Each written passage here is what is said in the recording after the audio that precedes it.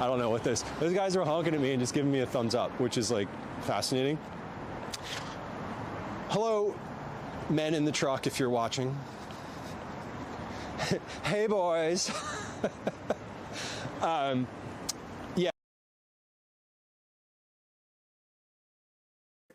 Listen, don't let not having your act together ever stop you from streaming. You can just hit go live and see what happens. It'll probably be okay. What's the worst that would happen?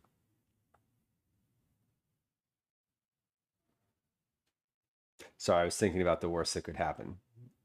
It could get bad. I'm glad that you're making sloppy.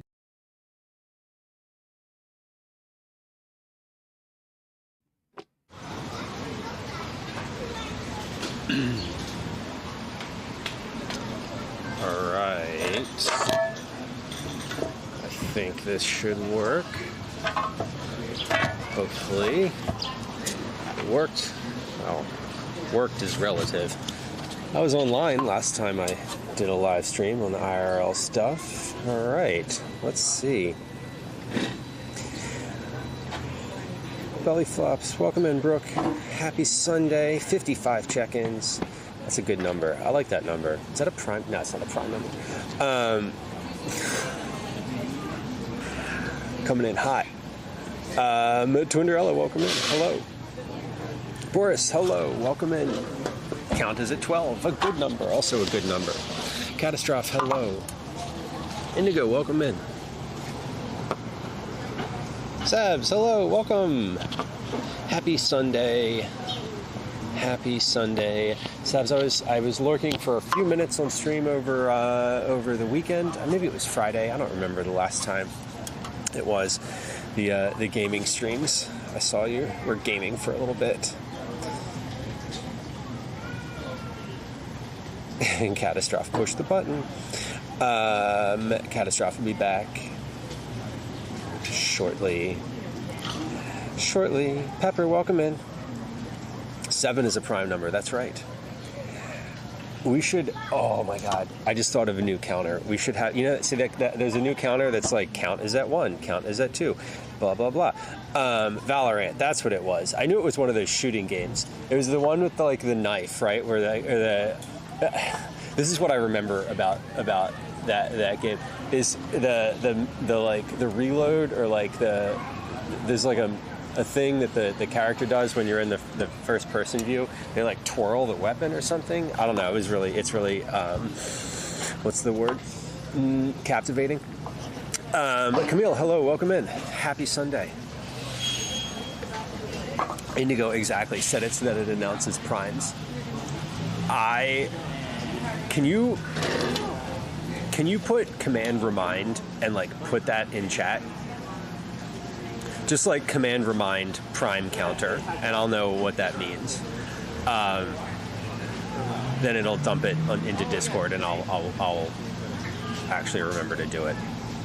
9, welcome in. Thank you. That's going to be the go live message for a little while.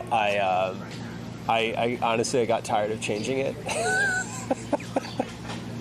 because I would forget to change it, and then it would be like, we're making quiche today, and it would be like pizza, and that wouldn't be true. But chatty dads are always available when this stream is live to talk to you on the internet. It's 5 versus 5. Okay, so it's different. I know it's different than Fortnite. I've watched a couple people play it before. It looks like it might be fun. It looks like it might be fun if I was playing with people I didn't know. If I was playing with people I did know, I think Valorant would be upsetting because they would be like, you're terrible at this. Why don't you do any better? And I would be like, it's just how it is. Wilma, welcome in. Welcome. Indigo, thank you. I see that it's in Discord, and I will do that now because that's an easy one to do. Almost at 10K check-ins. I know. We're like 387 away. 6, 7, 8, 9, 10, 387. Yes. Wow, I did that math in my head and it was accurate. That's amazing. Shayna, hello. Any shopping today? No, maybe. I got a coffee. a few minutes ago, just to sit here and have while we're getting our making sure things are working. While we're making sure the technology works before I start walking. It is hot. It's hot in Europe. It's hot here too. I don't know what the temperature is, but it says it somewhere at the top of the screen, which you probably can't see because because it's a white text and the sky is in the background. So, you know. Anyway, why is there no AC? Because Europe doesn't do air conditioning, which is awful, but also it's part of the culture, I guess. Part of the culture is heat stroke. We love it. Shart, welcome in. Hello. I mean, I know why. Sorry. Yeah. See, the whole me not getting jokes thing strikes again, because I just explained to you literally. So Fluff, it's pouring rain. I'm sorry. It was pouring rain here all day yesterday. That's why I didn't stream. Part of the reason I didn't stream. The other part of the reason I didn't stream was Calvin has an outdoor birthday party that was supposed to be yesterday and is now today, and he didn't go to that either, so I had things to do with him. Close your eyes, or watch your eyes, y'all. I'm going to wipe your eyes off. Hold on. Zach, welcome in. Hello. Shart, hi is such a funny thing to say. I know. Like, oh my God, I'm so excited to see you, Shart. And then the people outside of the bathroom are like, are you okay in there? Is everything okay? Oh, Command ZM. I changed Zach's announcement shout out thing to match their new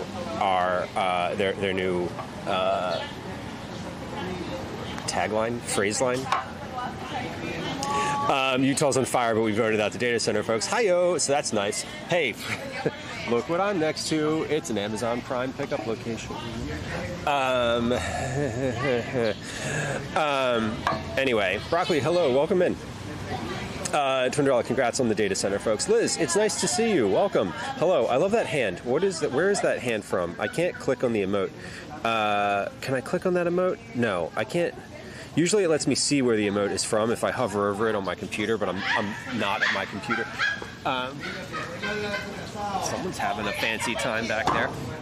Well, friends, I was planning on streaming today from a very different streaming setup, and I am not. Today I'm using the same setup, not hardware setup, but the back end setup.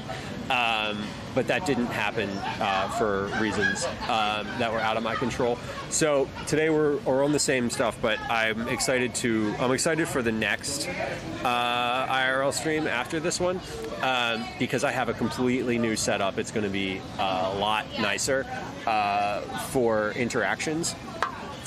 Basically, everything that works in the kitchen will work on the IRL stream. Sounds, mainly sounds. But I can build on it. It'll be a lot better.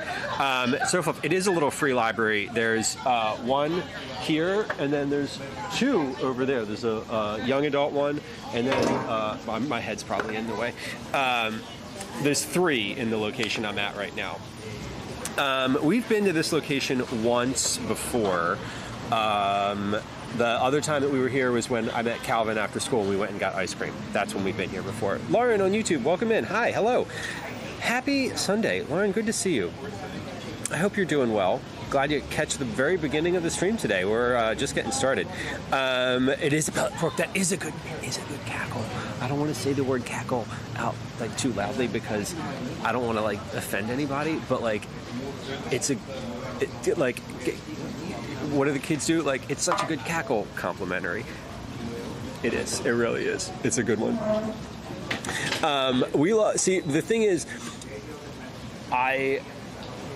you can't. How can you ever making fun of someone for the way that they laugh is the most vile human thing that you could possibly do. If someone is experiencing genuine joy and laughing, and you're your laugh sounds silly, just fucking shut up. You were the worst human. How decently stocked. Not very well. This one's not very well. We can take a look at it when we get up.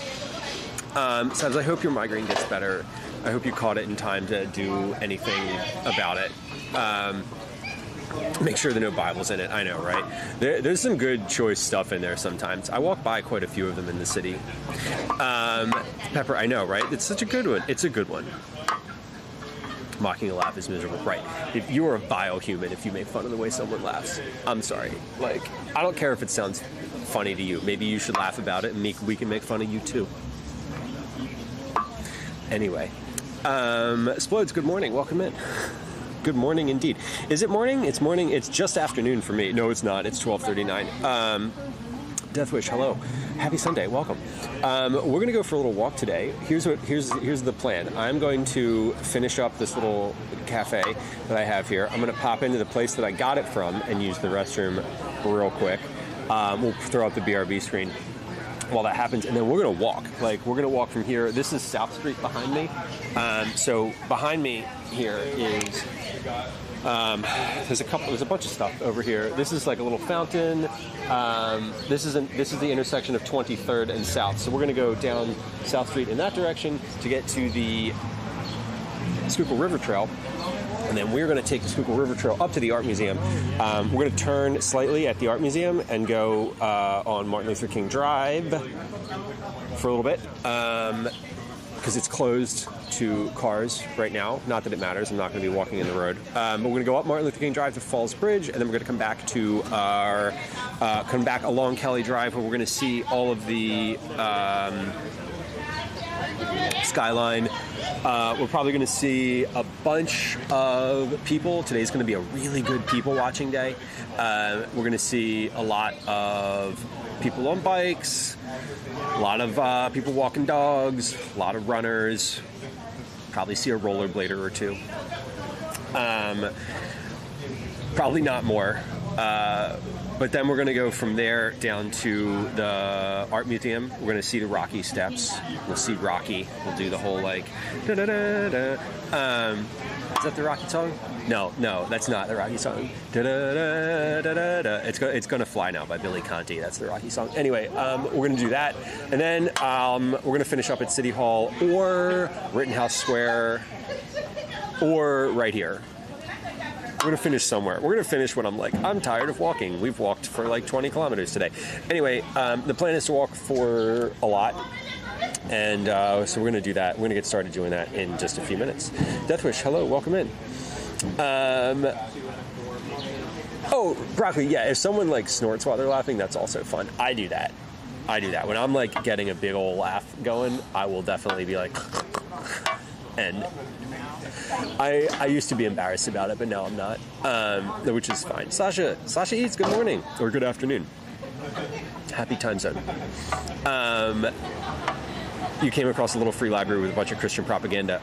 Hard nope for me. Yeah, I don't really want any kind of propaganda in those little free libraries, honestly. I like that you went back and got books off the shelf, though, and you were motivated to, like, flood the zone, so to speak. Yeah, well, I do. The Rocky, Command Rocky in chat, it will link, we'll go to that, one of those clips. Or at least it should. Or it says something snide about how Rocky is a movie character and not really representative of Philadelphia, and how it's annoying that more people go to see the Rocky statue at the literal Philadelphia Museum of Art than people go into the Museum of Art. But anyway, we're gonna go see the Rocky statue today because it's free. Also, it's outside. Brooks, hello. I wheeze when I laugh sometimes. All of it. All of those things I love. I just love it. If your like natural reaction is anything, like whatever it is, whatever your natural like experiencing humor, I love it. I love all of it. I have a nasty habit of forgetting to check in. It does happen. We have lurking will count towards Cookie Club now at some point. I haven't figured out how to like act on that, but I do have it set up. Nine, I love that you put cookbooks in the little free library by the food pantry. That's cute. It's a clip to the statue, not the steps. Oh, okay. Yeah, well, that I should probably have both of them. I should put both of them there, because I've definitely been asked that before. Like, are you gonna run up the Rocky Steps? Basically, every IRL stream I do, if someone's not from Philadelphia, there's like basically like one person who's new to chat, or not new to chat. It's almost invariable that I will get someone who is like, are you going to see the Rocky statue today while you're out in the city? Mostly the answer is yes. Today the answer is no. Mostly the answer is no. Today the answer is yes. A cookie club that ships internationally. Indigo, we will ship to, the farthest I've shipped to is either Western Europe or South America. I've shipped to both of those. It's roughly the same cost to ship to Western Europe as it is to ship to Canada, which is wild to me because one of those things crosses an ocean and the other one I could drive to. Could you drive to Europe? No. What the fuck, Lou? That's a terrible question. You're an idiot. Don't be so hard on yourself. Anyway. There is a person who is experiencing some mental distress in this area and is like very trying to touch kids and people's possessions, and they're doing the best they can. I wish I discovered it before I moved across the ocean. It is Western Europe. 9, you got someone in Australia, a Secret Santa gift. Did it get there in time for Christmas? Can we say hi to them? No, we're not going to do that. I don't want to put that on camera. I don't want to put them on camera, I should say. That because I don't like, if I'm not with somebody, it might be incidental that they're on the camera, but I'm not going to point it out directly. Okay. That was, it did not get there in time. Shocking. Whenever I ship to Canada, so I realized with the last round of Cookie Club that when I'm at the post office, if I hit digital receipt, like receive digital receipt, I always get a paper receipt, but if I hit receive digital receipt, it will give me a track. It'll like basically it puts all the tracking numbers in my email, and then I get notified via email when things are like out for delivery, which is interesting, and whatever. But I got one in this most recent round of Cookie Club that was like, your package has been delivered to Canada, period. Because what happens is once it hits the Canadian Post system, it leaves the United States Postal Service system, so they consider it delivered. So when it went to Canada, it was like, your package has been delivered, but it just said Canada, which was great. And I was like, oh, good. Well, it crossed the border into the ether. Who knows where it is now? Okay, here's what we're gonna do. We're going to I'm gonna throw my BRB screen on. I'm going to pop into this cute little coffee shop over here that this person is coming out of, called Mad Cat Brewtique, which is where I got the coffee from. I'm going to use their restroom. I was already like, hey, I'm going to come back in like 15 minutes and use your bathroom, okay? And they were like, yeah, it's fine. As I was purchasing something from them. So I'm going to do that, and then we're gonna get started walking. So today's a big walking day. I have my walking shoes on. These are not my normal shoes. These are my gym shoes. These are the first time I've worn them outside of the gym in, I don't know, since the fall. Anyway, relieved to be out of Texas. That tracks. Broccoli, thank you for the bits. I appreciate that. 500 bits. That's a Cookie Club entry. That specifically is a Cookie Club entry. 500 bits. Is it a cat cafe? It's 9. Unfortunately, it is not a cat cafe. It's a little cafe of trinkets, like Philadelphia trinkets and such. They have all sorts of little like makers and crafting adjacent items that they sell. They also have like a little table up front, and they have like games. You can sit and like have little meetings there.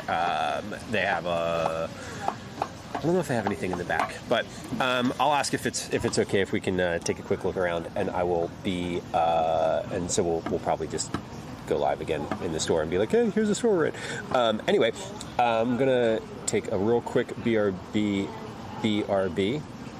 That's bathroom break.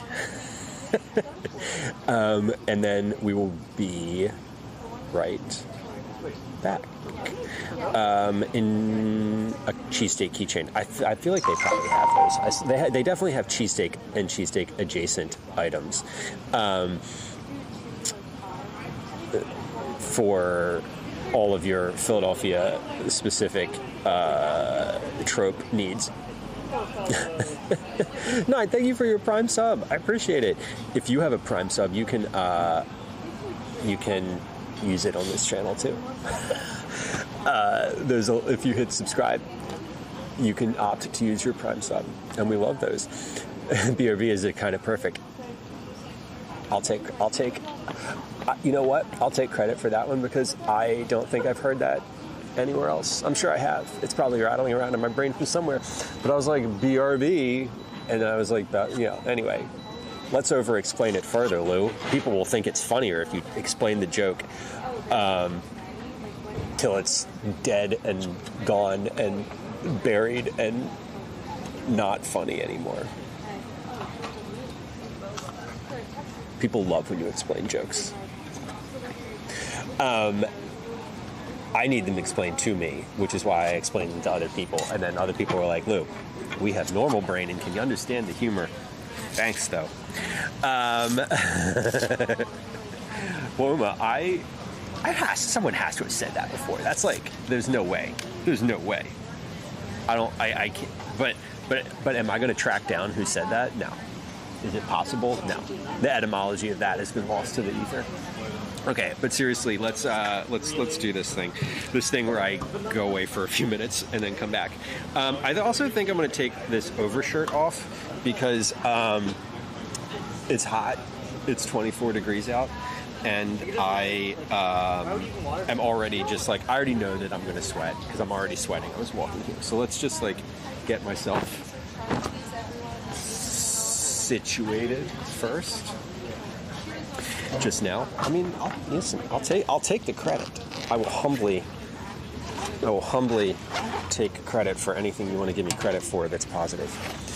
We have a poncho in here today. We're really like going in on the bag contents today, because I asked the smart speaker in my home if it was what the weather was, and it was like, it's gonna rain this afternoon. And then I looked at Weather Underground, which I trust more, and it was like, absolutely not. There's 0 chance of rain. So I was like, let's prepare for rain. So we're prepared for that. Not that prepared. Okay, but all that is to say, this bag has some extra stuff in it today, more so than usual.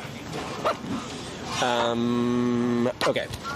Let's figure out, where am I going to clip this microphone? Ultimately, I'm going to clip this on my backpack. But for right now, we'll clip it right there. And this needs to go back in my bag right there. And we are good to go away for just a few minutes. And we'll be right back. Okay, enjoy the clips. I'm going to use the bathroom. And once we come back, about 3 or 4 minutes, we're going to start walking. Okay. Shit, it's not tight. It's like sorry. I don't know, y'all. I make it weird sometimes. I'm sorry. And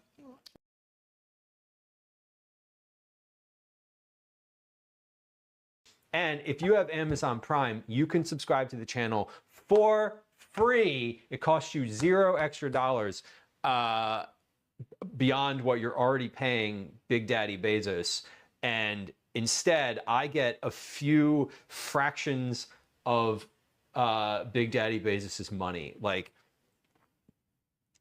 I get like an eighth of a 32nd of a 1 second worth of what that rich piece of shit earns in a day. And honestly, if you click the Prime sub, nobody knows. He doesn't know and he doesn't care, but I care and I appreciate it. I do appreciate anybody who's a subscriber to this channel. Thank you. Let's not tip into discussing capitalism today, okay? Thanks. This is what we're going to do today on stream. We're going to figure out what we're going to do. We're going to write it down, and then we're going to do it. And it's going to be awesome. And you're going to be here and have feelings about it that are positive, negative, or neutral. Amazing.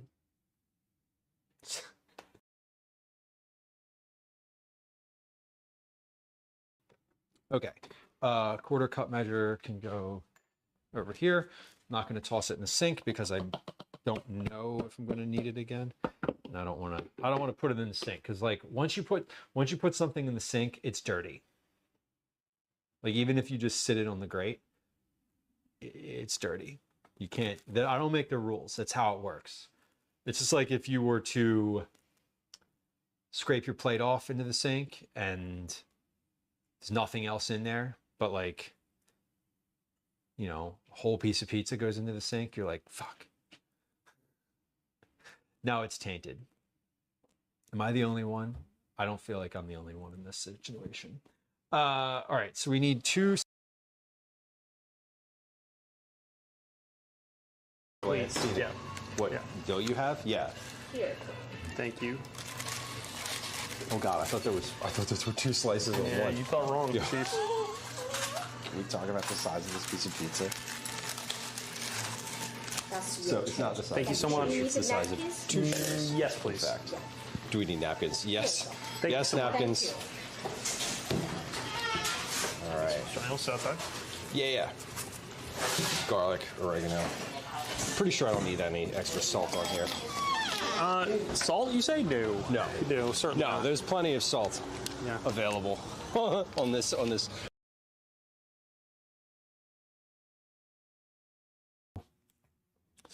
Now oh, that was fucking stupid. Let's bang this down so that the beets shoot up out of it and hit me directly in the eye. They're not hot anymore. They're just, oh.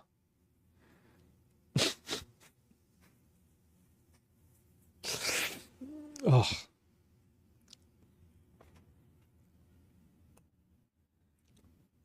I get it all.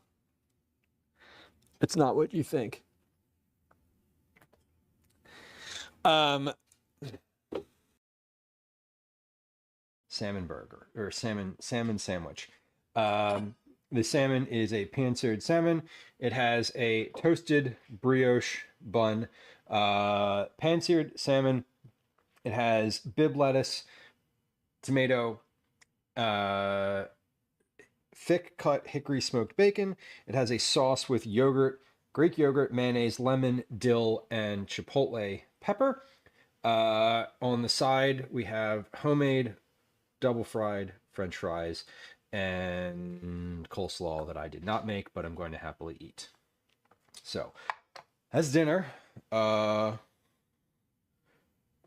Just for reference, there's your cross section, or there's your burger look. Pretty happy with how that looks, hopefully happy with how it turned out. Now it's going to be hot as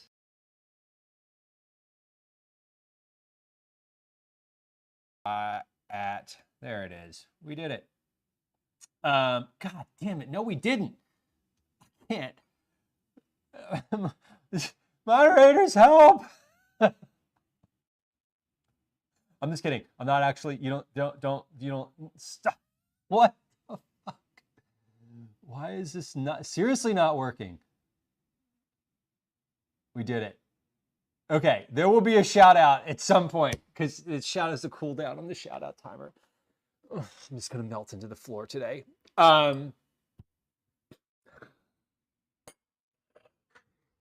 I don't actually need moderator help. I need. Anyway, I was gonna say professional help, but I get that regularly. Okay. I don't even remember what I was talking about. Ads. Fuck it. Okay, ads are gonna run at some point. Never going to ski again. I'm never going to snowboard again. I did that when I was a kid. It wasn't fun for me. I didn't enjoy it. I am a snow tuber. That is a wintertime potato. So Ash, get off the light. I am only equipped to go snow tubing at this point.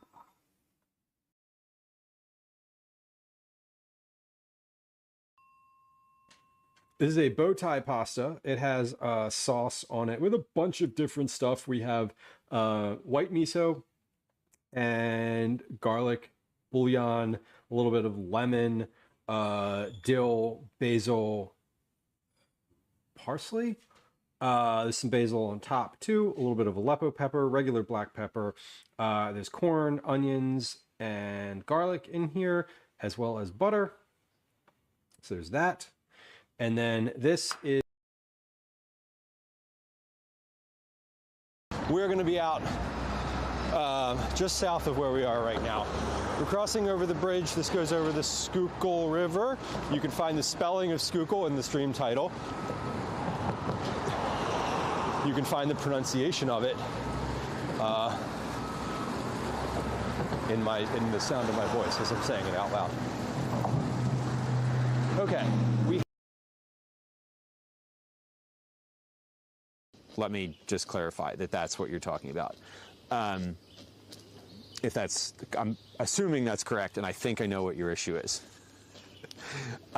with the Discord. In life in general, we all got issues, you know. I don't know what yours are specifically, but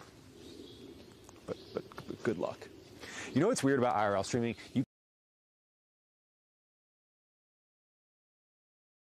This is my favorite statement I've seen. Basically, on any of these like things, whatever it is, it should be free. I kind of love that. And like certainly some people are gonna be like, oh, what about that? Yeah, what about it? That's, you know, your whataboutism is also free, and so is shutting the fuck up. This mural is kind of fun. Let's connect. Coffee milk is the best. Kosher bacon jam. What do you know about? Tell me what you know about coffee milk. Tell me what you know about coffee milk.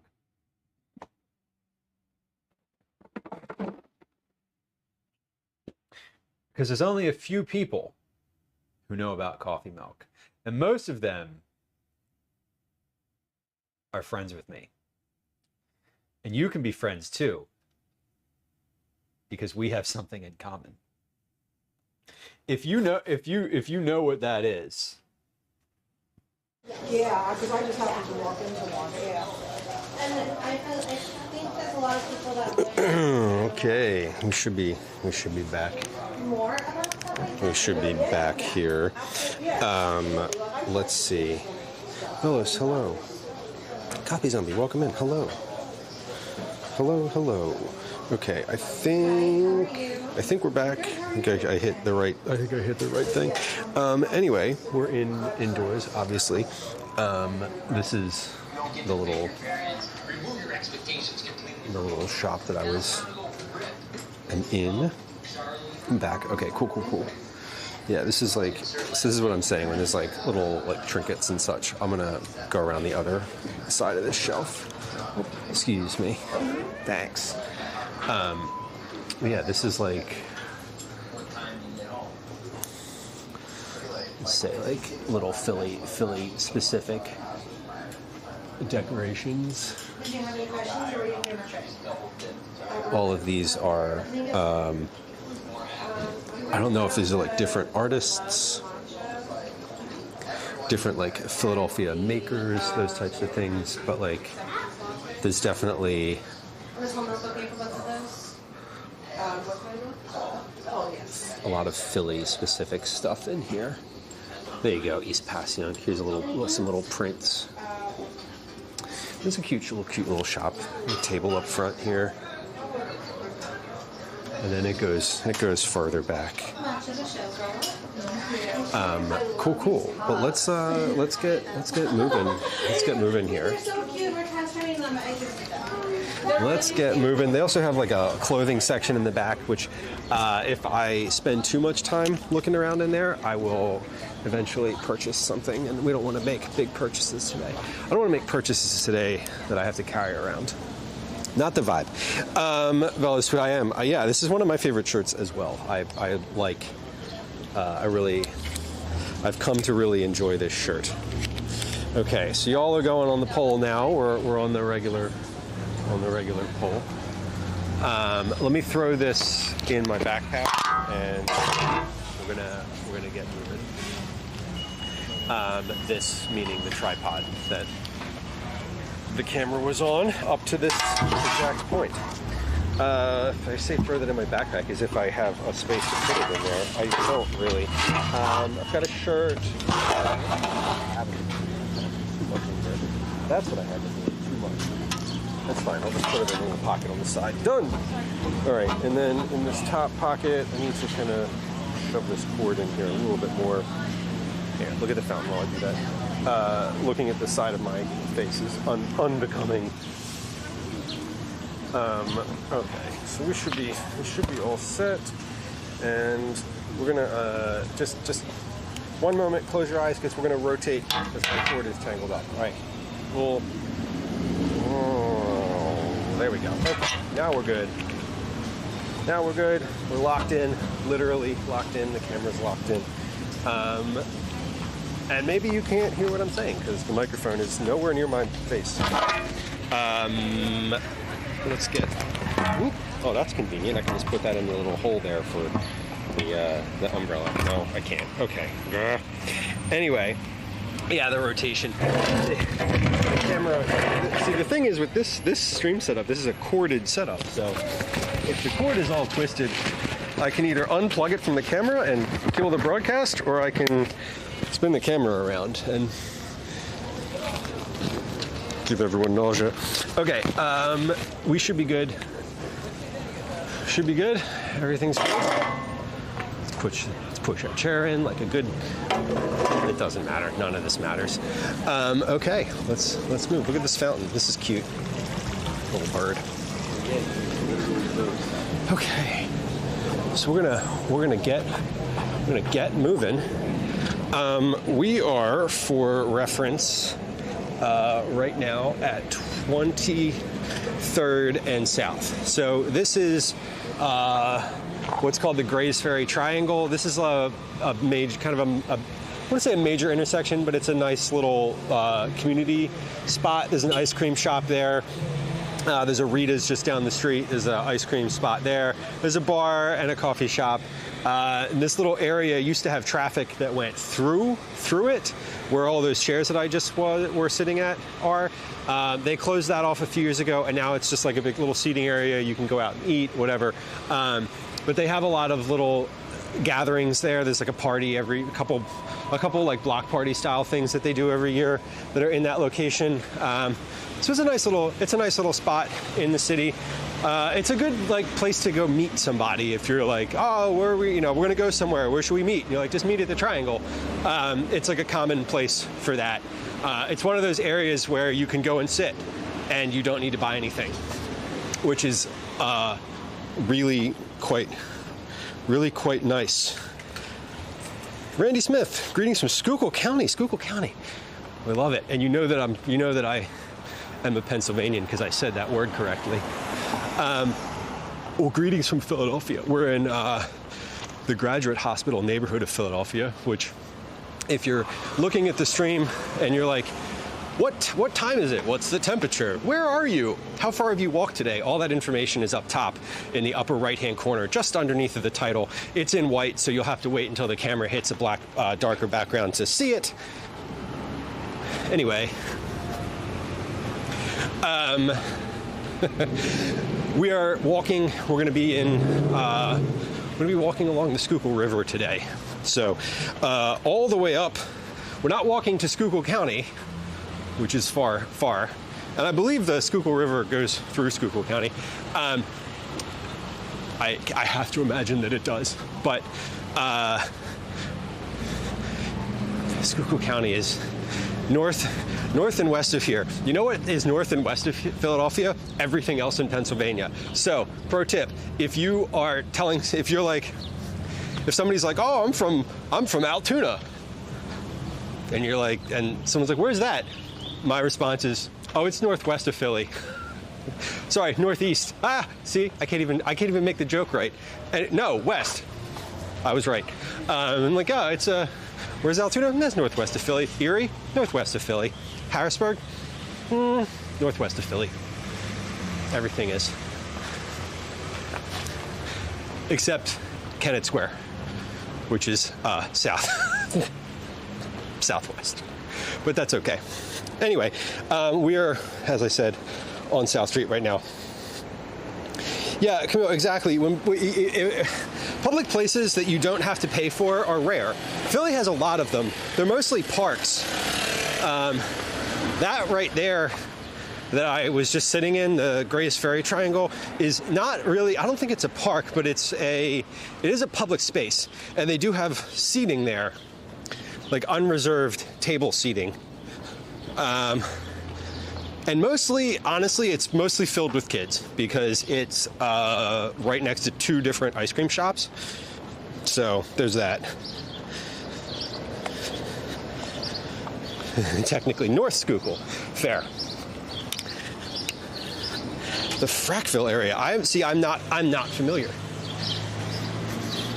I'm not familiar with that. I know where Schuylkill County is.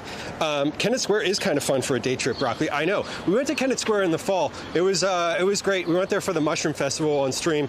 I go for the Mushroom Festival every year. Had a little bit of technical difficulty that day because reception was really struggling, but it was fun nonetheless. Also, it rained. We're on the South Street Bridge now. Have I seen South Street Sam? I'm not familiar with South Street Strand. South Street Sam. Is that a person, place,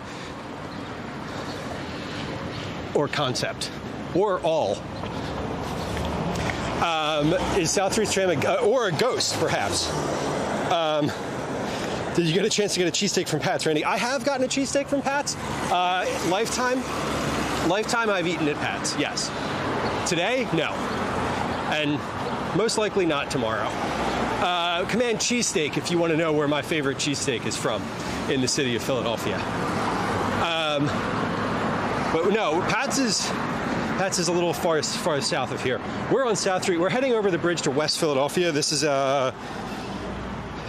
is basically the gateway to the University of Pennsylvania. So in the morning when you drive up here or come across this bridge is full of people in scrubs going over to the hospital. Because there's the Children's Hospital, there's the University of Pennsylvania Hospital, there's the medical school over here, like basically UPenn. UPenn is pretty much everything you see in front of us here. Danny Maduro, Pat's isn't that great. You're right. One, you're right. Two, I have strong opinions. I don't really eat cheesesteak, generally speaking. I don't eat a lot of beef. But I have some strong opinions about cheesesteaks in the city. I'm imagining it's the same that folks would have of like lobster rolls in New England or deep dish pizza in Chicago or, whatever people eat out in California, tacos in San Diego. There we go. See, I crashed the landing, but we're all alive. My opinions on cheesesteak, though, I like when people come to Philadelphia, and if you visit Philly and you want a cheesesteak from Pat's, I'm like, go ahead. I'm not going to stop you. I'm not going to tell you it's bad, or like, I'm not going to I'm not going to yuck your yum. Because if you've never had a cheesesteak and you go to Pat's, it's fine. It's going to be the best cheesesteak you've ever had in your whole life, if it's the only one. If you're here for a week, I have some suggestions where else you might want to go.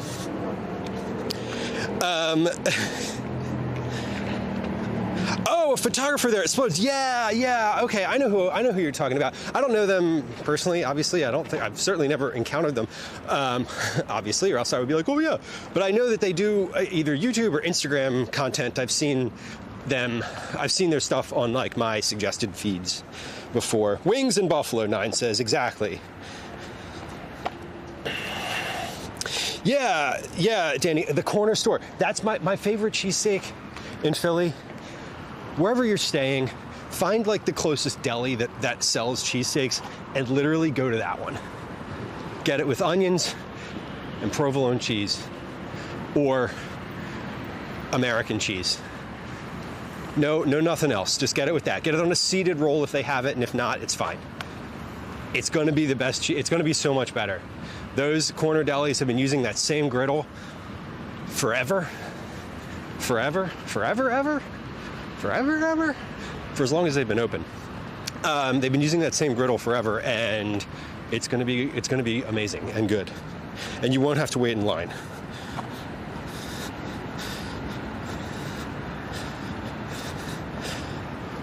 Yeah, broccoli. It's, what I love, broccoli. What I love about I don't get cheesesteaks really anywhere. Like, again, I don't really eat them.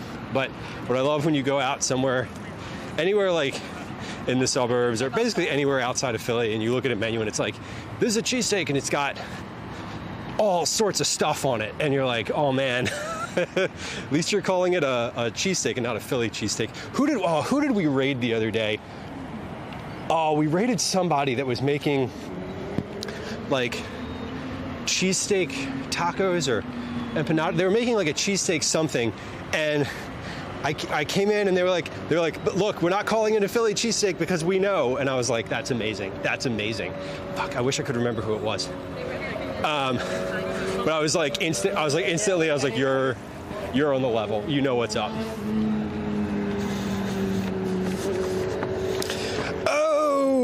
Randy, Centralia. Centralia is on the list of places I would love to go see. I've never been there, but I know right where you are. Like, not literally you personally as a human, but I've now pinned you in my mind on the map because I know where Centralia is. I was just looking at it the other day as a place maybe to go for like a day trip. Because it's crazy. Y'all, or if you're not familiar, there's this town that had basically like a coal mine. It was like a mining town, and the mine caught fire, and no one lives in the town. It's abandoned because the mine is still on fire, and apparently it's going to be burning for like hundreds of years is the estimate. And it's like smoldering. It's wild. It's kind of wild. Thanks for the bits. I appreciate you. Danny Maduro, thanks for the 67 bits. Ding, ding, ding, 67 bits. Silent Hill was modeled after that town. Okay. I'm not familiar. I don't think I've seen Silent Hill, but that's not a surprise because if you name a movie, the chances are I haven't seen it. Silent Hill's a movie, right? Not a show? Pretty sure it's a movie. It had already been burning for 20 years when I went to college in Central PA. Broccoli says, yeah, it's wild. Like, I was looking up the pictures of this town, like, last week, and literally it was like, I was like, I have never been here, but I really want to go. And also, I had the thought of, like, if I go here, what if, like, it collapses and I fall into the mine and, like, I'm just stuck in a burning pit for the rest of my extremely short life? Like, that would be bad. That would be bad. And nothing. That would be bad. And not at all funny. Geez, welcome in. It's a video game turned movie. Okay, see, how can you be wrong twice about the same thing in one sentence? That's incredible. I'm talking about me, because I was wrong twice. Cheese, please. Welcome in, fellow Philly streamer, Philly friend, food and drink friend, musician, just chatter. We're along the Schuylkill. Geez, I bet you know exactly where I am. Good to see you. Hope you're doing well. Thanks for the shout out, Sofla.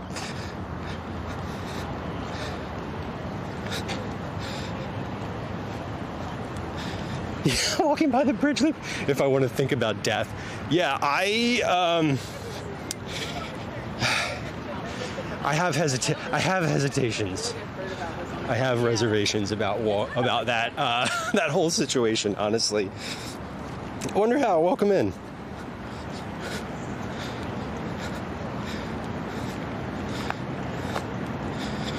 For those of y'all who are hanging out in chat, if you want to get a little entry to, or work towards an entry to Cookie Clubs, the Click Me Redeem is on. It'll be on for about 90 seconds, then it'll be gone.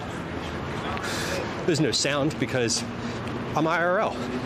Now that's a thing that when I get my but I've been working towards a new IRL setup, and that will have sounds. So all the things you're used to hearing on stream and playing on stream and doing on stream, sound-wise, will be an option moving forward. Look at kayakers. Kayakers. AJ, thank you for the sub. Hello, welcome in. I'm doing great. We're walking today. AJ, good to see you. Man, I saw you streaming. I was watching you briefly for y'all were in the kitchen. This was a couple 4 or 5 days ago, whenever it was. It might have been your last stream. I don't know if you streamed since then, but I was lurking a little bit as I was doing some stuff around the house and my computer.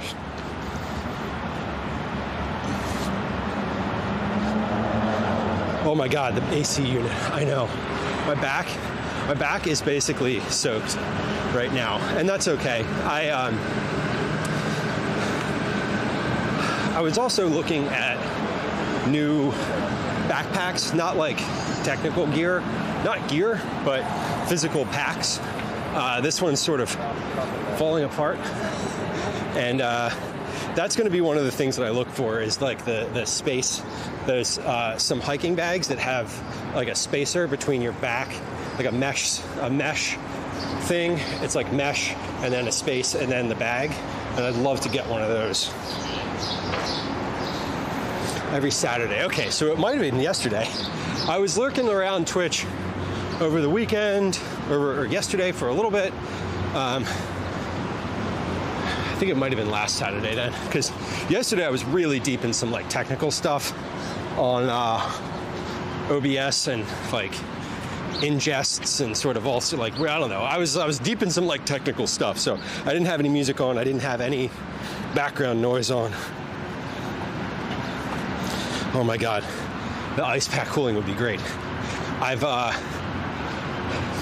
just come to accept it.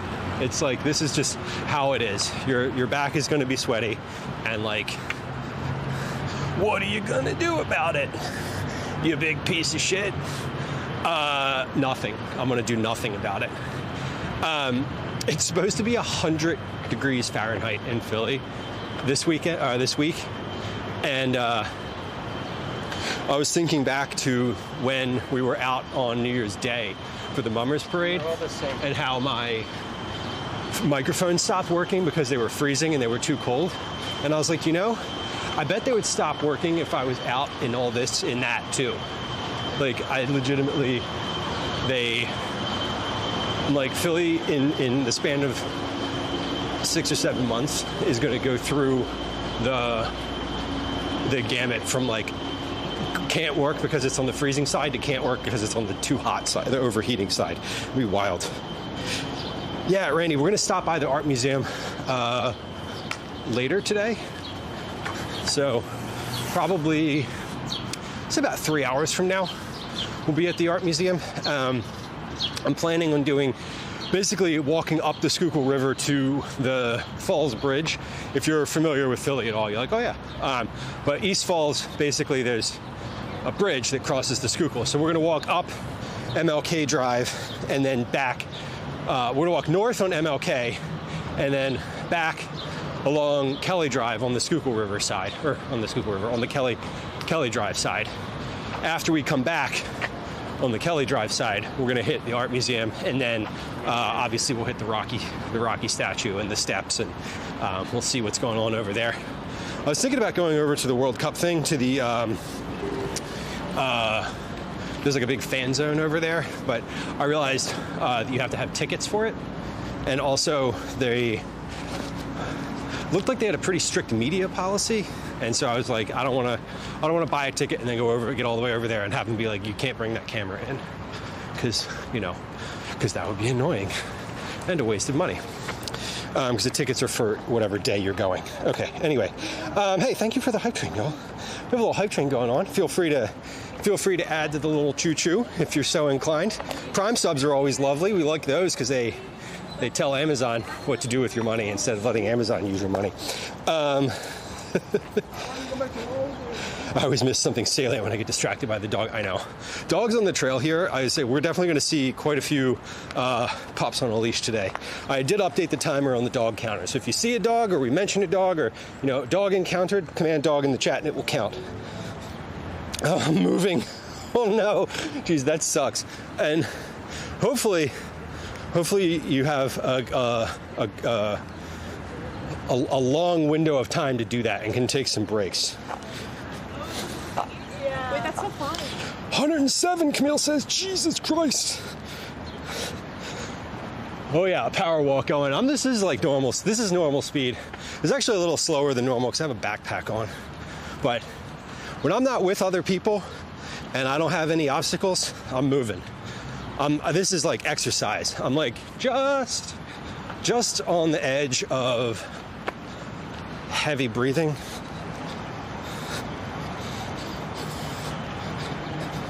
Yeah, geez, I looked at the tickets. I got tickets for me and Calvin to go. I was going to take him yesterday, but I was like, oh, it's sold out. I was like, what do you mean sold out? I was like, it's in a park. It's free.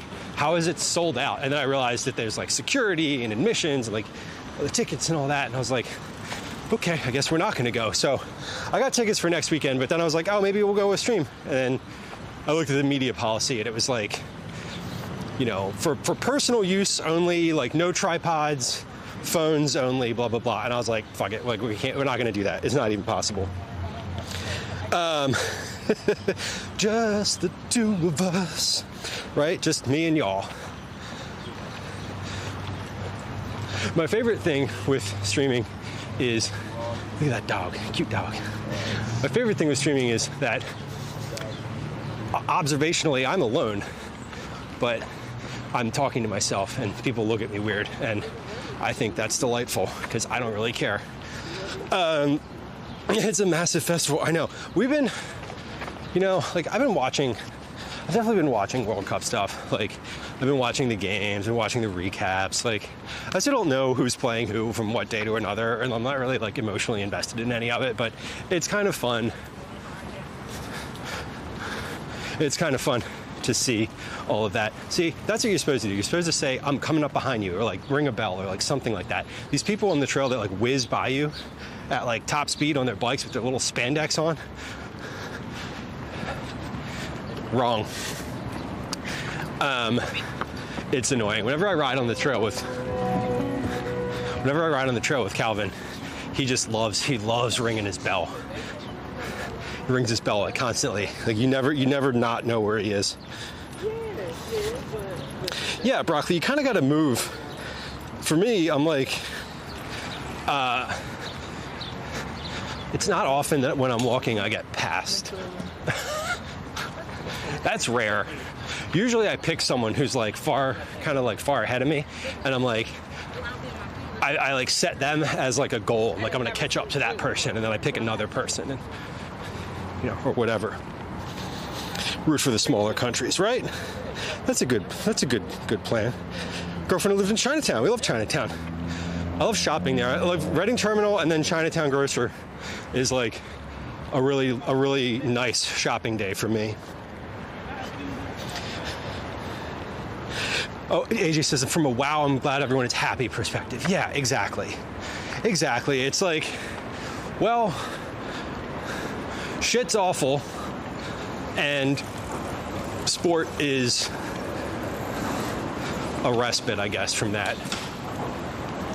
I really just appreciate football because it's like the game is just predictable. It's like, well, 95 minutes later, 100 minutes later, it's over. You know?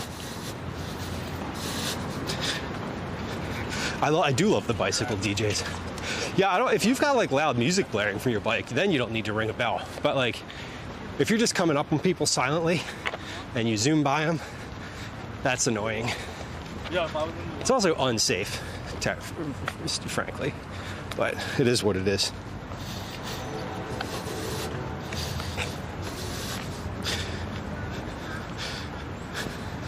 Oh my God, fellas, the bikes are wild. And this is like, yesterday it was raining, and today it's like cloudy, but also, I don't know, it's like 25 out right now, so it's not like brutal. And yeah, today's like just a big, everyone's out right now. This is definitely a very busy day on the trail. I'm bound to see somebody I know or recognize. I'm pretty sure. But those wild racing bikes are fun. Wonder how. Enjoy your walk. I hope it's a good one. Be safe out there. Whoa. Sheesh. Yeah, geez, people use it as a commute. I mean, there's all sorts of people on this trail. It's super accessible. I mean, you can, there's ramps down to it. Like there's no, you don't need to go on any steps for the access points for this trail. There's always ramps. It's paved up until you get to Conshohocken? No. From here out to Manayunk, the trail is asphalt. So it's completely paved. So it's super accessible. It goes way out of the city too. So this is the trail, if you've been in stream before, where we go to, we've gone south on here before. The southern end point of this is basically down by Wharton Street in South Philly. It's there's like, they're opening it section by section, but this is one of the sort of original parts of the trail here, and it goes quite a ways north of the city, as far as I know. Like, you know, you can connect out for, I don't even know, maybe 40, 50 miles. I have no idea. 81 in Buckingham, because it's cloudy. Yeah, I don't know what the temp here is. It says the temp in the top, up here somewhere on the screen, underneath of the little title, it says what the temperature is out, but it's also in centigrade. So if you can't read that, I don't know, try harder. It's probably it's in the 80s. Yeah, geez, I love this trail because it's like, you just ride in one direction. You could be like, I'm gonna ride for an hour and a half. And then you just do that. And like, you know that you can just ride in a straight line. Like, no turns, you know, you don't have to really think about it. You just ride and then you turn around and go back. Look at these folks. These are rentals. Those are fun. You rent those up by the art museum. We're gonna walk by there.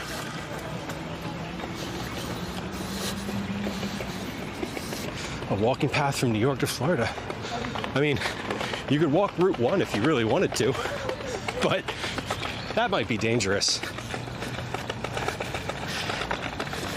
Are you medically blind? No.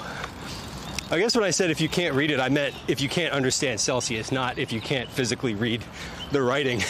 I'm also aware that it's hard to read because it's white, and usually the background is like the sky.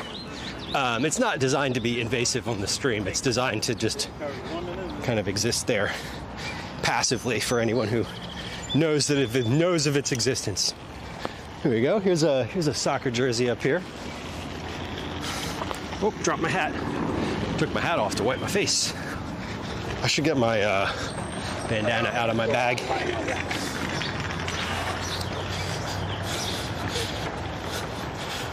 Tatsu, welcome in. Hello. The Revolution Trail. Yeah, the Paul Revere's Ride Trail in Boston is kind of fun. That'd be a fun thing to do. Geez, I was looking at the Walk Around Philly Trail last night, and that's super fun. I have the urge to do that. There's it's not a formal trail. It's basically it's a trail that's like a little over 100 miles worth of trail. That's 160 kilometers that goes through, it goes around the border of the city. And a bunch of people have done it. Most people section hike it. And I was like, you know, that would be really fun to do. So I'm definitely planning on doing that. I don't know if I'll stream that or if that'll just be like a personal project. Maybe a little mix of both. But that's a thing that I'm definitely planning on doing at some point. Cyber, welcome in. Hello, where am I headed? We're heading over to East Falls. East Falls is, I don't know, 5 or 6 kilometers up this trail. We're actually going to get off of this trail before we get to East Falls and go along MLK Drive, which is a little different from Kelly Drive, a little less populated. And then we're going to walk back towards the city along Kelly Drive, which is on, basically we're going to go up one side of the river and then back down the other side of the river. The East Coast Greenway, 3,000-mile walking and biking trail route connecting Cali, Maine to Key West, Florida. 65% is complete. Wow, that's a lot. That's way more than I would have thought, having heard about it just now. The longest continuous active transportation route. That sounds really fun. That sounds like a through hike. That's like the Appalachian Trail kind of situation, right? Good luck. I definitely don't want to do that. Yeah, I was looking at where it goes through, and I was like, I understand why they tell you to bring a friend. Yeah, this path is wild. This is like, yeah, that trail goes basically straight up to the top of that rock with that little pagoda, and it's like you hit that ramp and your body's like, wow, we're not used to this incline. This is I don't know that. This is obnoxious. We are walking by right now. This is the waterworks. Basically, for a long time, this is where Philadelphia got its electric from. There's a dam out here. We're gonna go look at it briefly. They're probably all, I was gonna say they're setting up, looks like they're all usually set up for some sort of event or wedding, but it actually doesn't look like they are set up for anything today, which is fine. Anyway, we are going to take a look out in this little area here, and then we're gonna walk. Where are we gonna go? I need to cross the bridge. Oh, so I'm supposed to be on that bridge. I guess I missed the turnoff to get to, I missed the turnoff to go where I wanted to go.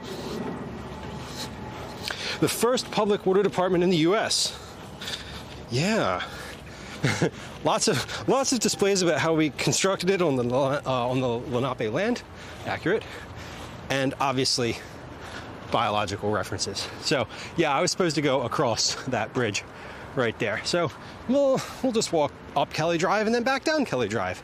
It'll be fine because it'll look different going in both directions. So all good, and I don't need to be on MLK Drive. That's okay. Totally not a necessity, really not necessary. Anyway, this is the waterworks.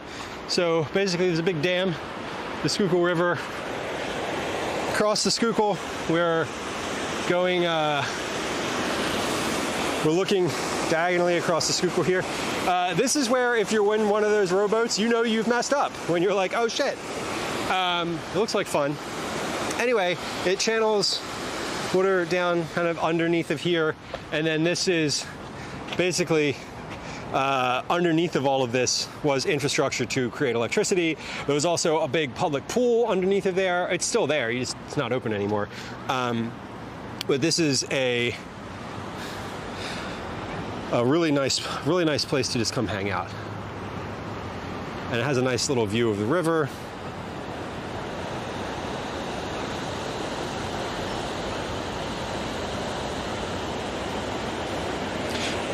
Yes, Lenape. Now, I say that as someone who is non-indigenous and doesn't. I say that with the confidence of a white guy, so take that for what it's worth. Yeah, Fairmount Dam. This is the Fairmount Dam. So we're gonna walk up. We are just gonna walk up Kelly Drive and get to the Falls Bridge and turn around, and that'll be fine. Because I'm not walking back. I'm not backtracking to go up Martin Luther King Drive because, not for nothing, MLK Drive is less interesting, and I'm happy just walking up Kelly Drive and then back along the same route. So, anyway, what's up, squirrel? This is all kind of new down here, this little like trail thing. I don't know where this goes, but let's walk on it. I'm sure it goes somewhere. Is there a free swimming area around here? No. Danny, the swimming would be at any kind of rec center. This is not a swimming river. At least I don't know if it's clean enough to swim in. I'm imagining it is, maybe, but possibly not. Oh, this is a loop. Okay, we're just gonna go in a circle, that's fine. Look, kids, nature. Yeah, this is brand new. This is brand new. This is only relatively a few years old. I need to get my bandana out of my bag because I brought it so I could like wipe the sweat off my face, and we have that. We have need for that in this moment. So, just a moment here. Let me grab that. I mistakenly left it in my bag, thinking, I don't think I'll need that yet. I did, and I do. I should say, I did need it, and I do need it. Who texted me? Okay, nobody important. If you're watching and you were the one that texted me, I'm sorry. I do think you're important. I just can't focus on what you're asking me right now. Love you. Anyway, the person that texted me is not in chat. If the person that texted me is in chat, it means that the spammers have found my live stream, and I don't think we want that. That sounds terrible.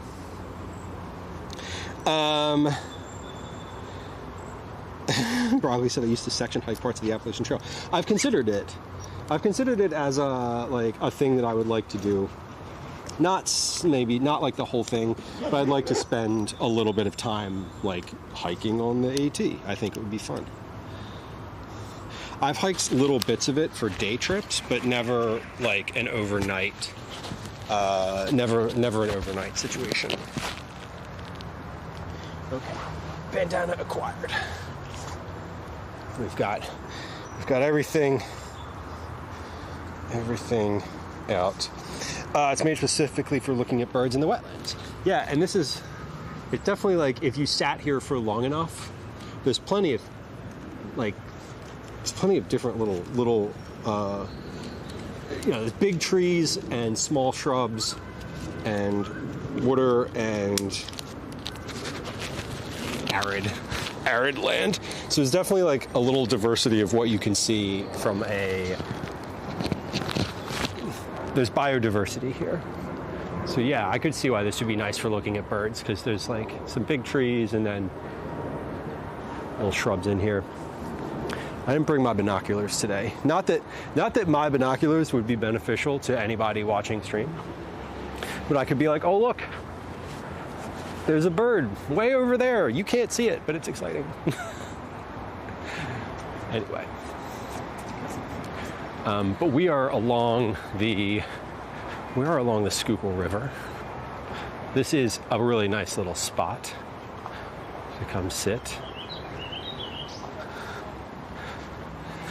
And yeah, so I guess that was a little loop. I thought that went through, and it didn't. So we're right back where we started here. Angry Rook, welcome in. Hello. After these messages, we'll be right back. Just to show that the flood and the spill zones of the forest are important. Yeah, and if you walk along here, you can see sort of more of what's underneath of that. I mean, it's just like a swampy area. Obviously, there's a retaining wall here because humanity. Yeah, the tidal areas. Not even tidal areas. The Schuylkill is a tidal river, meaning when the tide rises, it comes up the river a little bit. Yeah, I mean, this is the type of thing you would like if you're trying to build on it. It would be wet. You're like, man, there's all these mosquitoes at my house, but only in certain parts of the year. And you're like, yep, that's natural. Yeah, exactly. Look, there's a bird. Look, there's another one. Like, yeah, I'm not gonna lie, I've seen a lot of birds. I don't know which birds they are. Probably a robin. Guessing there's been a robin, probably some sort of wren or finch. One of them. Anyway, I am not an ornithologist. I don't know nothing. I don't know nothing about birds, but I like them and they're fun to see. And when you see one that you're like, oh, that's a unique bird, it is kind of fun to like look them up. I appreciate the people who have that type of knowledge. I appreciate the people who have like ecological knowledge in general. You know, like people who can identify trees, like arborists and whatnot. One of my relatives is an arborist, and he's always fascinating to talk to.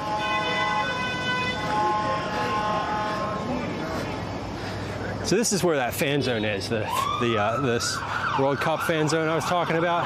And yeah, there's about 10,000 people here. Damn. Okay, cool. Fudge Darling, welcome in. Hello. Yeah, it's I think, geez, it's interesting. You know what I just watched recently on YouTube? It was one of those. It was like an hour-long video about a couple of friends who did that. Like, what do they call it? The one big year, where they basically like travel to see as many species of bird as they can in one calendar year. And it was really wild because, you know, they're like, with the technology that's around, you know, and that people have access to, there's like, people will report a certain species, like, oh, I saw this super specific grouse in like a parking lot of like a Buc-ee's in Texas at this intersection. And like, people will descend from like multiple states away to try to like see this bird. And I don't mean crowds of people. I mean like, you know, 5s to 10s of people. But, you know, it's that type of thing. So it's really fascinating to me as someone who's like, I like the idea of doing that conceptually, but I think the folks that like actually invest in it and take the time and like really like go in, I think it sounds really fascinating and fun. I enjoyed watching their hour and 20+ minute YouTube video all about it. No spoilers.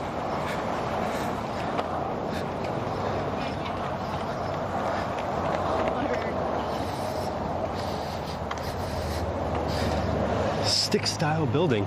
There's okay, I didn't actually say where we are. We're in Boathouse Row right now. So I've never been in any of these because I'm not, I didn't go to a prep school and I'm not wealthy enough to like be in the rowing, sculling community. But these are all these are literally like boathouses. Like if you were to look up a picture of Boathouse Row, Philadelphia, you would be looking at it from the other side when it's all lit up at night. But these are the entrances or backsides to them. And they're all owned by different schools, groups, organizations. There's like, this one's owned by University of Pennsylvania, I guess. but all like the cruise boat, all the colleges in the city have like their boats stored here. And yeah, I guess they're nice inside. I don't really know. I've never been in one of these. They seem like they'd be nice. I don't see why they wouldn't be. They're all old too. They're like super old buildings. Whenever you walk past someone on the trail here, you always have to kind of glance over your shoulder to make sure that some biker isn't coming up on you at full speed, ready to clip you if you step out to the left.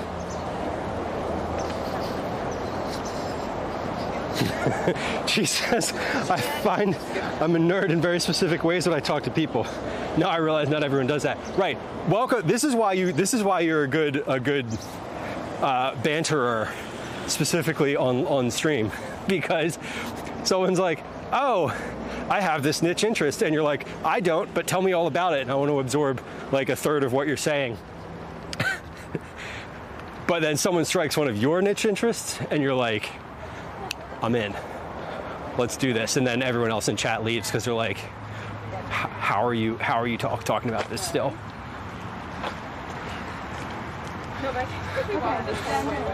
Oh my gosh. I'm really gonna bring it closer.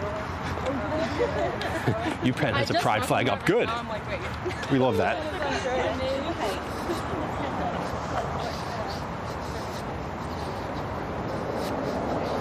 Everyone send me seeds of knowledge. Yes, your esoteric interests are my content. Please advise. Whew. See, this is why I got this bandana out, because I'm sweating. Sweating. Whew. Ding, ding. These little carts are so funny.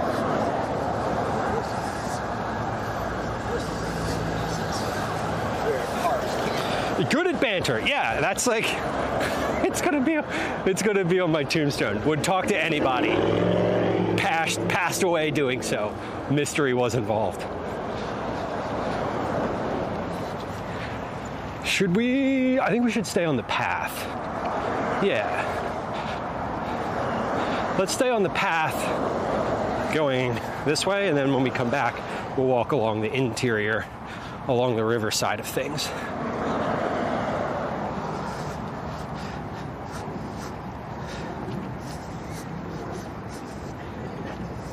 Tai, welcome in.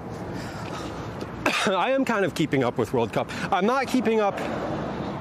When I say I'm keeping up with World Cup, what I mean is I'm watching a game, some games throughout the day when they're on. I'm like, I've been having it on in the background instead of like my dirty leftist propaganda podcasts that I listen to, etc. Streamers, etc. So I've been having it on kind of in lieu of that. But I don't want to say, I'm not like following it with the intensity of like a fan, right? Like, I don't care if, like I live in the U.S., right? So like, but I don't care if the U.S. wins or loses. It's not germane to my emotional landscape. I think it's neat to watch the sport. I think at its like highest level.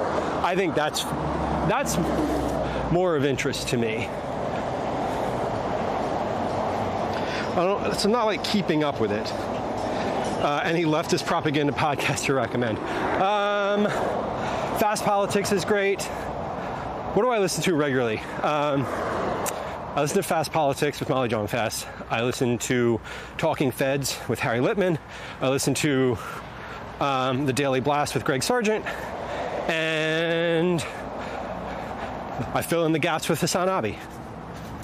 That's my political information diet, along with reading the Philadelphia Inquirer, and then a couple independent email newsletters, specifically The Handbasket by Marissa Kabas. That's my my dirty leftist propaganda diet right there. So, for what that's worth. There you go. You can clip that and hold it against me later when I'm wrong about everything. Look, a Ferris wheel.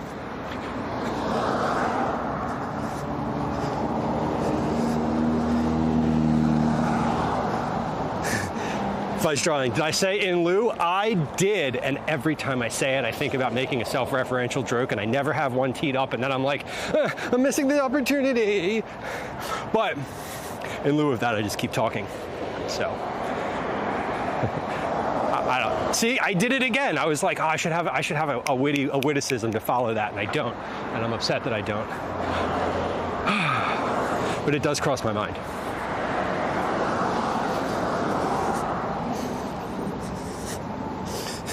Look, kids, Big Ben.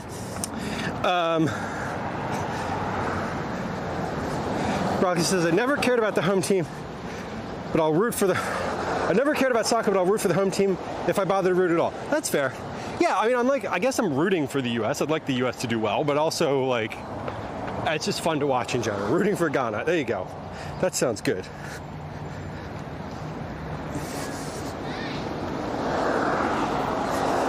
Slop streamer stuff. Yeah, I think you just gotta watch those things with a, I want to say a grain of salt, but it's not necessarily that. It's more just like, you know, I'm not a do your own research type of person, but like also ask questions and take things, you know, multi-verify your information, multi-source verify your information. That's the important one. Doesn't need one. Good. Fair enough. Yeah, the World Cup has been fun to see, honestly. We went to a game. We went to last week. We went to a game on Monday between Iraq and France. That was fun. That was a sort of a present, a family present for everybody. We got a lottery. Like Gwen put in for the lottery, like, I don't even know, like a year ago, and got lottery tickets for it, which is, it was insane. We considered selling them because if you didn't do that and you didn't get them for that, they're like thousands of dollars. And it was like, holy shit, like, that's not at all what we paid for these. Not even close. Like, we should probably sell these and get, you know, could sell these for a lot, but we went to the game. Because it's sort of a what's the best way to describe that? It's a sort of like, you're not going to have that experience again, like taking the subway to get to a World Cup game. You know, like you're not going to get that. Like we walked to the subway from my house, and we're at a World Cup game watching like world-class footballers. You know, any other time in my whole life that I could possibly experience a World Cup game, I'm gonna have to travel for. So it was fun and worth doing. Nice bridge. Yeah, the bridge is cool. This goes basically, yeah, the zoo is right there. That's a good, we'll call it. Yeah, this is Girard Avenue. I think this is Girard. This has got to be Girard Avenue. Girard Avenue, and then this is the Amtrak bridge. So if you're taking the train, Amtrak specifically, Amtrak or the regional rail, that's the big stone bridge that's right here. Ty, yeah, seeing Mbappe was like, seeing the players in real life, like coming out of the tunnel and like, it's weird. It's such a different experience than watching it on TV. It's so different. Everything feels a lot closer, but also bigger at the same time. Like you see it on TV and you're seeing almost half of the field at once. And when you're there in real life, you're like, your eyes aren't perceiving it from that distance. So I don't know, somehow it's just a very different experience. It was at the stadium where the Eagles play, and it was literally packed, like sold out game. And there was a huge pro-Iraq crowd there, which was awesome to see. They cheered the entire time loudly, like so loudly, and it was really cool. Have I taken the train? I was taking the train. I have taken the train. I love Amtrak. Whenever we go up to north of here, if I go up to New York or New England, I usually take Amtrak. Look, this is a sign. A sign of what? It's a sign of hope. Cool. I love the train. The train is my favorite way to travel. I would take the train everywhere. Like, I would take the train to go to like TwitchCon if it didn't take multiple days to get there.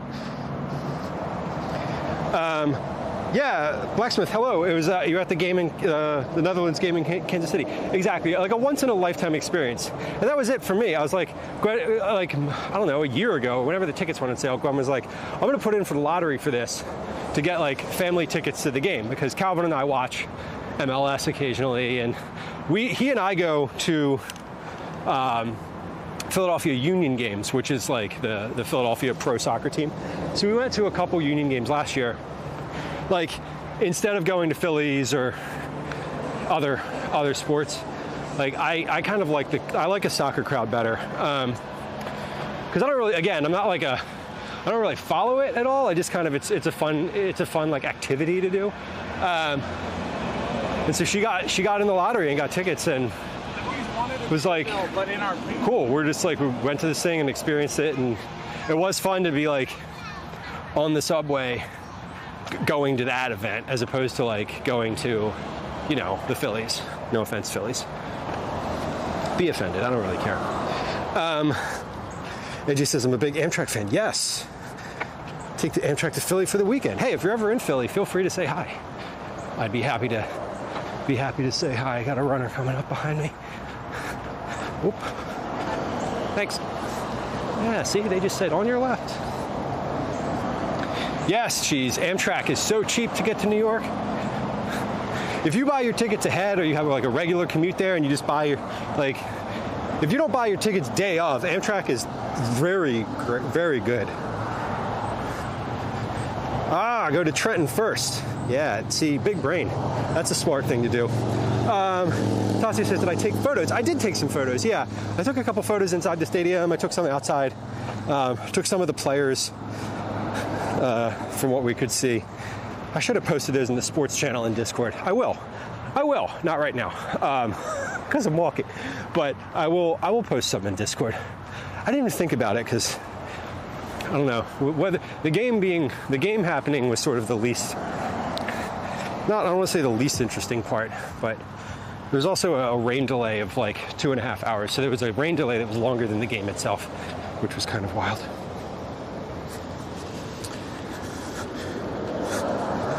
I'm a big Amtrak hater. The lobbyist. Yeah, no, fair. I think I'm a fan of non-car travel. Like, it's sort of, geez, I look at it this way. I look at it like I too wish there were alternatives in many areas of that. However, I will say, I think like, if the option is like drive to New York or take Amtrak to New York, I feel like somehow morally it's better to take Amtrak, even if you are, even if it's not the best in general. I don't know if that makes sense, but I feel like there's the like,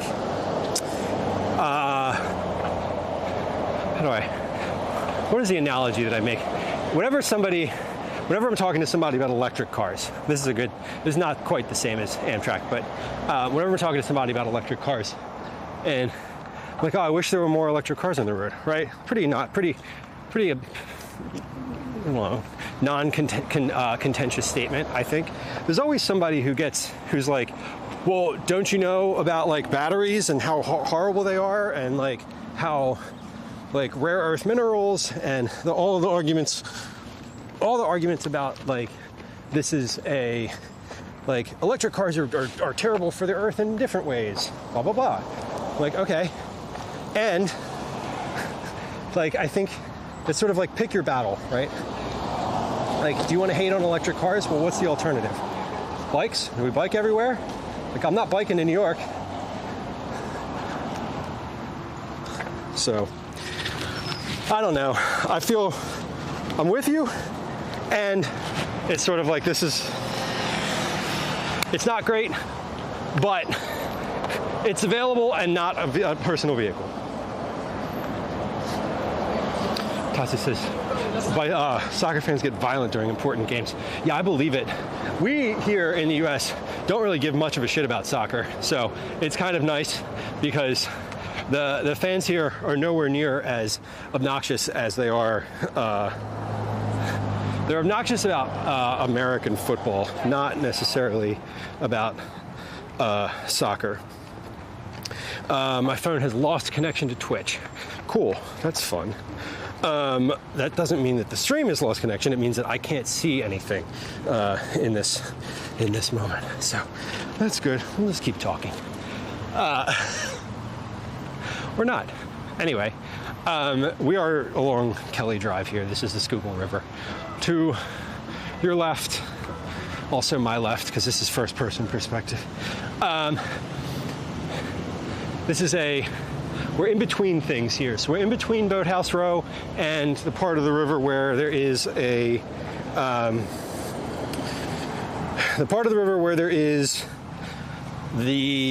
main event, where there is the, excuse me, where they have like regattas. Hold on, I gotta mute.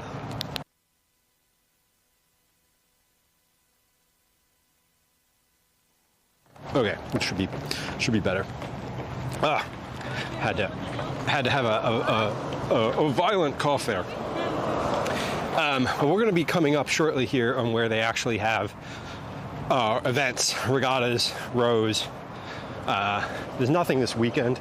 I looked it up because I wanted to know if we were walking into a bunch of fervent boat people, for lack of a better term. And we are not. So there we go. Exactly. More trains in general. Yeah. AJ, enjoy the rest of your afternoon. I appreciate you. Thank you for coming through. Thank you for the sub. Thank you for hanging out. Love to see that first badge. How much is the train ride to New York? Depends when you book it, Danny. It could be as cheap as like $30. It could be as expensive as like over 100. Amtrak actively blocks trains from being made at all. Public transport is easy. You have to take the train to New York City if you can. True. Not in Getty, welcome in. 105 degrees on Thursday is my argument against this. Exactly, Cheese.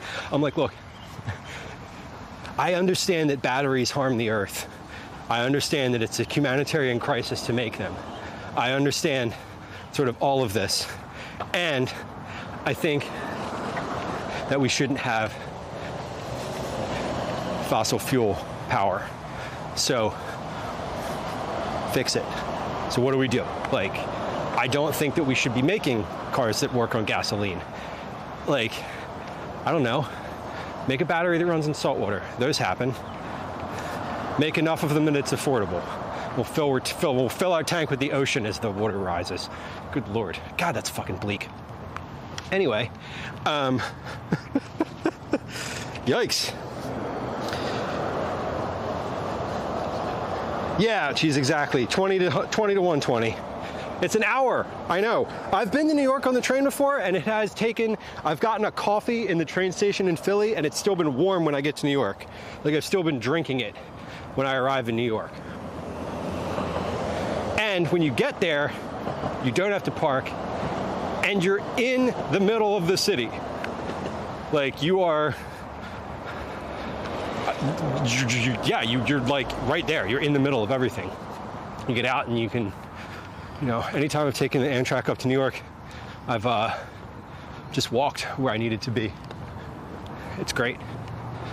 I enjoy it.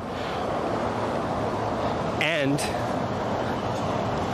it'd be nice if we had more trains. Don't make me point to the shirt. See the one that says public transit?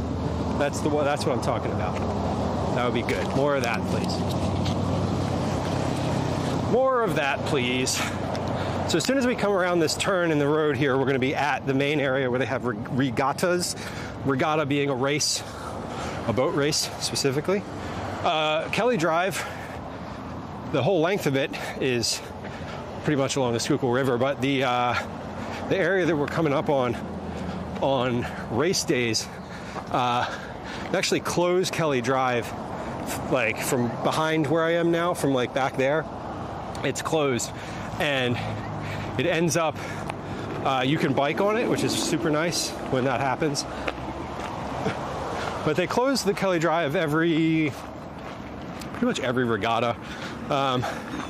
It's probably in the spring and fall, they're more frequent. Over the summer, I think I looked it up, there were 2 in the month of July, I believe. Regattas, that is.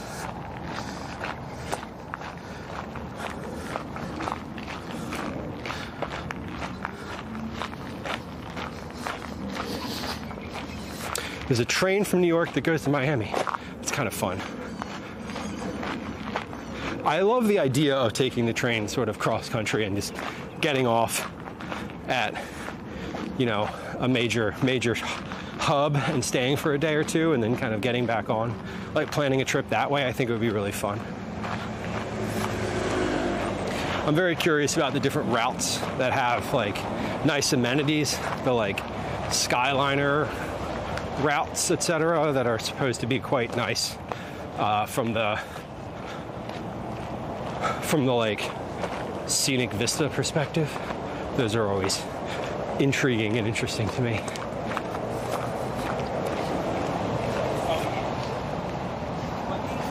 So where I was going to walk going this direction is across the river. So there's also a trail, like a bike trail over there where that building is. Actually, in between that building and the river is where the trail is.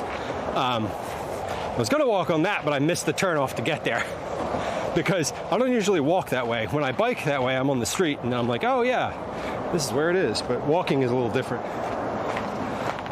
Anyway, this is Kelly Drive.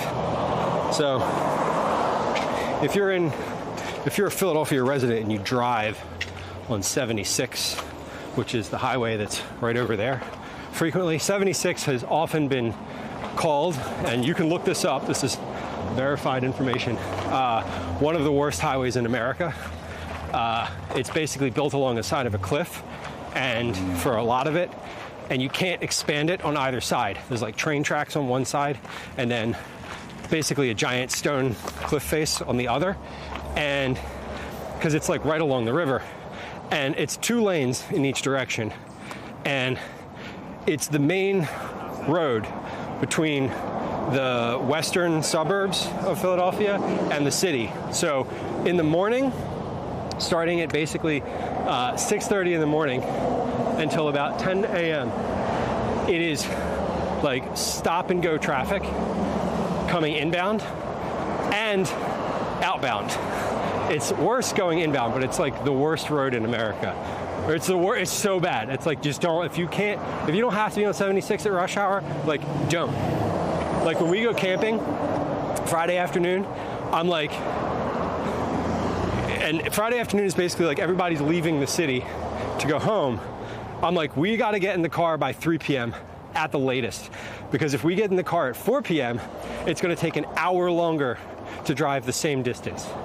Anyway, that was a really long way of saying, if you live in Philadelphia, you're familiar with Kelly Drive, this road, because it mirrors the route of 76, but is a lot less traffic. When 76 is open, it's quicker, but during traffic periods, Kelly Drive, if you know, and you can, you should take it. Yeah, it's definitely, 76 is such a bad highway. Because you can't, I mean, like last summer they were working on it, right? They were like, we're gonna make it wider. They didn't make it any lane, they didn't make the lane, they didn't make it like more lanes. They literally just made the lanes that exist wider. And I'm like, this isn't helpful. This literally isn't helpful. Like, you closed the highway down. You closed half of the highway down for the summer and didn't make any improvements. Like, yeah, you repaved it, but like, I don't know. It really is an awful highway to drive on. And it's awful until you get out of the city. Basically, from here to Valley Forge, it's terrible. And then once you get out of the city, it's fine. Once you get out of the city, it turns into basically like the Pennsylvania Turnpike, and you can take it all the way out to Ohio. So, fun. Pro tip, don't drive on 76, ever. If you can help it. Or do, but just know that if you do, it's gonna take you a while to get anywhere. Not pleasant. There's nothing to look at either. There's no like scenic views. It's kind of awful. Anyway, we passed back there the main boathouse viewing, the main viewing area. So we're right now, these parking lots, I'm gonna pass this one, and then there's another one a little farther up. You can park in here and walk. So a lot of folks that will ride their bike up and down this trail will use these lots to park in. Because if you try to park like down by the art museum, it's brutal. There's nowhere to park where you don't have to pay. These lots are free. And these are also where you would park. You can fish along the river. A lot of people just walk and bike along the trail. It's like I said, it goes way far out up in the city here, so it gets a lot of traffic. Where we started at back down in the city or in Center City area is like the busiest part of the trail. A lot of people will take that little section basically between South Philly and the Art Museum is like high traffic. Where we are right now, this is just like a lot less traffic. Camille says, did I put on sunblock? I did put on sunblock. 70 on my face, 50 on the rest of me. I went to the dermatologist last week, so I'm feeling both guilty and good. I hadn't been to the dermatologist in like years. I was like, oh, I should do this. Anyway, so yeah, I finally found, I don't want to put it, I finally found a sunblock that I like for my face. It doesn't feel greasy. Because it's like putting it on every day, if you don't like your sunblock, is annoying. If it's the type that's like greasy and sort of runs into your face and eyes, it's not great. And I'll be honest, I forget the exact brand that I found that I liked. I'd love to tell you, but I don't remember what it is. But anyway, I did put on sunblock. There's a tree down on 76. I know, right? And like, Danny, as soon as anything bad happens on that highway, the whole thing stops. It stops. A tree across the highway, forget it. Just get out and walk and light your car on fire before you do. Awful.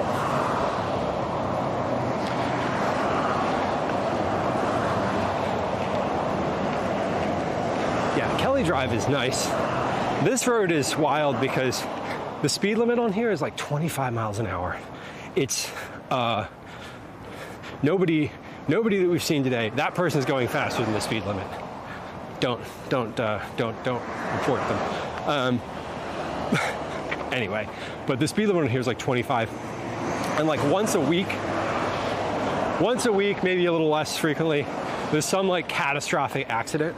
So the last time I was biking up here, there was a car like way off the road, like over here, with the tires, all the tires were flat. The bumper and like pieces of the car were like ripped off and had kind of like been dropped as it was careening off of the road. So it's definitely not like, it's a thing that I worry about when I'm walking, is like someone in some like, okay, someone in some really fast car coming around here and just like slamming into me.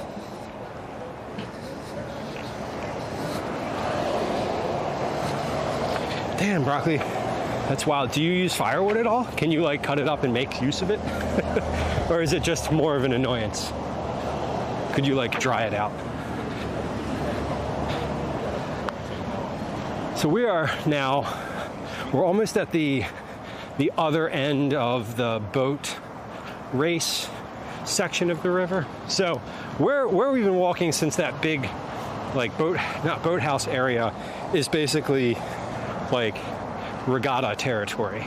So right now, on race days, race weekends really in Philly, all of this here is like tents.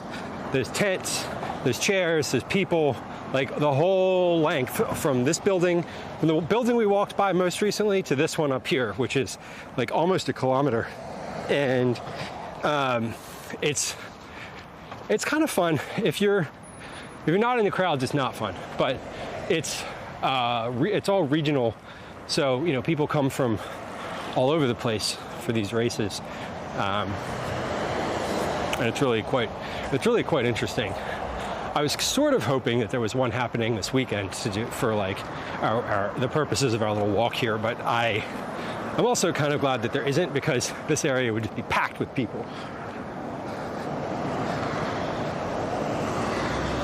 Hell yeah, broccoli. Yeah, that's nice. Now you're like, all right, well, at least you can make some good out of it, right? I mean, sounds like a lot of work. I mean, I know it's a lot of work to process a tree into firewood logs, but I don't know. I'm one of those, like, look on the bright side people. Well, it didn't hit your house and now you have sort of free firewood. And it's a hardwood too, maple, which is kind of nice. So this is an interesting, where we are right now is an arterial walking trail. So it goes into the city from way out of the city, and we're still in the very beginning of this trail as I would see it. Now I know we've walked quite a bit today. We're a little bit more, and then we'll turn around, and when we turn around, we're going to be obviously going in back towards the city, and it'll look quite different because it's you sort of see the skyline emerging.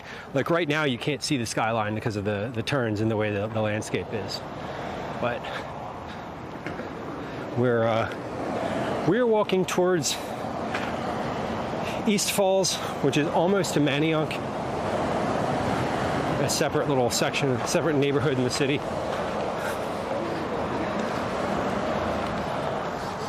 Softy, welcome in. Happy Sunday.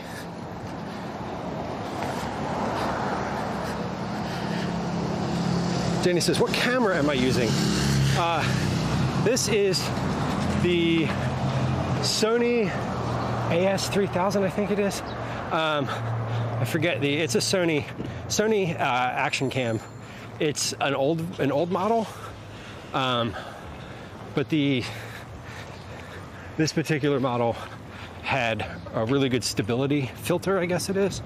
So a lot of folks use this one if they can get it. It is in the, it might be on the profile. It actually, I don't think I put my IRL gear list in the profile page on the about section. In the about section on my Twitch profile, there is a list of gear, but I think all of that is for the kitchen. You know, it would be awesome if anyone's willing to do this. If you could put in chat like command remind, and then just put gear command or IRL gear command, I will know what that means. I would like to add like command for that, so that when folks ask like what camera it is, it can be like the exact model, because I always forget. I literally always forget. Only saw Elgato Facecam. Yeah, that's all the kitchen stuff. So in the kitchen, I have a Facecam Pro and 2 Facecams as my 3 camera setup. This camera is Sony Action Cam XR3000, I think. I forget exactly what it is.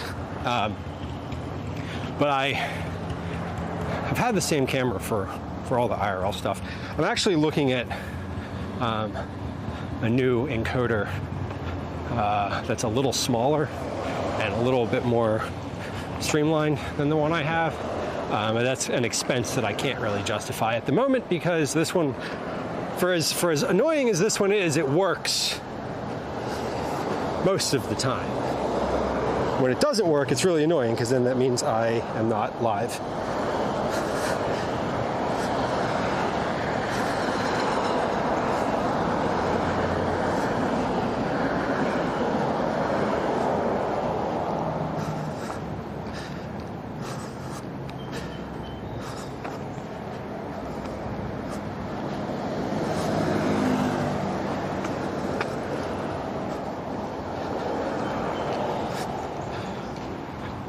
Oh, we're in the shade again. That's so nice. This is, what bridge is this? Strawberry Mansion? Maybe? This is a big old bridge. This is neat. I think this is the Strawberry Mansion Bridge. We'll look at the map. But this is cool. We'll walk over to the river for a second. I wish there was more of a breeze today. There's not. It's the air feels kind of stale. But yeah.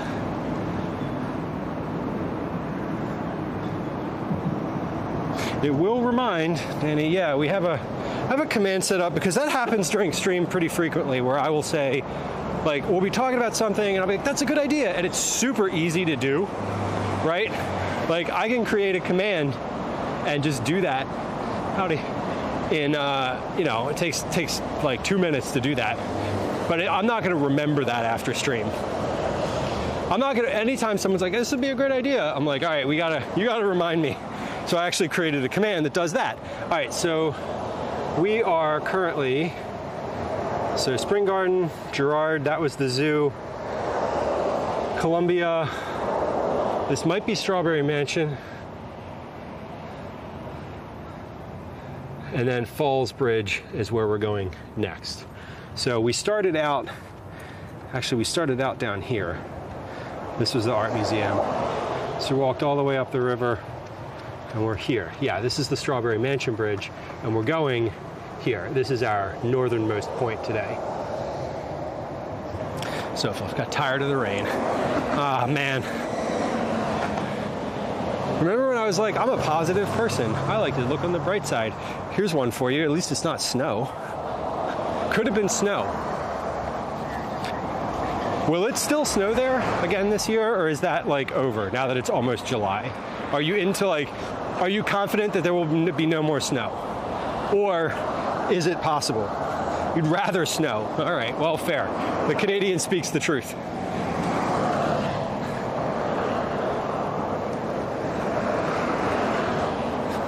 I don't mind snow here in Philly because I don't mind it because it's they clear it from the roads really quickly, and it's really not an imposition. Even when it snows a ton, it's like a day or two and it's fine. It snowed a ton this past winter and it was okay. I've seen snow in late August. Well, there you go. Never mind. Snow is a risk no matter the time of year, I suppose. If it snowed in late August here, that would be wild. It's going to be, I think the weather this week in Philly, it's supposed to top out at like 38 degrees. Y'all, I know that I've told this story before about my buddy when we went camping and it was too hot for him to exist in that environment. I just said it's supposed to be like 38 here this weekend, which is over 100 degrees in Fahrenheit. You'll never guess what I'm doing this week. If you had the thought, I wonder if he's going camping, you'd be right. You'd be right. Same group. We're going camping. My buddy Jesse is actually not going though. Sad. But my other two friends are. And yet again, it's going to be like 15 degrees hotter than it is right now. It's going to be the hottest day of the year, the hottest 2 days of the year, which is going to be crappy. But on the bright side, at least it's not going to rain. So there's that. Ty says, I snowboard, so I love snow. That's valid. I do not. I don't participate in snow activities. I like snow because I get to sit inside and it's pretty.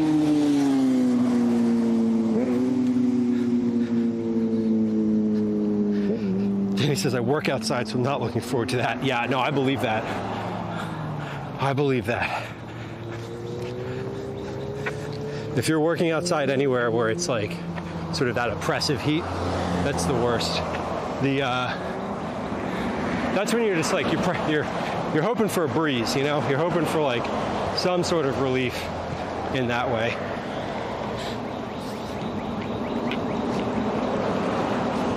I like the snow because I sit inside and stare at it from my cozy interior, and also go camping in it. I enjoy snow camping. That's always really fun.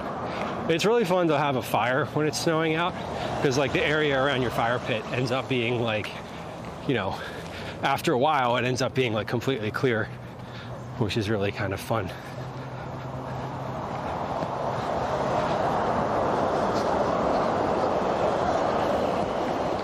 So we're moving today. I don't know how far we've walked so far, but we've been on the move now for about an hour maybe. No, 2 hours. Stream's been online for 2 hours, it says. Interesting. Okay, cool. Yeah, been online for about 2 hours now. Been walking for about an hour and 45 minutes. It is currently about 14:30 here. That's 2:30 p.m. my time. I started stream around 12:30, so that tracks. Yeah, we're almost to our northernmost point, and then we're going to turn around and walk back down Kelly Drive. It'll look a little different. Laurel Hill Cemetery is a fun place to go. Maybe fun is not the right word.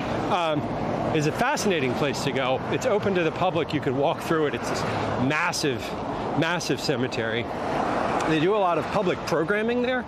A lot of like programming in general. They have events there throughout the year, and you can just go in and walk through. It's really peaceful, quiet.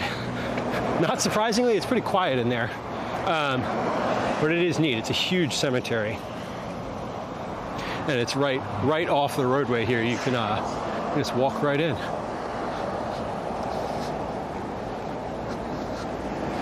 Oh, I love how quiet it is in the snow. That's so true.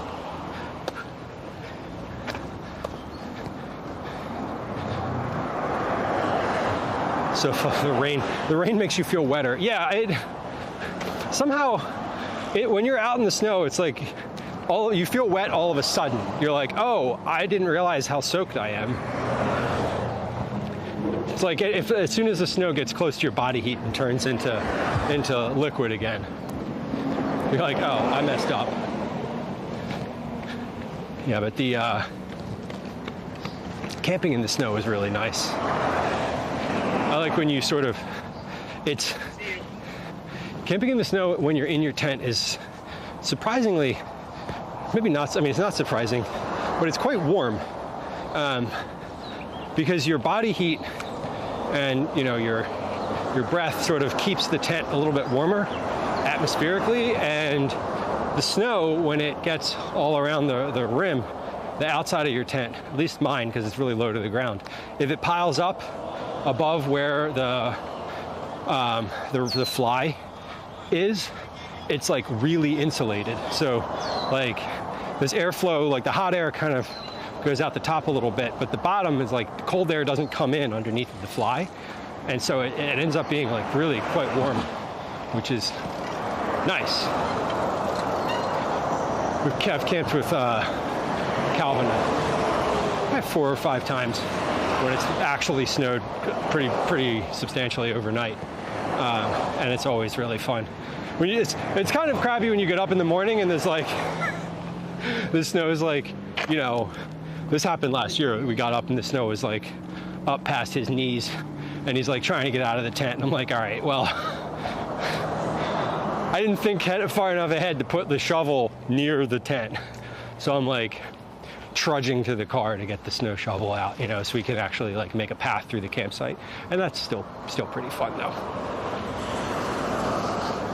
Danny says, if I made ice cream with snow, I haven't. Is there, do you have a favorite recipe for that?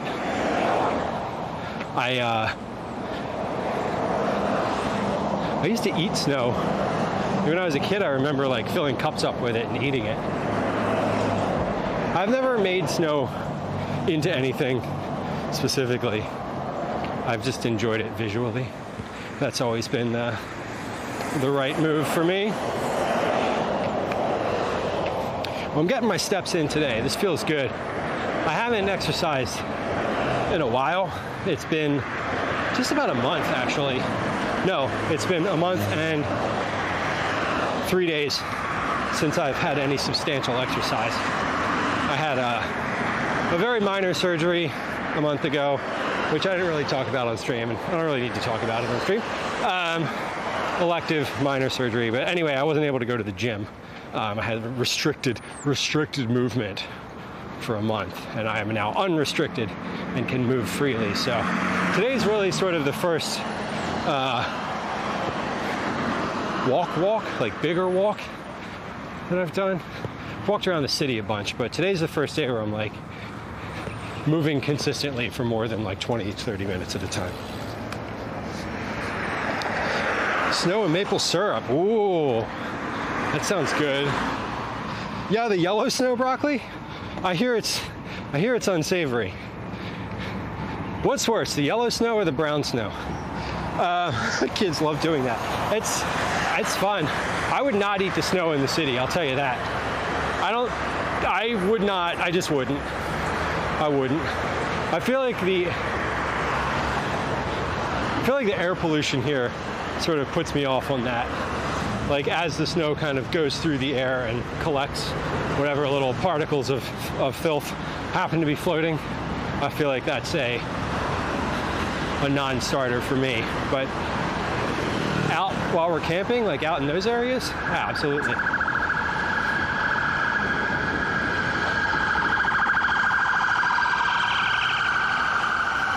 Sweetened condensed milk and a dash of vanilla. That sounds delicious, honestly.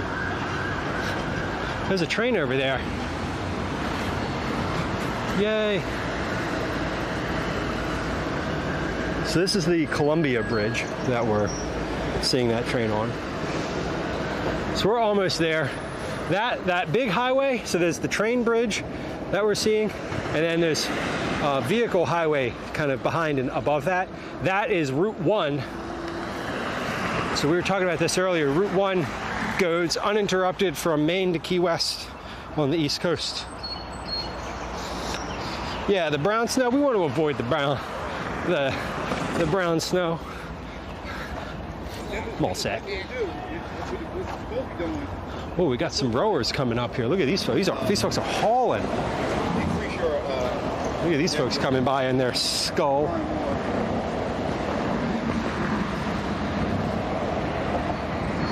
Broccoli, that's awesome. Putting this, cooking on the Coleman stove, putting the stuff. Yeah, I mean, if it's cold enough, if there's enough snow to knock out the power, I'm assuming you can just put your refrigerator stuff.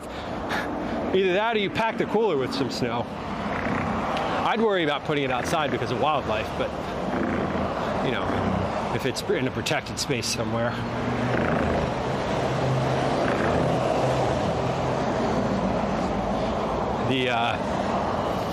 It's certainly not snowing today, good Lord. It rained all day here yesterday, and it's still like viciously humid out right now.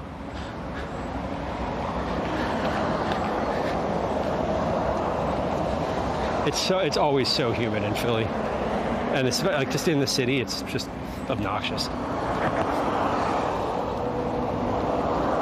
We're almost to the Falls Bridge. The Falls Bridge, from where we were at the art museum, the Falls Bridge is the first place that you can cross the river on foot, I should say. You can cross the river in several places. Actually, that's not true. You could cross at Girard, and you could cross at Strawberry Mansion Bridge, but those are roads. They're not really like accessible. If you wanted to cross from the trail here, you would have to go off the trail and like up into the city for a little bit. Yeah, this train, this is the industrial train track, so this is not Amtrak. This is a different style track. And these, it's really kind of fun. There's a lot of trains that come through Philly, and there's a playground that I used to go to with Calvin where the train went right by the playground. It was like, there's like a fence and then train track, and it was the industrial track. It was always kind of fun because you'd be there and you'd hear the train coming, and all the kids at the playground would just run to the fence and like watch the train go by. But the fun thing is the trains are so damn long that eventually the kids would just get bored of it because it's like, well, we're like 110 cars past and it's still going, and they're like, all right, I'm over it. We're going back to the slide or the monkey bars or whatever they were doing. So that's a fun little thing. As an adult, I always liked it because, I don't know, when you're sitting there and there's only so much watching your kid go up and down at the playground you can do before you want something else to look at for a few minutes. And I know you're all like, oh, Lou, don't you love your kid? Don't you love watching them at the playground? Yeah, I do. But I'm going to have to watch him when he's like, hey, Dad, watch this thing. And I'm like, okay, I've been watching you do the thing. And you're like, no, but are you looking? And you're like, I'm looking. And they're like, but look now. And I'm like, I'm fucking looking at you. I get it. Just do the thing. Anyway, kids are a delight, an absolute delight. We're in East Falls now. The last time we walked up this trail, we stopped here and got pizza. And it was very cold. So the last time we did this walk, the river was frozen over and no one was out. No one was out. Lollipop Land, Camille. Yeah, I know. It kind of does. It's funny because Strawberry Mansion is like a very urban part of this city. It's like, how do they put it? There's nothing touristy there. Like, there's no reason that anyone would go to the Strawberry Mansion neighborhood unless you like live there or went to school around that area. Like your school was in that area. Like, it's just like urban home. There's no reason to go there. Like, it does sound fun though. If you were like, we're going to Philly, like, oh, let's go to the Strawberry Mansion. I'm like, nah, you don't need to do that. Nothing there. Nothing there at all. Danny says, do I see myself living in the city my whole life? I do, yeah. I mean, I'll say that I see myself living in the city until Calvin graduates high school. Once that happens, I think, I don't know, but I will tell you that I am not a suburban person. I grew up in a suburban environment and I don't love it. And every time I'm in a suburban environment right now, I don't like it. It's not fun. Mainly, the main reason is I don't like car culture. I don't like having to drive places. The idea that I would need to get in my car to do anything in my life, it doesn't square with how I like to live, which is fine. I'm not passing judgment on that. And also, there are plenty of things that I don't have access to that I would if I lived in a suburb. For example, parking, playing in the street, a yard of any kind. I don't have, we don't have access to those things generally living in the city. But the idea that I would live somewhere where I had to like get in my car to get groceries or like go to the library or be entertained outside of my own home. I've cultivated a life that doesn't jive with that energy because I've lived in the city since I was 18. So it would be very strange to me not to live in the city, and I don't see myself moving. I don't see myself moving somewhere that is like a city suburb. If I was going to move out of the city, I would want to move somewhere very rural, very, very out of the way. Like if I'm going to have to drive to go to the grocery store, I want to drive for like 35 minutes, 40 minutes to go to the grocery store, and I want to go once every 2 weeks. And the rest of the time, I just want to be at home. So, do I see myself leaving the city? Not particularly. Would I enjoy living in somewhere rural? Probably. Because I don't really talk to my neighbors or anything right now. Not to that level. So, yeah, so I know you know what I'm talking about.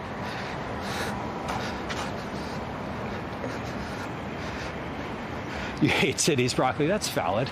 See, some people like them, some people don't. I grew up in a suburb. I rode my bike everywhere. It took hours to get anywhere interesting. I just like the fact right now that I can conduct all the activities of my life without needing a car. And I appreciate that deeply. Yeah, Camille, the car culture is sort of annoys me. We have a car. I use it, but I don't use it on a day-to-day basis. I use it to go camping. I'll use it to go pick up. Like if I have a large grocery shop, I might go. But even now, you know, like I can take the bus to Reading Terminal Market and get all my groceries there and take them home in my little cart. Twindrella, exactly. Just away. I would like to be away. Like if I want to live outside the city, I don't want to see my neighbors. Like I don't want them to be right there. I want my neighbors to be not visible to me. I would like to have like land if I'm going to be out somewhere, you know. I don't love the idea of like a small postage stamp yard and then my neighbors, you know, with like a fence and then my neighbors being right there and like dealing with an HOA, all of that nonsense. Like I'm all set with that energy. I'm all set with that. Especially now, like a lot of these suburban neighborhoods have homeowners associations, and I know we've talked about this in chat before, but they are like, that sounds so awful.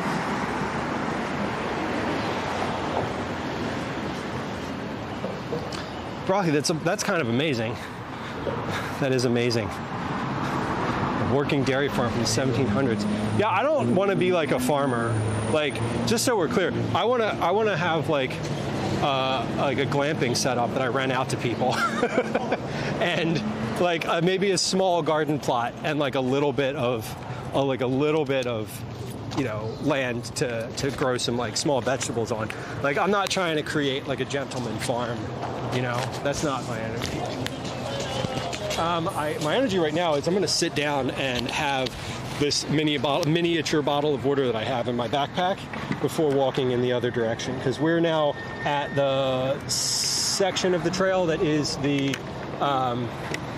halfway point. That is as far as we're walking today. So we just walked out onto the Falls Bridge. And we're just going to sit here for a moment and enjoy a little drink of water here. I have a very small bottle of water. I'm going to drink the entire thing, probably in like half a sip or something. And then I may stop at there's a gas station that's right behind me here. I may just stop in there and get more. This is not going to work on my collar like that. You're gonna hear all the mouth sounds.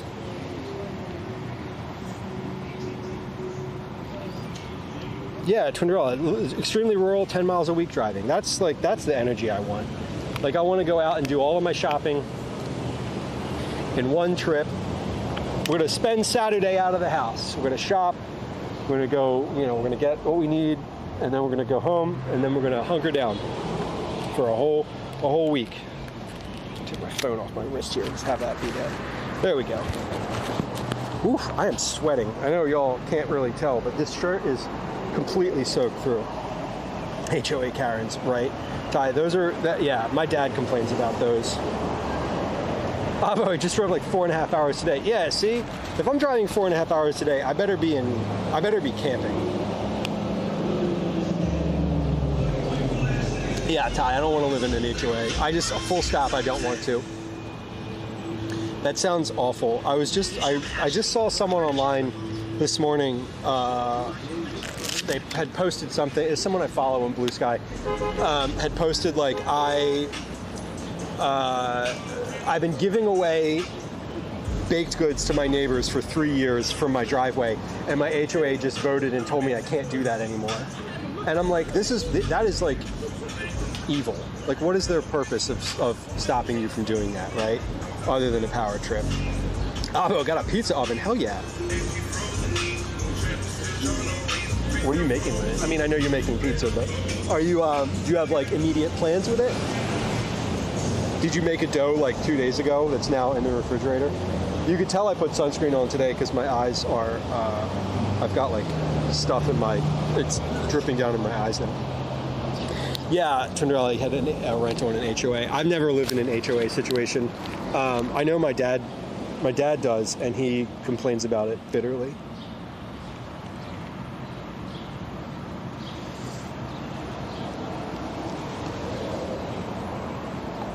$20, that's amazing. That's really kind of fun. You get like the bulk grocery orders. Do you order? That's an interesting thing. So I'm wondering how do you all like coordinate your ordering, or are you like does everyone just select their delivery day? Or does the delivery service say we can only deliver on Saturdays or something like that? I'm imagining the service dictates when you can get it.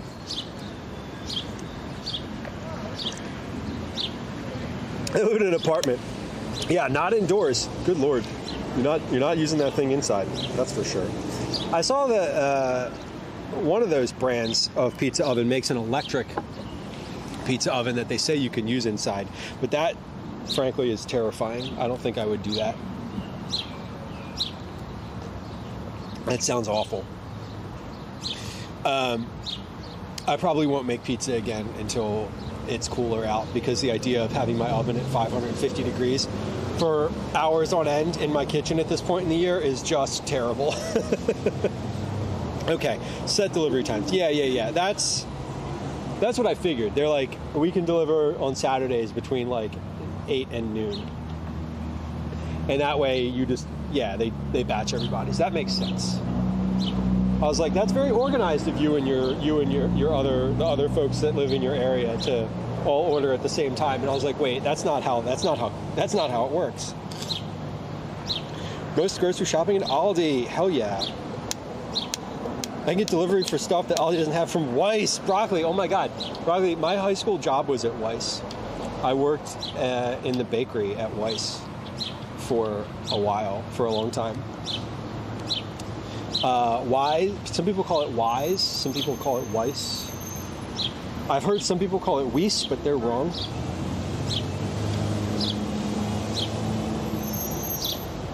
Wow, that was 8 ounces of water, and that was not enough. I need a lot more of that. I am gonna pop into this gas station. There's a gas station. There's a Dunkin' Donuts there. I think there's a gas station up here. Yeah, I think there's another gas station. I was looking for a water fountain on the way up, but I didn't see one. I know there were. I don't know. I wasn't looking very hard, I suppose.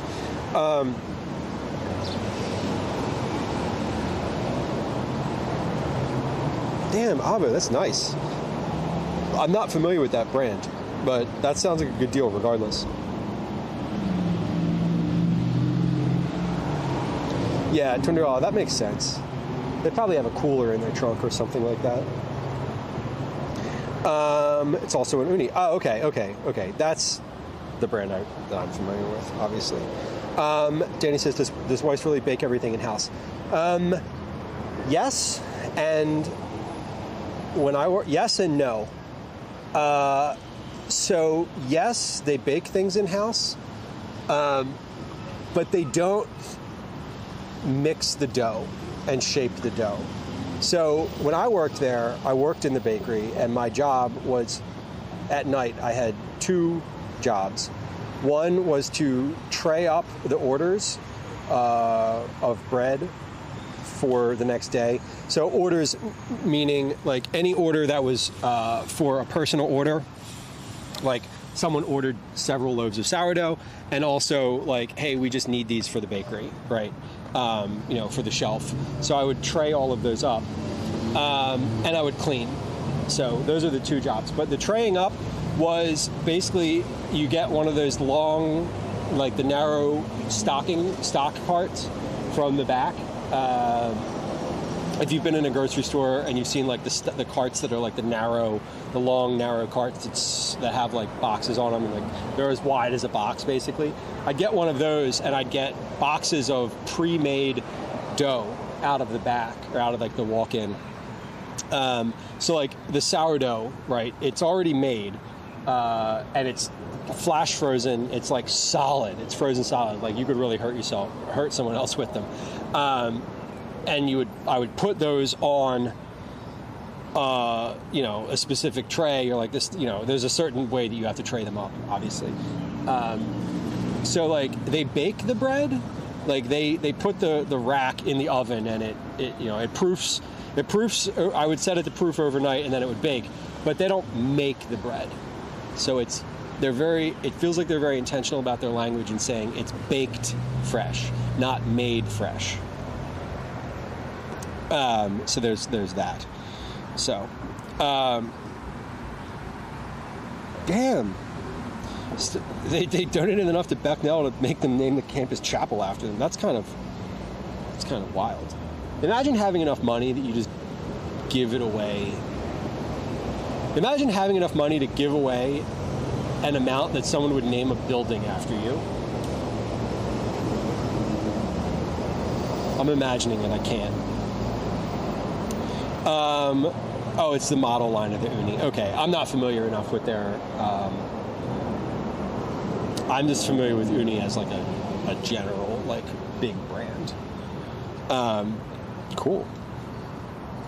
Congrats. That's awesome. Good purchase, even if you can't use it right away. Trinella, that is the co-op ordering is fascinating. I love the idea of those. I feel like I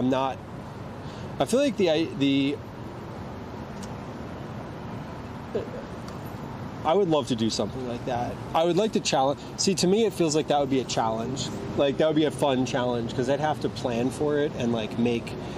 I'd have to, like, make a plan for it and get myself together enough to be like, what am I going to do with all of this at once? Cool. Well, it is about 3 p.m. right now. So we've been walking for about 2 hours. 3, 4, 5. Yeah. So once we get back, we're going to walk back in this direction where this person on the bike just rode from. We're going to walk back that way, and we're not going all the way back to where we were. Once we hit the art museum area, we're going to pull off the trail and go into the art museum. We're going to take a look at the steps. We'll do the Rocky steps. We'll do the we'll take a look at the Rocky statue if it's not super crowded outside of it. And then we'll walk down the parkway, either to City Hall or Rittenhouse. One of those directions. Yeah, exactly. The planning ahead for getting a huge co-op order like that, it feels like it would be fun. Like, obviously it's less expensive. Like, anytime you order that level of thing, meat or whatever, and you can bulk order it, like, of course it's going to be financially responsible to do so. Broccoli said public bathroom. Broccoli, how did you know? As I was sitting here talking about going to where we are next, I was calculating in my head which porta potties I'd passed on the way here, and whether or not I wanted to get that bottle of water from the gas station, or if I didn't and I wanted to hold off so I don't have to pee. I'm going to get a bottle from the gas station and I am going to drink it because I am sweating a lot and I do need to hydrate. I can feel it in my mouth as I'm talking. I'm like, my mouth is dry, so I do need to get some liquid. Yeah, there will be a bathroom, several along the way, on the way back. I know of at least 3 spots where there are restrooms on the way. 40 pounds of beef and chicken. So I don't know what I would do with 40 pounds of beef. 40 pounds of chicken, I feel like I could get through. 40 pounds of beef would be, I definitely do not eat 40 pounds of beef in a year. I don't think I've eaten 40 pounds of beef in the past 10 years combined. So yeah, that would be a challenge. But chicken, sure. That's an area where I would be like, does anyone want to split the beef? Can we split the beef? 2 upright freezers, hell yeah. I finally got my basement freezer back. Not back, back is the wrong word. It was there the whole time. I finally got it's back plugged in and is useful again. And I just ordered from Costco like 2 weeks ago and filled it with all sorts of stuff. So we're good now for our frozen stuff for probably 2 or 3 months. It was the type of order from Costco where I checked with Gwen first. I was like, hey, I'm about to spend a bunch of money at the getting a bunch of bulk items delivered to the house. Like, just FYI. But I will tell you, ordering from like Instacart or something like that from Costco, they give you, if you don't have a Costco membership, it gives you a different rate than if you do. And I did the math because I was curious as to which would be like what the difference was. Instacart prices for a non-Costco membership ordering from Costco was for my order was over $100 more expensive, and a membership to Costco for the year is like 40 something. And I was like considering it. I was like, this membership pays for itself if you bulk order instantly. Fascinating. Anyway, grocery math is fun. Yeah, so it was a lot, and I was shocked. I also cross-matched the prices, ordering on Instacart with a membership, without a membership, and ordering direct from Costco. And not surprisingly, that was sarcasm. It was cheapest ordering it directly from Costco because you have to have a membership to order from there at all. And Costco uses the Instacart platform for their delivery. So the person, like when you go through and you order it on Costco.com or whatever, but it's the Instacart platform. It's like reskinned for Costco. It was wild. It was really wild. I'm too short for a chest freezer. You're like digging in it, your legs are up in the air. I order Instacart from Costco, but I have a membership. Yeah. It's the price difference from ordering it with a membership on Instacart and ordering it from Costco on direct. The price difference was the Instacart has a separate fee, like a service fee, like a platform usage fee, whereas if you order from Costco direct, it doesn't. But I asked the driver when they arrived. It's a person who like is an Instacart contractor, who orders or who does the Costco delivery. I don't know if they do the shopping or not. I think they do. Powered by Instacart, yeah. But I was like, I was at the point where I was like, I am ordering enough here that I want to do a very thorough price comparison, because I don't want to basically light $100 on fire if I don't have to. That's not the vibe. So I didn't, and I ended up saving a bunch of money, which was great. Okay, we're gonna get into this gas station over here and get a bottle of water. I have some cash on me. Do I have cash? I do. I have it right here in my bag. I have a $10 bill, which I put in my bag for this exact purpose. For like, what if I wanted to get a little something along the trail? I don't have to dig for my wallet. I also have my bus pass in there because that's helpful. Okay. If someone orders express delivery at Walmart, it goes to an Instacart shopper. Interesting. Otherwise, Walmart does their own thing, right? I feel like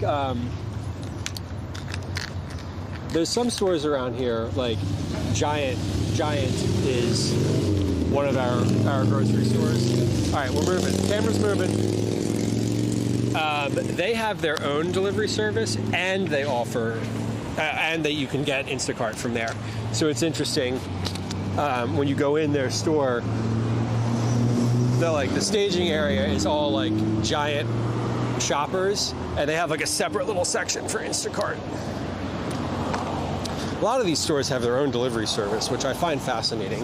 I think a lot of them will use like DoorDash or other people for the final section of the delivery, but then they'll have like an employee in the store who's doing the picking and pulling of those things.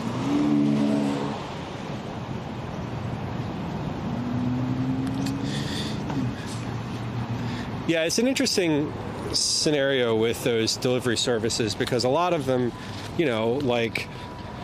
DoorDash has figured out sort of the last mile problem, which is a unique problem to have. Like, we have the infrastructure to get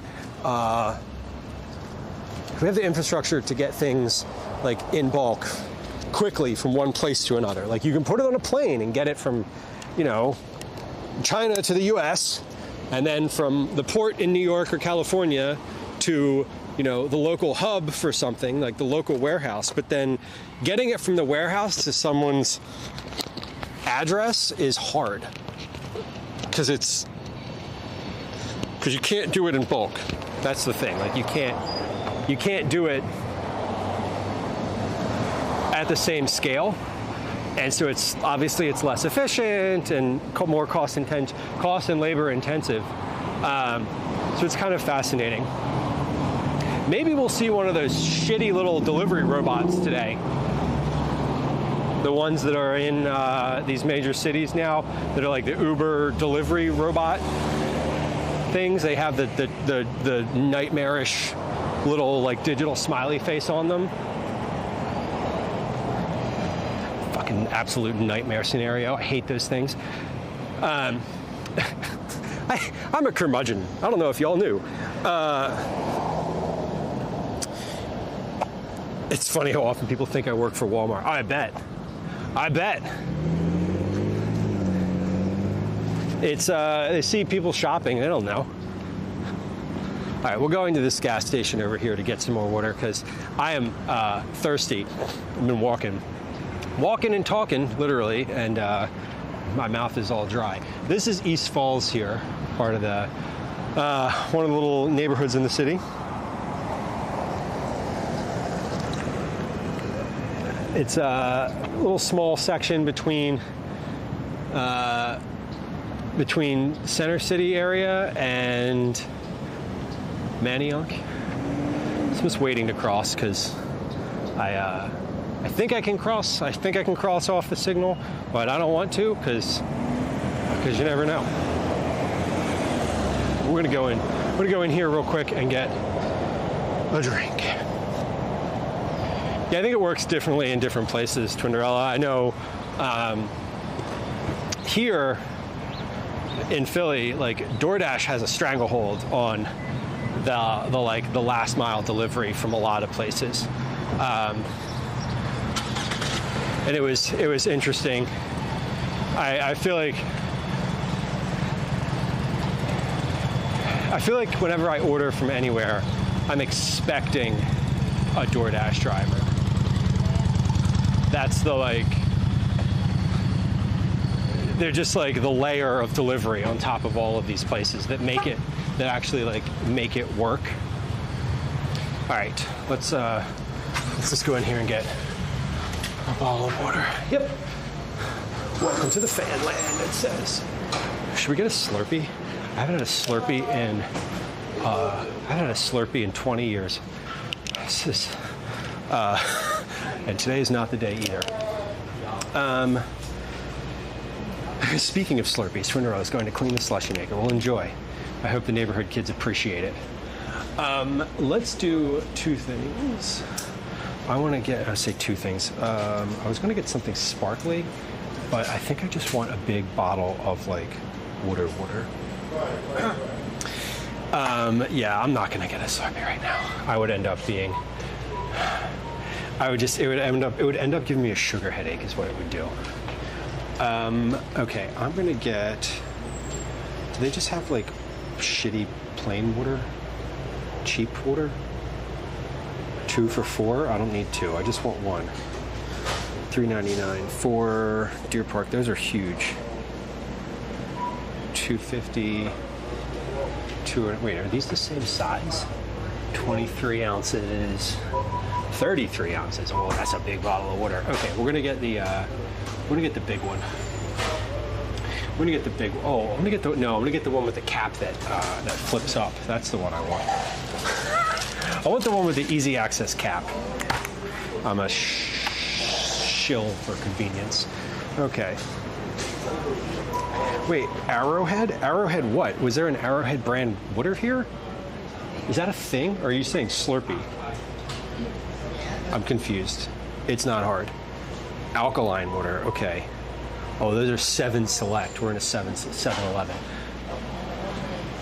Liquid Death, interesting. Those are always very funny to me. I'm like, it's just like this crazy marketing around water. I didn't know that was a thing. Oh, ice cream. That looks good too.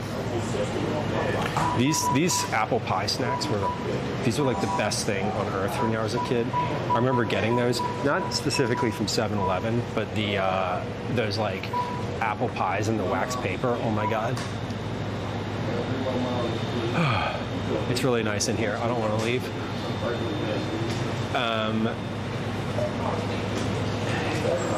Do I want this one? I feel like this isn't enough. 25. This is fine. 23 ounces of water. I think that's fine. Okay. I almost just wiped my face with this $10 with this cash. We're not going to do that. No, okay. Just wipe your face with a $10 bill. Oh. Afternoon. Just this, please. I just gotta scan it. Oh, you gotta scan it, of course. It's $2.29. Thank Yep. you.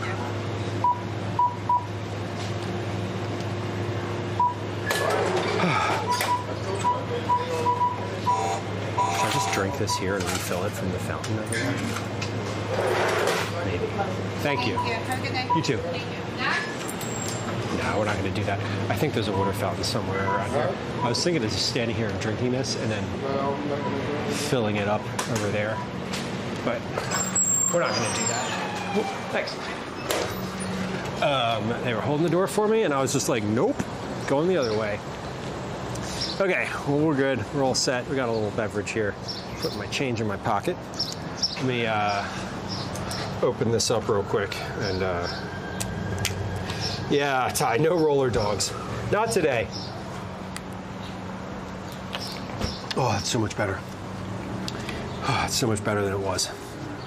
My mouth a moment ago. Yeah, broccoli, DoorDash. I don't order food from DoorDash specifically. When we're ordering food, we almost always use Grubhub. It's just like sort of muscle memory to use Grubhub. It's not maybe because it's better or worse.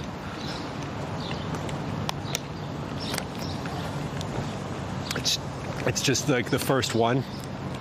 And when we started ordering food on the internet, that was like the one that was available, you know? Was Grubhub. And Ty, I will tell you with regard to the roller dogs, I have eaten enough Wawa hot dogs in my lifetime to feel comfortable that I don't really need any more. And I will have Wawa hot dogs again, or I will have a roller dog again in my life. Today is not the day, but no shade, those things hit in the best way in very specific circumstances. Fellas, an inflatable pool sounds amazing. Oh, your evening sounds like the best possible way to spend a Sunday, I'm not gonna lie.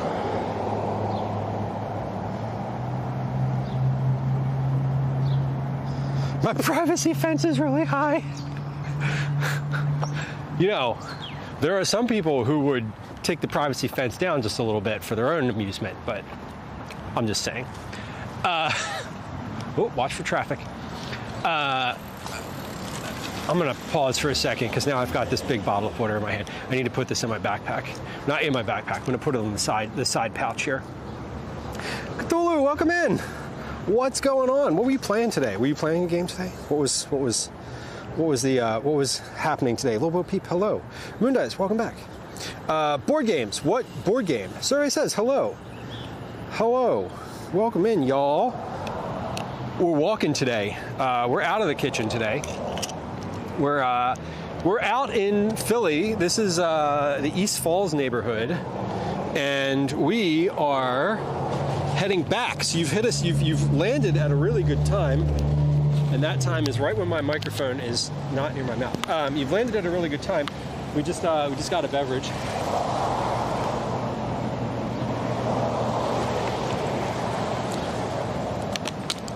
And excuse me. And we're going to be heading back down into the city proper. So as we move through the rest of the stream today, you're gonna see an emergent. You're going to see the Philadelphia skyline emerging, and that'll be exciting. Or it won't, but you can be the judge of that. Welcome in. Nice to have you. Cthulhu is a friend of the stream, longtime fellow chatter in some other streams, but also a lovely weekend streamer in their own right. A non-video gaming streamer, as am I, doing mostly board games and non-digital types of puzzles, which we love and appreciate. Hold on, how do I get the keyboard to go off the screen now? There we go. Okay, lovely. But friends who were hanging out with me, walking around up to this point, Cthulhu is a friend of the stream. It would be lovely to go follow him. And friends who just joined us, welcome in. My name's Lou. I'm getting myself together here. You've caught me in an awkward period of undress, but that's not out of the ordinary for IRL. Oh, wait, that's... Anyway, there we go. Now I feel put together. I don't always feel that put together. I'm really not that put together. But we're moving out in the world right now. Usually this is a cooking stream. I'm usually in my kitchen at home most of the time, but I say this when we're in the kitchen and people raid. I'm like, but sometimes we get out in the world and do walks around the city. Today's one of those days. We're out in the world doing a walk around the city. This is Philadelphia, which is where I live. Friends who are new to the stream, follows are silenced. There's no alerts or sounds. I'm not going to say hi to you if you hit the follow button. No acknowledgement. We love lurkers here. But usually we're cooking, meal prep, dinners, things like that. We don't game. We don't do any video games or other types of games here, generally speaking. It's very conversational, so feel free to chat or lurk, whatever makes you happy. We're walking around, and we're going to be looking at some things along the river today. Dan, y'all played a lot of games today. That's an intense array of gaming that y'all just went through. That's pretty cool. Was any of this, are these new games, or are they things that you like have played before? The thing with like, I always find the thing with folks that are, so there's like video game streams, right, where people will be like, I'm playing this same game for, for days and days and days and days, for eons or whatever. Like, this is just my game. I'm, my main is whatever, Dead by Dawn or Daylight by Dead or Dawn or whatever, one of those things. Combine those words into the right order for the game that I'm thinking of. People will be like, this is my main, and then I occasionally do other stuff. I always find with folks that do like board games and things like that, that there's like such a diversity of things. Like, you're not always just playing the same game. It's like things come out and there's always like something new, which I think is fun. It's like the folks that play indie games, so they're just like every week is just like another video game. That I can get into. I love the smaller, I say small. I love stuff like that. I think it's fascinating. I'm not much of a tabletop gamer myself. I have very little patience for actually playing. I like watching people play games, though. I enjoy video games and tabletop games. I don't love playing them. I don't know why. I don't get the enjoyment out of it, but I appreciate the watching them. I certainly appreciate the thought and creativity that goes into them. Anyway, welcome in. Nice to have you. Ann says, I played all of them. I think it is the only new one. We played all of them before. That's super cool. Toxic Burrito, live an hour outside of Philly. Amazing. I have been walking for an hour, more than an hour, in Philly. But I live here, so that's not out of the ordinary. Usually when I'm walking, it's for more than an hour in Philly. But nice. Welcome in. Rocky says, I lost all interest in video games after Doom 2. Oh my God. What was I just thinking of the other day? I was just thinking of, what game was it? Duke Nukem, I think. Anyway, what's for dinner later?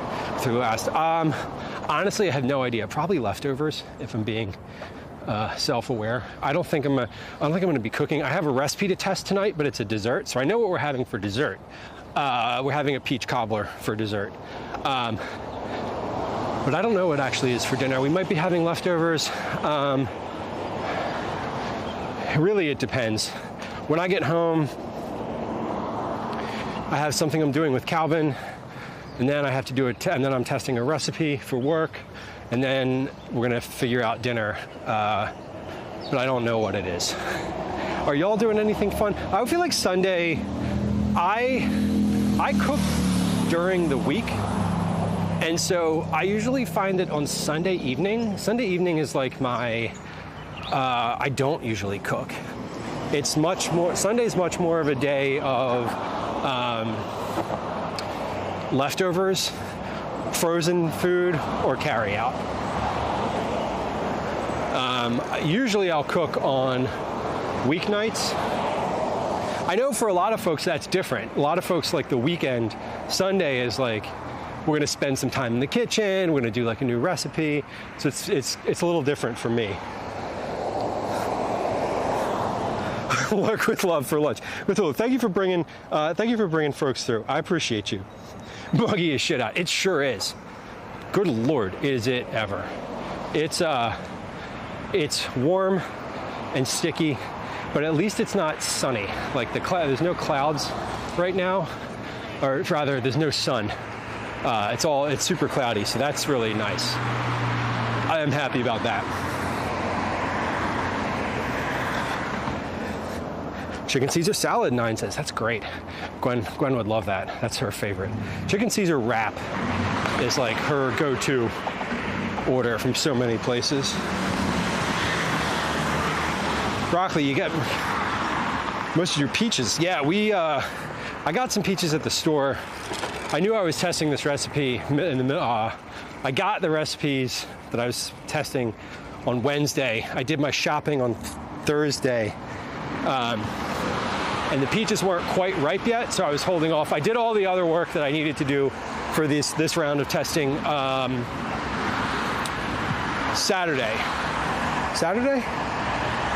I did all the other testing work on Friday afternoon and evening. But I didn't want to test this one because the peaches weren't quite ripe yet. I was like, it's not going to be that good if these aren't ripe. So I held off, and we're doing that today. Toxic says, we usually order out, as expensive as that is. Listen, some people have the energy to cook regularly. Some people,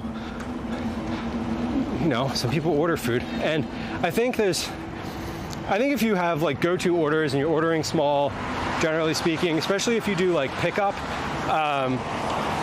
and you're not otherwise buying like big batches of groceries too, people were like, it's so expensive to order out.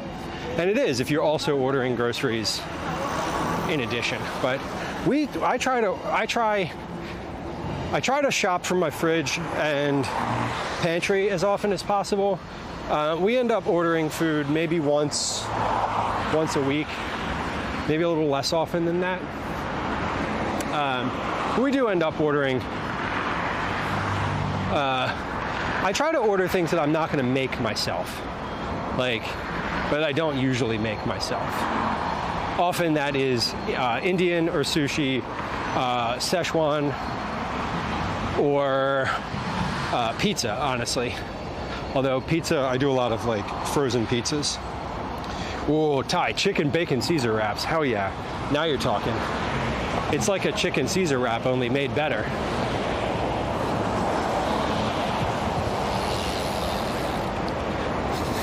So as we're moving back towards the city here, we're going to get a little bit more foot traffic. Not that we're out of the city, but we're farther north on the trail than the main area. So the main area of this trail is, I would say, by the Art Museum. It's where the most people are located. Art Museum, Boathouse Row, and then just beyond Boathouse Row. But we're along the Schuylkill River. This river originates well north of the city and exits down into, I think it exits into the Delaware River, which is basically the river on the other side of the city. So we're on if you're looking at it on the map, we're on the west portion of the center of Philadelphia. So the city across the river here is still Philadelphia. That's just mostly like West Philly. I mean, it's not mostly West Philly. It is West Philly. Once you cross the Schuylkill, you're in West Philly. We are probably in what would be considered North Philadelphia right now. Although along the river trail is, it's just considered the Schuylkill River Trail. We're walking down into Center City proper currently. And we're just passing Laurel Hill Cemetery, which is where we passed on the inn. Toxic says Hello Fresh during the week, Factor for lunch, definitely a lot cheaper than the grocery. Yeah, totally. And I appreciate that those sorts of services exist now. I think that it's great for folks who are, maybe not inclined to cook. And I'm not trying to say you're one of these folks, but I think that when you have like the meal kits and sort of pre-made meals or delivery meals, I think that's great, because one of the things that does is reduce food waste. I mean, at a home level, I don't know what kind of waste happens upstream from those. Like the Factor factory, I don't know what sort of food waste exists there. Certainly there is some. I would hope that they do something with the scraps and excess and whatnot. But I think from if you don't really have the time to cook super frequently, it can be awful to go to the grocery store, buy stuff, and then have it go bad because you didn't have the time, energy, patience, skill, or whatever to actually just make it. So I think those things, those things are super valid. Factor is fascinating to me. I've never actually had it. When I was doing meal kits as a primary way of eating, there were like 2 services. Blue Apron was kind of the main one, which we did for probably a decade or so. Araya, welcome in. Did I say hi? I don't know. I might have. I think I did. Regardless, hello. Ty says the scraps are what goes into the roller dogs. Hi-yo. Hell yeah. I don't know what goes into those. I don't actually want to know. It would ruin the mystique, honestly. I think that I really am curious though. Like, I mean, in this kind of line of conversation here, like, I don't know, because like once those, I think those, the pre-made meals, especially the ones that are like you put the container into the oven or whatever, the little microwave, however it is you cook it, and then like it comes out and it's done, and you just open it and eat it.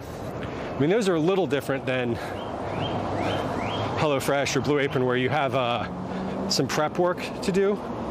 I am curious what happens there, if there's a level of reuse or whatnot.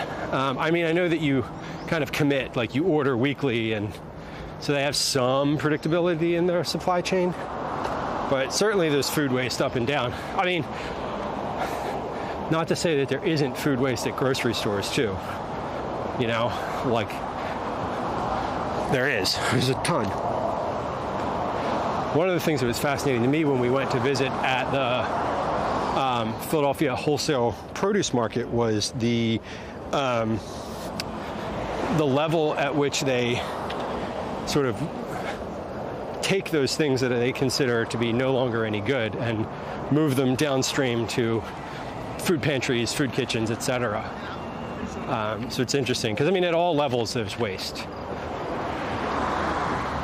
Certainly the boat that brought the produce from wherever it was coming from, some of the stuff went bad there, and so before it even got to the wholesale produce warehouse, some of it was lost.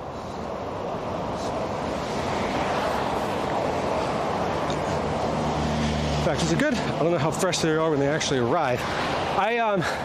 I've never ordered those specific ones. I know that from the stream perspective, they sponsor a lot of streamers, in the sense of like, a lot of folks, you'll go into people's streams and they'll be like, I'm sponsored, here's my code for Factor Meals, HelloFresh Meals, or whatever, there's a bunch of those like meal kits, and I know that they sponsor a lot of people. I've never taken one of those sponsorships because I feel like it would be disingenuous because I don't personally use them. But I know if you want to get them cheaper, you can probably click through a couple different tags on Twitch and find a discount code for yourself, really anywhere.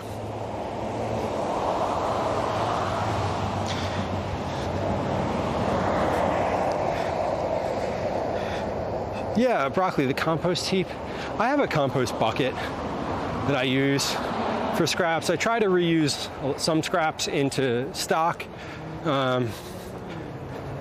as much of the produce scraps as I can. If I had a garden or yard or any type of like garden bed, I would probably have more of a home composting practice. Currently, any like food waste that I have in the house goes into a compost bin that gets collected for, it's a company that does composting, Bennett Compost, Command Bennett, 2 N's, 2 T's. If I had a garden practice of my own, I would definitely be composting on my own and not giving it away, but that's kind of how it is now. Yeah, moldy, anything like that just goes into the compost. Because, I mean, eventually when it gets composted, it gets heated to the point where it kills the mold anyway. That was one of the questions that we had when we visited Bennett, was like, what about things like mold? And they were like, we don't care. They were like, it's not relevant. our compost piles get up like well over 100 plus degrees. Like all that mold is dead by the time it gets turned into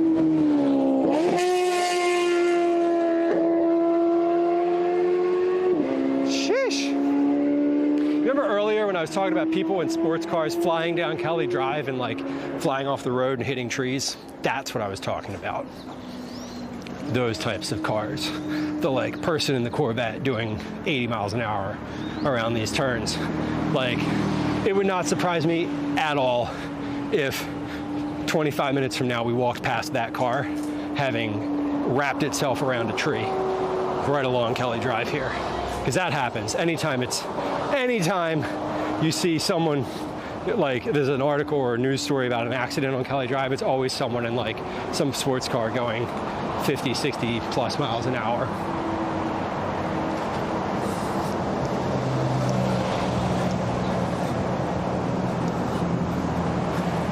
Everyone hates dried out chicken. Yeah, that's why I use chicken thighs, Toxic, because it's because you can cook those for 17 hours and they're still fine.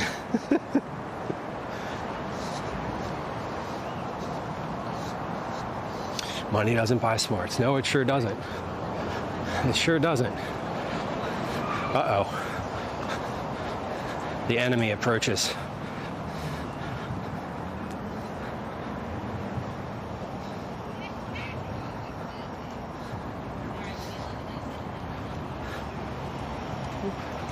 I'm not chasing you, bud. We're good. We're good. Peace. Peace be with you. Peace be with you. We're in enemy territory here. All these geese. If I start to run and scream, you'll know why. They're looking at me. I'm not messing with you. Oh God. Oh God. They're looking at me. We're gonna go around. I'm gonna go around. Oh. Okay, it's fine. Evil defensive creatures. We made it out okay. That was close.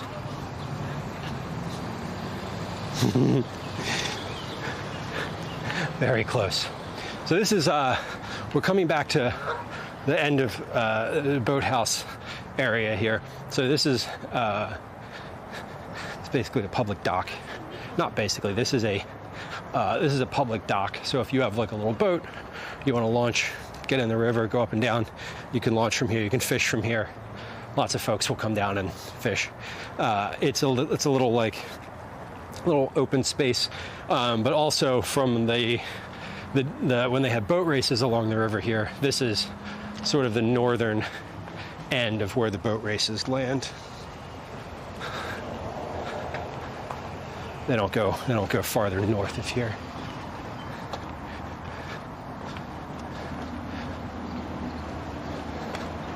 We're going to stick to the river on the walk back. I was on the trail, on the asphalt part of the trail for the most part, so I will be for the most part again on the return trip, but where I can, I'm going to go along the actual river itself. How dare they poop freely? I know, right? It's there's goose poop everywhere. I most definitely stepped in goose poop just there. It's not a question of weather. I'm not going to look though, and by the time we get back down to the city, it'll all be worn off the sole of my shoe. It won't make any difference. So that'll be nice. I'm feeling good. I've been pretty lethargic this past month. Sort of forced relaxation, if you will, as far as exercise goes. So I'm cleared to exercise again, cleared for all physical activity, no restrictions. So today we are hustling and moving, and a fine time to go back to the gym because I missed it, and I hope it's air conditioned when I go back. Yeah, Toxic, the art museum is great. I was just complaining, not really complaining, I was mentioning earlier on the stream that The art museum is funny because so many people go outside of the art museum. It's like everyone kind of goes to see Rocky, right? They like see the big Rocky statue and they're like, oh look, you know, let's get a picture with Rocky. We'll run up the steps just like Rocky did. And I'm like, but go inside. It's so nice in there. It's huge and really fascinating. The art museum's cool. They have, one of the neat things that they have in there is the medieval weaponry and like armor, suits of armor and weapons and stuff like that. It's really fun to look at. It's kind of interesting. I mean, it's not necessarily like art, you know, paintings, etc., so to speak, but it is historical. And if you're trying to get a kid to go into the art museum, that's a nice little treat. You can be like, well, we'll look at all these paintings that are fun, and then we'll go look at swords. You know, they're like, okay. You can't go look at the swords first, because then you don't get to look at the other stuff. Because then they're like, okay, but can we leave now? You gotta hold the, you gotta dangle the carrot in front of them a little longer while you do the thing that you want to do. You know, that's how it goes.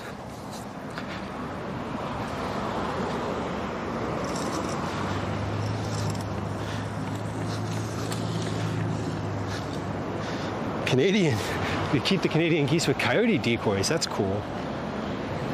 I saw one of those decoys the other day that had like a disconnected head. It wasn't disconnected, but it was like the head was kind of on a swivel. It like moved slightly with the wind. It was actually kind of terrifying. My wife says, I don't know how you like this stuff. I mean, it's not for everybody. I'll be very honest that I hit my fill of going to the art museum after a certain point. I know there's some people who, when they travel, would be like, you know, we're going to several different, you know, art museums. We're going to the Modern Art Museum, and then this museum has a specific exhibit around this time period and this type of thing. You know, I appreciate it, but I hit my tolerance limit for sure.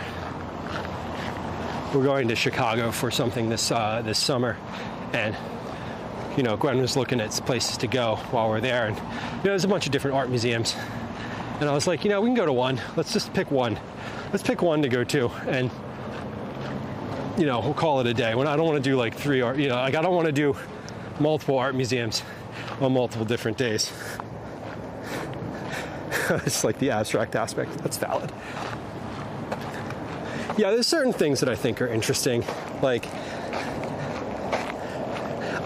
here's what I like doing. I like going to an art museum with a human who appreciates and has knowledge of what we're looking at, right? Like, reading the signs is fine. Reading the, you know, listening to the audio tour is honestly kind of a nightmare for me.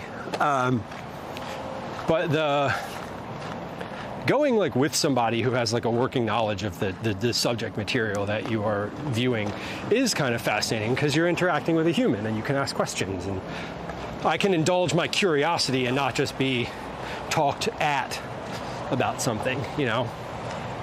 Going with an actual guide, I think, is kind of nice. I've been to the Philly Art Museum has see, like, I don't know enough or retain enough information here to like remember this specifically, but the Philly Art Museum has a standing exhibit, a couple standing exhibits, and I went with a friend one time, and they were explaining, like, they like had gone to art school and were explaining all about the specifics of like this artist and their life and why their work looks like this and how this particular painting was inspired. And it was more fascinating to me than anything because it was interactive. I'm interested in weird stuff. Like, we went to Paris last year. We went to France in the summer, and we went to the Louvre, right? I had a panic attack in the Louvre. It wasn't specifically a panic attack, but there were so many people, and it was dense, and packed in and loud and echoey. And I was in there for maybe 10 minutes. And I was like, I have to leave. I was with Gwen, I was with Calvin. I was like, I'm gonna go. I'm too overstimulated, I need to leave. Like, I have to leave, I cannot be in here. Like, and you know, they're like, well, why don't you just come to this one thing and then we'll go. And I was like, no, I'm leaving right now. Like, goodbye, I will be in the lobby. And I left. And I sat on the floor in the big open lobby and waited. So that was a different kind of a nightmare experience. That was just because of the popularity of the place and the number of people, et cetera, et cetera. But one of the things that I went to, sounds like hell. It was. Exactly, Ty, the Science Museum. Yeah, and that's kind of what I'm getting to is the other museum that we went to that I loved and could have spent a lot longer at was the Sewer Museum. Hear me out. It's in the sewers. It's literally a sewer museum. Paris has ancient sewers that were, you know, from before plumbing, basically, and you can go down in them and tour them. And they're still working. Like, it's like this is literally the septic system of the city. This is how it works. It's how it worked then. It's how it works now. That shit was fascinating to me, and I did not mean to make a pun out of that, but I did, and it worked because it's a museum about a sewer. Anyway, that was great. Sewer great. Ooh, 2 puns. Dad joke. It was really fun and really cool. Like, that was my level. That's like the type of museum I want to go in, right? Art, paintings, things like that, I'm good. I appreciate it, and I'm like, my tolerance level is, once it's reached, I'm like, I'm finished and we're done here. Like, I don't need to see any more of this for the rest of my time in this city. But the Sewer Museum, I'd go back there in a second. Broccoli, the catacombs were super fun. We went to the catacombs too. Are there not dead bodies in there? There probably are, Araya, honestly. I mean, there's all sorts of stuff in there. It's a sewer, literally. Yeah, the catacombs were fun. I would like to do them in a, we went to the catacombs in, like, just on a regular ticket, not on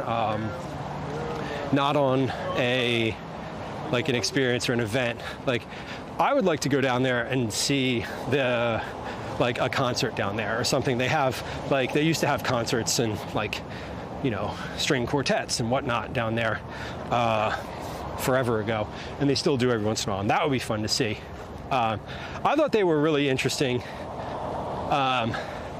in the sense of, it was like an overwhelming experience. Like, there's so many bones. It's intense. But it was also, like, super crowded, and, you know, you're on a ticket that's timed and you kind of have to keep moving. So I would have liked to have stood around in there and, like, sort of reflected a bit more. I don't know if that's maybe the right way to put that, but I would have appreciated a little bit more standing around time. But we kind of had to keep it moving. Whoa, I just tripped off of the side of that thing. We were also with a group of, like, 10 people. My travel group was like 10 or so people, so we were kind of moving at this pace of the group. Brand of autism would need to see the bones. Well, you can definitely see the bones. It was, I mean, you're right there. They're super clear. I mean, you could go in and do a lot of damage to the bones if you wanted to. You could pick them up. There's nothing stopping you from picking them up other than signage everywhere and the threat of being arrested immediately. I believe they have, like, a closed circuit camera system down there, and I'm sure that they kind of keep watch on people, but yeah, a sense of integrity is really the only thing stopping you from being right in there. They're fun though. It was fun. Paris was a fun city to go to. No big trip this year.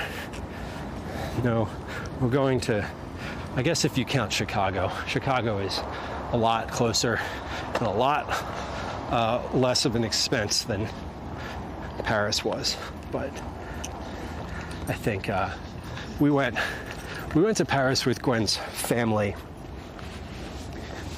sister, my brother-in-law, my other brother-in-law, my sister, we went to Paris with her sister and brother, her sister's husband, their kid, Calvin, and one of her brother's friends. So I think there were 7 or 8 I don't even remember how many people there were. But like we were all staying in the same place. We were all kind of doing somewhat of our own thing and somewhat of a group thing. And it was really a nice way to go, honestly. Fun little trip.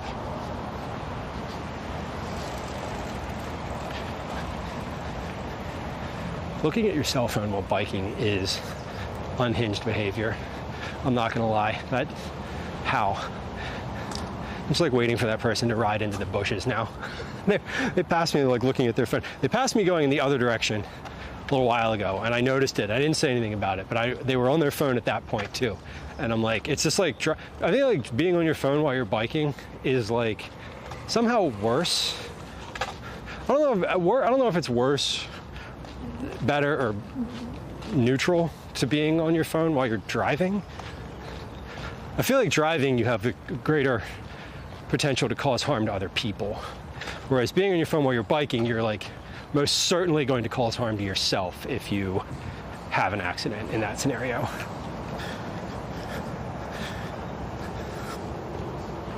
I don't know. I could never. When I'm biking, I put my phone in my backpack, so I'm not even tempted to look at it. There's no way. There's just no way. We're back in the city. You can see our first view of the skyline here is City Hall, which is straight ahead, just over that wall, which is probably too small to see because this camera is a wide angle lens and you can basically see everything. But we're walking, we're almost back. Yeah, here comes the skyline. So if you wanted to see the Philly skyline emerging on the stream and you're lurking and not looking, this is the time to sort of tune back in. So in the next 4 to 5 minutes, we're going to see like a full-on skyline view of Center City. Anyway, this is the part of the Kelly Drive Schuylkill River Trail where it turns into like nice picnicking sort of area. We're past the area where the boat races are, and we are into more of the sort of leisure area, what I would say is the leisure area. We're gonna go off the asphalt here. The lamp is struggling. Yeah, it was leaning a little bit. Look at these people rowing their little hearts out. What is this? They're in like a drum boat of some sort. These folks on the river here are really going at it.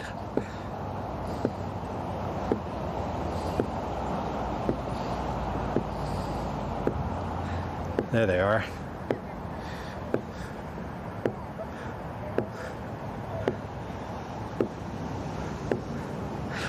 I kind of want to be the person with the drum. I don't want to be the people rowing, but I want to be the person with the drum, just being like, do better. I don't have enough rhythm to be the drummer. Not gonna lie, y'all, that does not look like any kind of fun. Oh, this guy's coming along too. That looks peaceful.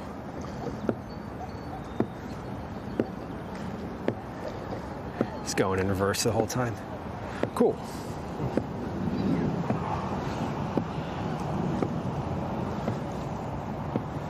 Fun. So yeah, this is definitely a big boating area. You can rent kayaks You can rent, I don't know if you can rent paddle boats actually. I feel like you probably can, I just don't know where they are. But you can rent boats, go up along the river. There's also some public docks that you can get to.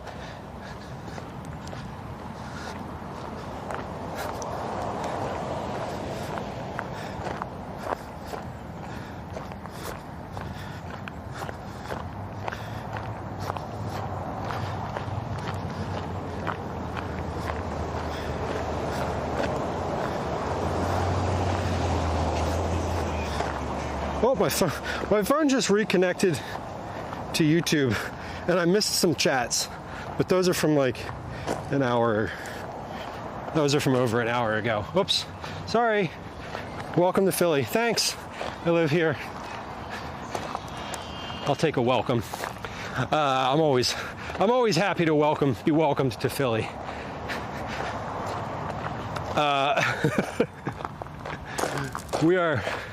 We're coming through. This is just a nice part of the park. So if you have a bike and you just want to take like a 5-minute bike ride out from the main like Schuylkill Banks area, this is so nice out here. You just have to deal with the goose crap, because there's a lot of goose crap everywhere.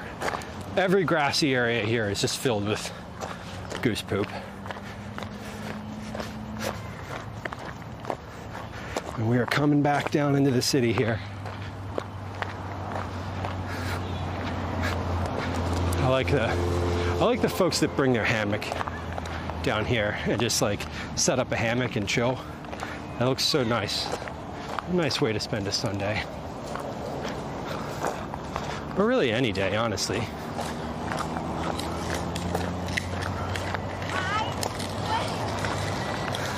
Got some Instagrams happening down here.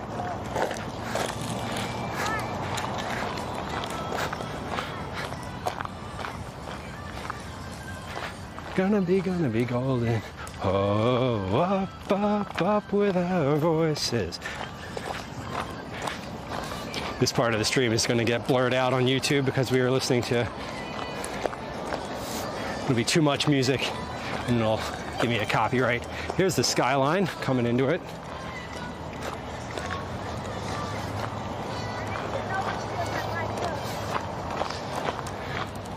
So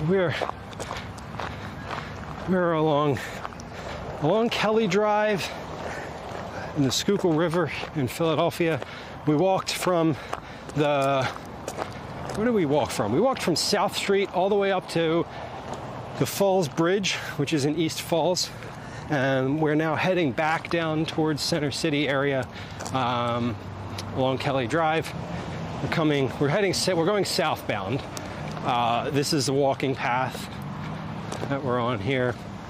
We're going to be visiting the Art Museum steps in I don't know, about 30 minutes or so.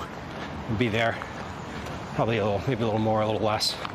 Probably a little more actually, but we're moving at a good clip. I don't know how far we've walked today. There's a little tracker up there on the top right hand side of your screen if you're curious. There's a little like distance, I don't know, it says like distance walked, or I don't think it actually says distance walked. I think it just says like something kilometers. It's the one that's the distance. The other ones are the time, temperature, and physical location of where I am in the world. But this is a little slice of Philadelphia. It's a nice day to be outside here. It's in the 80s. It's about 25 degrees, 24, 25 degrees Celsius. Lots of people are out today because it's cloudy, not raining, no threat of rain. 14 kilometers so far today. Amazing. So yeah, we're absolutely going to hit 16 kilometers because if I don't hit 16 kilometers, that means I'm not going to get home. I think from here, I don't know how far it is from here to the Art Museum, probably 2, 3, something like that. So that's a good amount of walking. Good amount of walking for not having walked very much for a month. No, I haven't worked out, and I haven't really walked all that much. I've hit my steps, but I haven't really gotten out for like exercise kind of walking, which is what I would consider today. Today is definitely moving consistently at a higher pace than a stroll. I think the title actually says City Stroll, but that was a lie. I should have said, the title of the stream should have been like City Power Walk or something like that. I shouldn't lie. This is not a stroll. This is a stroll. Oh, wow, that's relaxing. This is how people walk. This would take forever. Anyway, back to walking at normal speed. But we're walking back, catching brief glimpses of the skyline.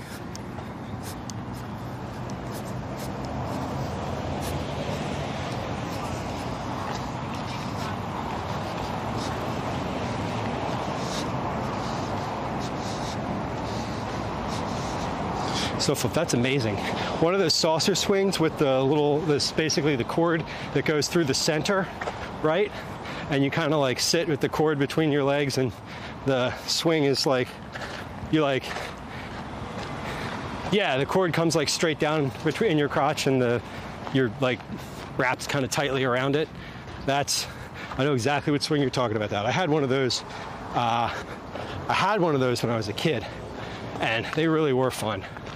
I remember I hit a point where I was too heavy for the branch that it was tied to, and like that's literally when I stopped using it, when the branch was like not really holding me very well anymore.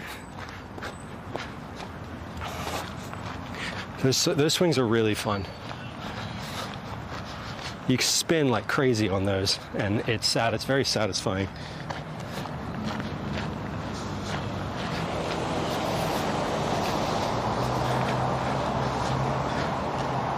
Interesting. My phone keeps dropping connection to Twitch, but the stream has been.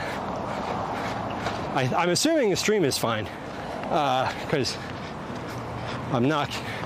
the stream is not connected at all to my phone.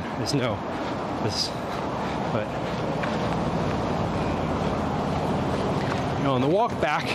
So on the walk here, we were walking on the asphalt path. So this is a slight difference. We're doing the little kind of carved out walking trail. I prefer to stroll. Around mesh thing you consider lay on. Okay. Oh, okay. So it has basically, it's like a cup, and it has like sort of 4 anchor points around it that kind of come up to the top, right? So you kind of climb in. It's like a basket almost. I think I know what you're talking about. Yeah, those are also fun. I wish I'd had one of those. Those are actually relaxing. Oh my God, Sharma, I know. Dude, I said this earlier in the stream, but it is extremely rare that I get passed while I'm walking. It's happened a couple times recently. I'm also getting a little older, so I don't push it as hard as I have in the past, but like I'm walking at a moderate clip. I don't know what my miles or kilometers per hour is, but that's a piece of data I could add very easily to the overlay. What speed am I going currently? That would be kind of fun.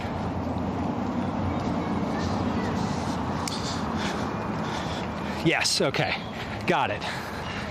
I understand what kind of swing you have.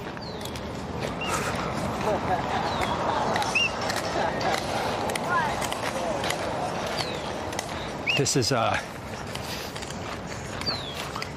almost back around. So once we go around this little curve up here, we're going to see the full skyline come into view at its full splendor. So if you are patiently waiting to see the skyline of Philadelphia. I'm gonna see that here in just a few minutes. I know I said that before, but I think I mean it this time. It's weird because the timing when you're walking is very different than the timing when you're on a bike, obviously. And I'm used to riding this trail on a bike. I don't walk this super often. Usually when I'm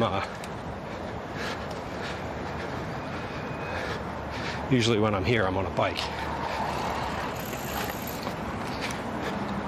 Yeah, there's a little bit of West Philly. All of what we're seeing here is the West Philly skyline. So basically, yeah, another 10, 15 minutes. We'll be around the curve to see the whole thing. Oh, Broccoli, go rock on the wooden bench. Those rocking benches, so nice. I love a rocker. I'm not in my rocking chair era yet, but I feel like it.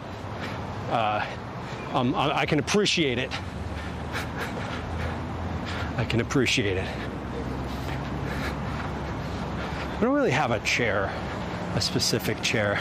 I wonder if my family would say that I have a specific place that I sit in the house. I don't think I do. I think what my family would say is I have a specific place that I stand, which is basically where I stream from. And I'm there very frequently, whether or not I'm streaming.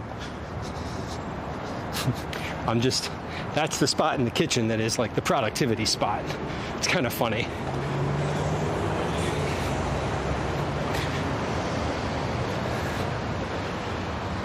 Smells like weed. I've smelled weed a couple times this stream. I haven't mentioned it, mainly because I was watching, as I was walking by the person who was enjoying it, is when I smelled it, and I didn't want to walk by and be like, whoops, smells like weed, and have them be like, yup, that was me.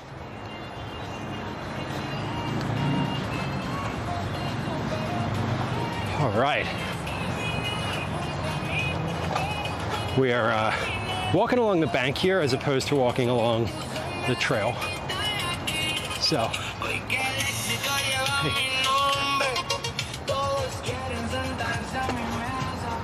Down here, folks down here fishing. Looks fun. Yeah, so if we have the rocking chair, Calvin's got a rocking chair in his room. It is the same one from the nursery too. I don't sit in it. It's very comfortable though, because it's very broken in. Yeah, 2 foot-sized dents. I know, Sharma, I definitely, it's funny because Gwen got me that mat, the like kitchen mat, basically the what do you call it, like the foam mat for standing on, and somehow it's like made it even worse. It's made the me standing in the kitchen situation even more frequent because the mat is comfortable. What I'll do now, like I was doing this yesterday, and anytime I'm like working on the computer, on the stream computer, if I need the cameras on, right? So I can take the stream computer to like the couch and do stuff with the bot, or I can work, I can do some stuff there. But if I need to have the cameras on, specifically for like designing scenes or, moving things around in OBS or whatever, I have to do that in the kitchen where the cameras are. And so with that mat there, I'll now kneel on the ground, like on that mat, and have the counter be like right here, and I'll just rest my chin on the counter and have my arm up and use the mouse like this. And Gwen's definitely come into the kitchen a couple times and been like, what the fuck are you doing? And I'm like, it's comfortable like this. What do you mean? I got tired of standing. And she's like, you're out of your mind. I'm like, I know, it's okay. I'm familiar that I'm out of my mind. I live there all the time. It's a cozy place.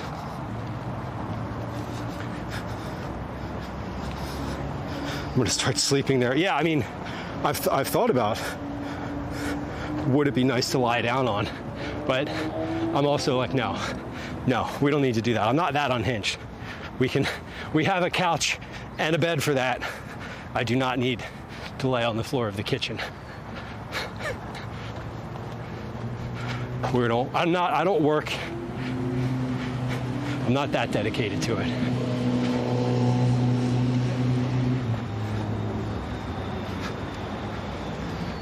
We are coming back around to Boathouse Row now. So we're hitting the part of the river trail now that is high traffic. So this is where, when tourists come to the city and they're like, I want to do a little walk on the river trail, right? They'll start down in Center City and they'll walk out to like the end of Boathouse Row, which we're coming up to here, and then they'll turn around. So it's very, we're about to hit high foot traffic area. Lady Lyra, welcome in. 19 check-ins. Next stream you check into is going to be a Cookie Club entry. Command cookies in chat if you're like, what's Cookie Club? It'll give you a link to go to the website, which was updated recently. So it is accurate information on that website. I finally finished implementing a system that just tracks watch time. So if you're in chat and you're not chatting, I want that to be able to count towards Cookie Club entries, because I know there's folks who lurk, and I appreciate those folks, and I know that they lurk because they tell me that they lurk, and the stats back that up. And a while back, I implemented a thing that tracks chats, that tracks like number of chat messages. And so every 500 chat messages is a Cookie Club entry. And someone in chat at that point was like, well, can you have anything like this count for lurking? Is there something like that? And there's not. There wasn't at that point. But now I have the ability to track that, and I'm thinking something like every X number of hours of time, like spent just in the live viewers of stream, could count for a Cookie Club entry. But I don't know how to implement that. I know that I can get the data, and I know I can track the data. But I've hit a weird point, where there's this thing about lurkers, right? Where they don't necessarily like to chat. So I don't want to have it be like, tell me in chat that you want your points counted, but I want it to be an opt-in thing. So I'm going back and forth, and I have a couple ideas, but I'm curious. I'm trying to figure out a way to have people be able to opt in to having their lurk time counted without having to not lurk. I'm thinking the easiest solution is like the Cookie Club entries, right? Where you enter, where it's like a reward, like a channel point reward, where it's just like, please track my lurk time. And you only have to do it once. And from there on, it will like opt you into a group of people who want their lurk time tracked. And that will be like a one-time thing, and then I'll know. Or something like that. I don't know. I'm just like, I don't want to have to make people chat, because then it kind of defeats the purpose of the thing. Anyway, I've been rolling that around in my brain for a little while, trying to figure out the best way to do that without being super imposing to people who just want to hang out and lurk. So if any of y'all have ideas, I'm happy to hear that. Is there a plugin for it? No. Yes, there is. The plugin, it's really, for the linguistic purposes, it would be an extension to StreamerBot, which I use. There is, but it's a thing where if you want it counted, you have to like hit Command lurk, and like you have to do that every time. And I don't really want that. because I also want people who are like active chatters to be able to count their watch. Basically, I want watch time to count. And the way I have it structured is that it will count your watch time whether you're lurking or chatting. If you never chat, but you're counted as an active viewer, you can, it'll still accrue time, points specifically. But I'm using an extension for that. Yes, that is correct. Brock, this is when I lurk, it means I'm multitasking. Yeah, exactly. And like, I think same, you know, I lurk on a lot of streams, but I don't chat. But like, if they had a way that was like, hey, we're giving away prizes, and if you lurk for an hour, you'll get a prize, right? It's kind of like how drops work on Twitch, right? Like, I want it to sort of work like that, except I don't have access to the Twitch platform to do that, you know? So, it's still a work in progress. At least the thing that was the hard part I've finished. And the hard part was figuring out how to track that, how to create how to track it, how to create a notifier for it that works consistently, and that only notifies me of a certain multiplier.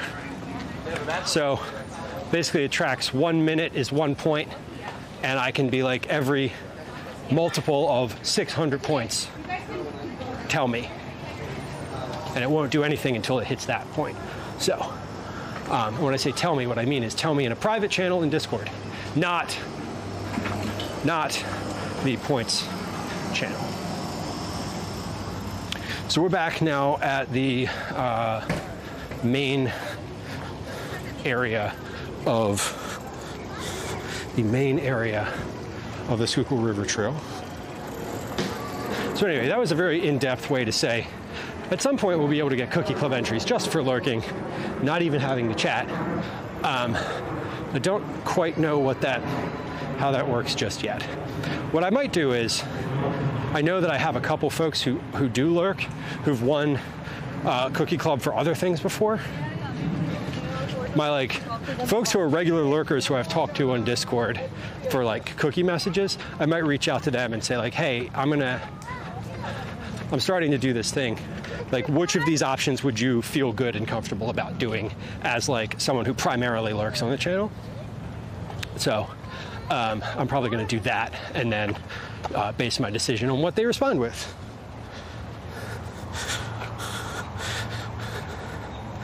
All right. Back in the main area. The art museum is in front of us now. Well, if were it not for the trees, the art museum would be right here. It is right there. There's just trees in between. It's definitely didn't move anywhere.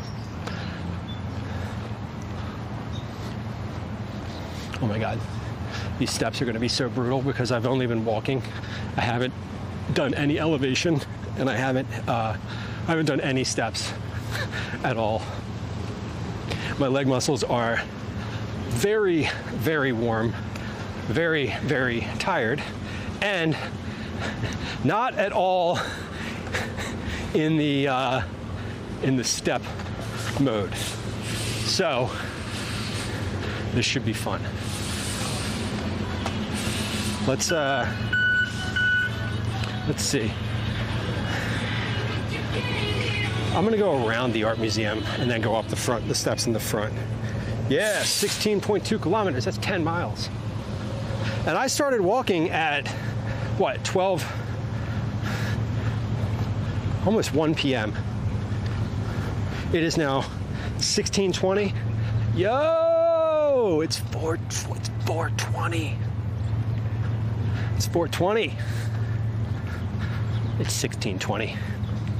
If you only ever use 24-hour time, 4:20 must be a weird time to celebrate. You're like, I don't get it.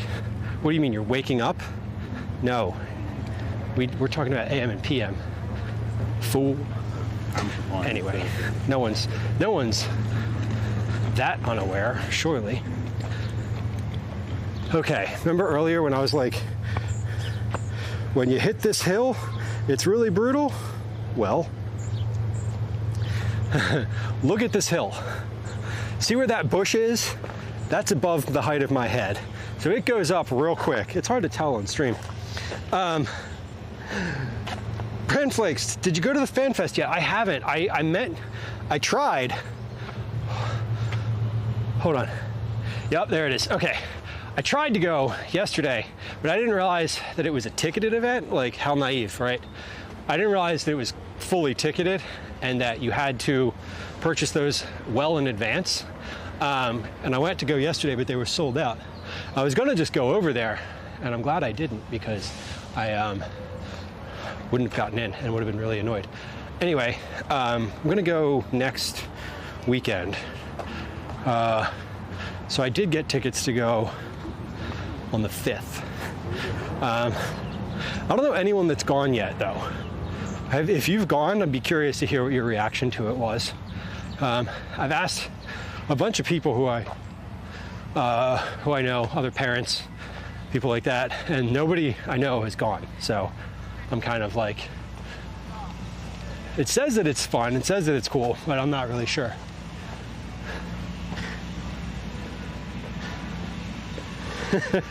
Danny, legs are feeling great, honestly. I was saying this earlier, but I haven't been allowed or able to go to the gym in a month. So how am I feeling? Honestly, feeling really tired. Legs are feeling good. Legs are feeling tired. When I stop, I do know that when I stop for a while, it's not going to feel great. Here we go. But I'm moving consistently, so it's fine at the moment. Went last Saturday. They're free. Yeah, the tickets are free, but you do have to get them ahead of time, right? I tried to get tickets for yesterday, and it was like, we're sold out, so I didn't. Sophia said I'd be in the next town over if I started walking from there. That's kind of amazing.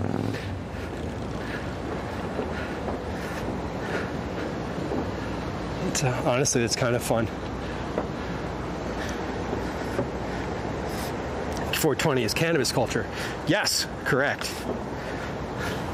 Correct.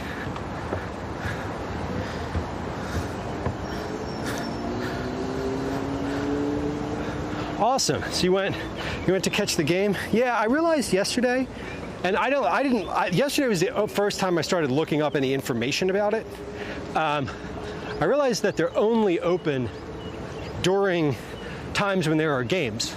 Because I went to go yesterday, and I was going to go, and I was going to be like, oh, let's get there at noon. And I looked it up, and I was like, they don't open until 4 o'clock in the afternoon. Like, that's weird.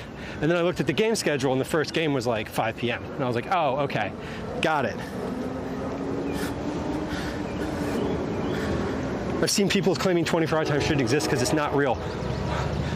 I don't know what to tell. In those situations, I would not spend a second of time arguing with that person.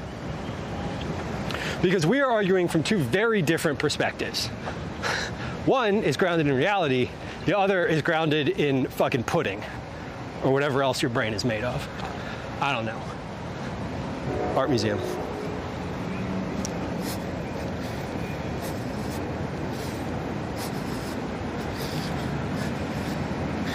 Yeah, like I said, I think you all know I'm very, very on record about not being a big sports fan and not really caring, but I have been following the World Cup, and I think it's fun.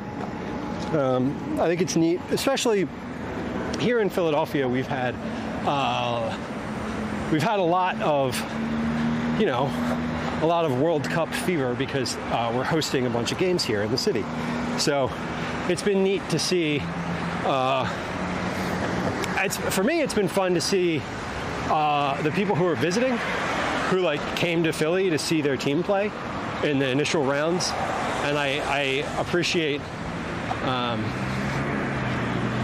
the sort of global fan base that's turning out for these games. I also I love the fact that I don't really care about any of the teams, so I'm just happy that it's all happening. I don't care if any particular team wins or loses. It doesn't affect me in that way. So I've been enjoying it from that perspective. The like, you know, no emotional investment, just enjoying the sort of global buy-in to the whole thing.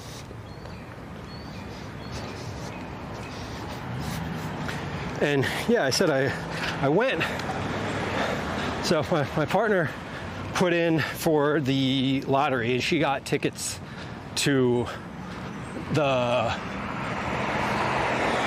game last Monday. It was Iraq and France. So we went to see that, and it was really cool. Can I go up the art museum steps? Yeah. This is all, they're prepping the parkway for the 4th of July right now. So there's a huge concert, there's a huge event here on July 4th. There's a huge event here every year, but this year is particularly large because it is the 250th anniversary of the United States, USA. Anyway, a notably patriotic human right here. It's the 250th. The Declaration of Independence was signed in Philadelphia, so we have a lot of like swagger around the 250th anniversary, I think is probably the best way to put that. Anyway, we can't see the art museum steps from very far away because there's a giant stage in the way. They've been building this for a while, but here they are. There's a big World Cup logo on the steps.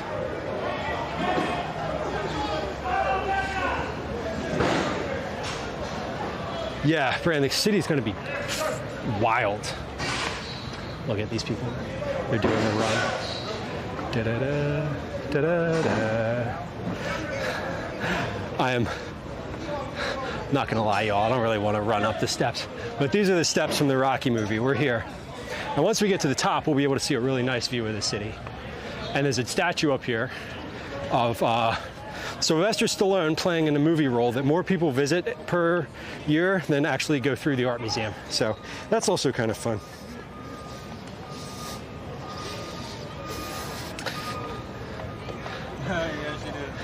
But we're not going to get in line to take a photo here. We can look at it from the side. But yeah, so it's funny because, there's two Rocky statues. There's the one up here, and then there's the one at the base of the steps, which is the same statue, the exact same statue, just at the bottom. Anyway, this is the Philadelphia Museum of Art. And if you want a nice skyline view, right now is the time to look, because we are seeing the skyline here from a wonderful vantage point.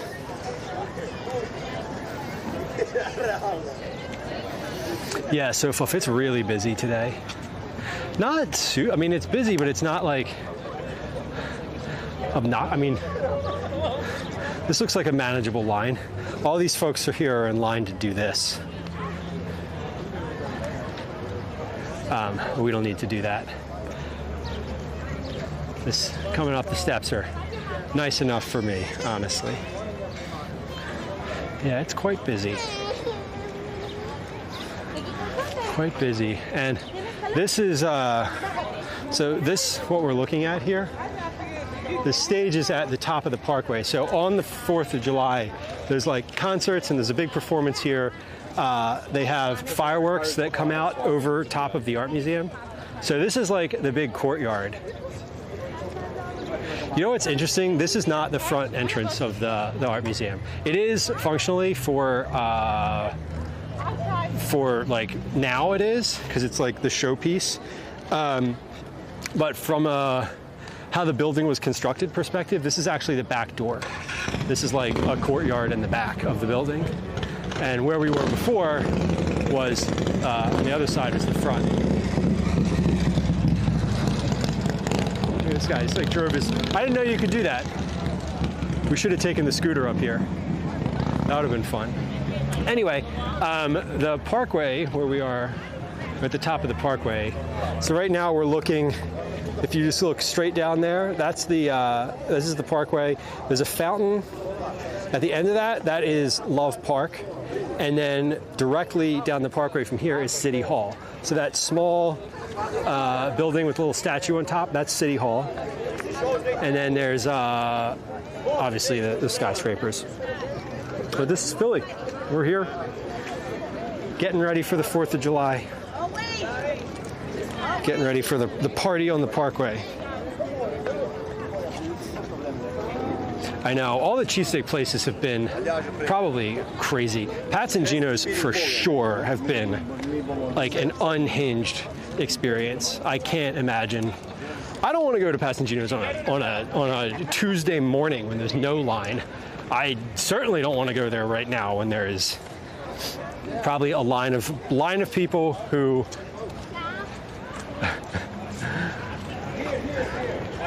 I love seeing all the people running up the steps. I think it's really funny.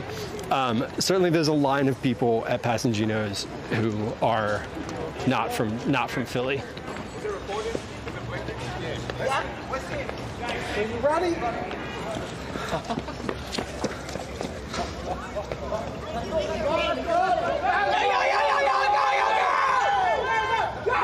Oh, man down.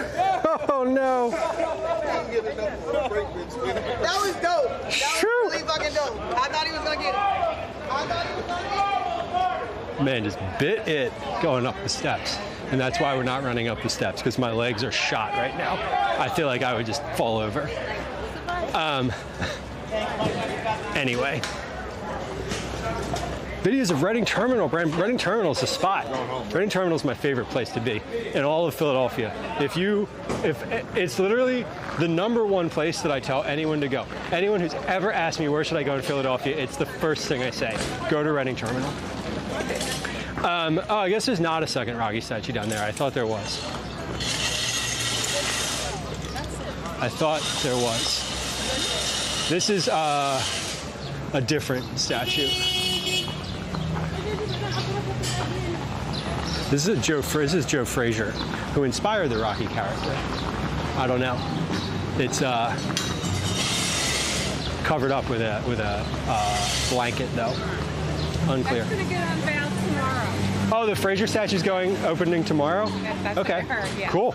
I'm always like, this is like where the Rocky statue's been. It's like back and forth. I heard it's at the top of the steps. That's at the top, yeah. You Permanently should go now, up though, and, right? Yeah. See it. Yeah, we just went and saw it up there. Okay, I was great. like, I'm not going to run, but I like watching the people run. I think, well, that's where they first put it, at the top, and that's where it belongs. Fair. Yeah. Fair enough. That's. And it's great there's another statue now. Yeah. Down here. Yeah. I mean, this is a real person from Philly. Yeah, that's right. He's a fake that's a guy from a movie. Yeah, but he put Philly on the map in a certain way. You know? Valid. Talking about Rocky? Yeah. Yeah, because he showed the Russian boy couldn't beat him. He put it on the map. But the Russian boy, it was between Russia and the United States about boxing anyway. Mm-hmm. The Russian boy killed the nigga. So Rocky, that was Rocky's friend. Yeah. Oh, yeah. That was Rocky's friend. Yeah, Apollo. Apollo Creed. Yeah. Spoiler alert. Then when you see Creed, I love Creed. Russian, Yeah. That was Apollo's son. Yeah. And the other one was the Russian son. And that showcases Philly too. Yes, it does. It does. On the map, that Russian knows when it came to the boxing. That's right. Prefer gyms for a cheesesteak? Okay, gyms on South Street. Yeah, definitely better than. I'm with you on that one. I wonder how many people run those steps every day. Every day, hundreds a day. Hundreds a day. Multiply that times 365. I don't know. How many steps? How many steps are there? You know? I do not know how many steps there are. I just walked them. What did you feel like? 117. Oh, that's 72. 72. Damn, I was almost over by double. Okay, that's cool. Yeah. What's your favorite niche Philly fact? If you could be like, this is a weird thing that I love that I know. Like, what's a thing that you love that you know about the city? This person's shirt says, "Ask me anything about Philadelphia." By the way, I'm live streaming. This is, I don't know if that was. Okay. Not to put you on the spot. My favorite thing is the original Philadelphians. A lot of them were Quakers. Okay. Yeah, I like that. Quakers. Yeah. I love. Okay. Cool. Pennsylvania. Yeah. William Penn. Yeah. Quaker. He brought all his Quaker friends over, and they made the city of brotherly love. Which is great. Yeah. And we're here now. Yeah. I love it. So this is all. How long have you been doing this construction for the fourth year? I've been seeing it for at least a week. Days, yeah. Yeah. It takes a while. It's a big setup. Yeah. It's a big concert we're having. It is. Hopefully it's good weather. It's going to be really hot. Yeah. We watch the fireworks from my roof every year. You're close. Yeah. The fireworks there, and then you can see all the ones in South Philly too, which is nice. which is kind of fun. You must be high up. Well, when you climb up onto the roof, you can see a lot more. We don't usually go up there, but it is a thing. It's worth it. There's tons. Well, cool. All right. Good luck Have out here fun. today. Thanks.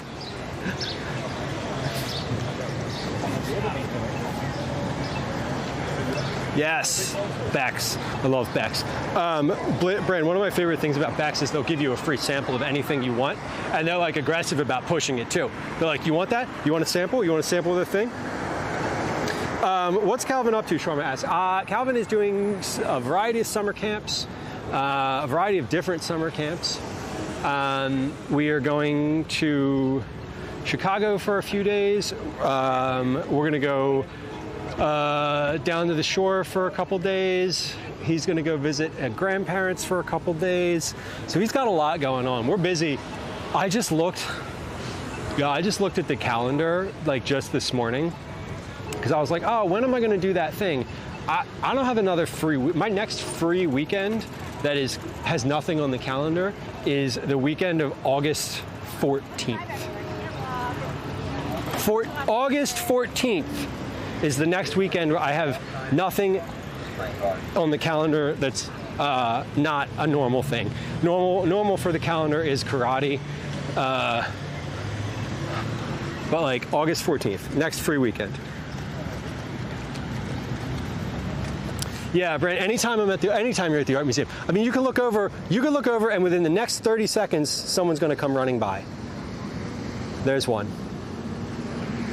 There's 1, 2. So 3 people, not 4, not 10 seconds from when I said that. We should come over here. You know what we could do one day? We should just come over here and talk to people who run the Rocky Steps. Count how many people do it. Ask them what their motivations are. Why are you here running the Rocky Steps? Have you seen the movie?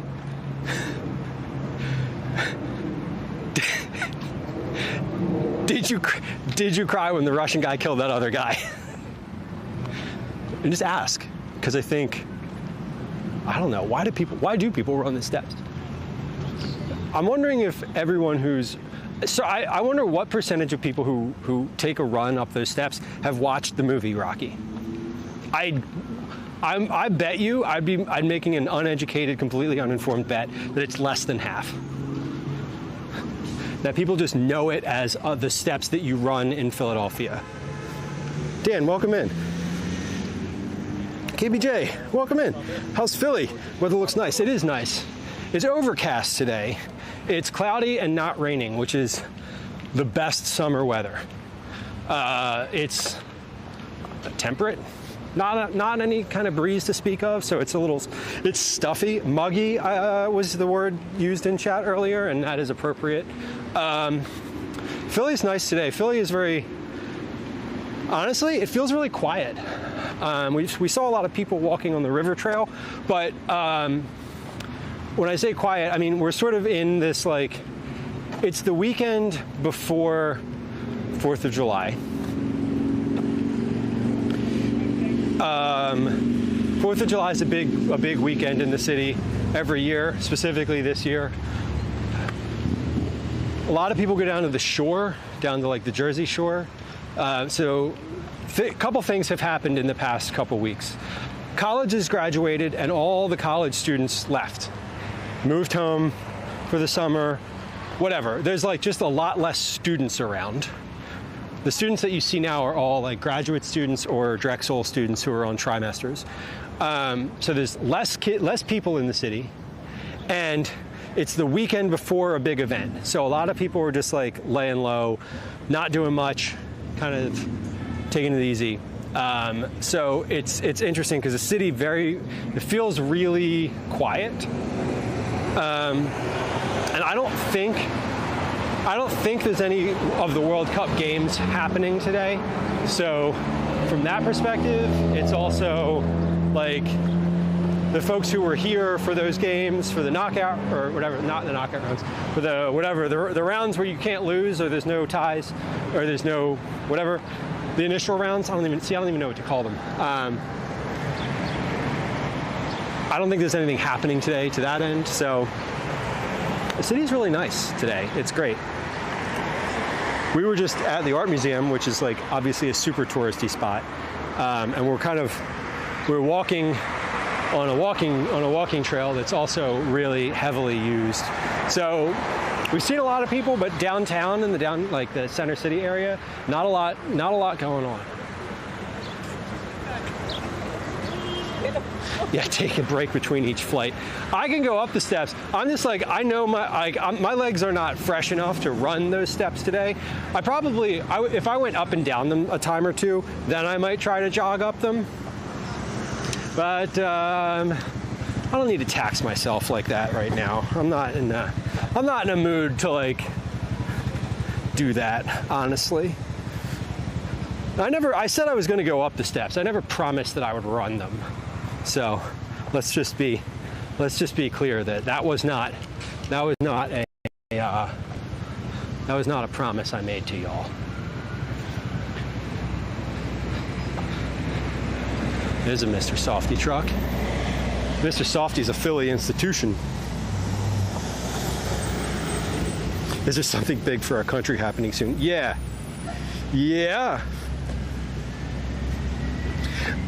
Is it bad that I haven't been outside today? No. I don't need to read the rest of the sentence. No, it's not bad that you haven't been outside today. You do what makes you comfortable. Been out for the past 3 nights by Fergie's and Sansom. Fergie's and Sansom is busy and packed on like a Wednesday in February. So not surprised that was a booming spot last night. Especially yesterday after like the rain ended and it was like a nice evening last night. Like if the rain finally ended and people sort of came out of hiding. So that's not a surprise. I love Fergie's. I used to work in that neighborhood. And I don't know how familiar you are with that area. Previously, but it used to be when there was a Capogiro on Sansom at 13th and Sansom. I used to go there like several times a week. That was when I worked in that neighborhood, it was my coffee shop. I went to Capogiro for like my afternoon coffee.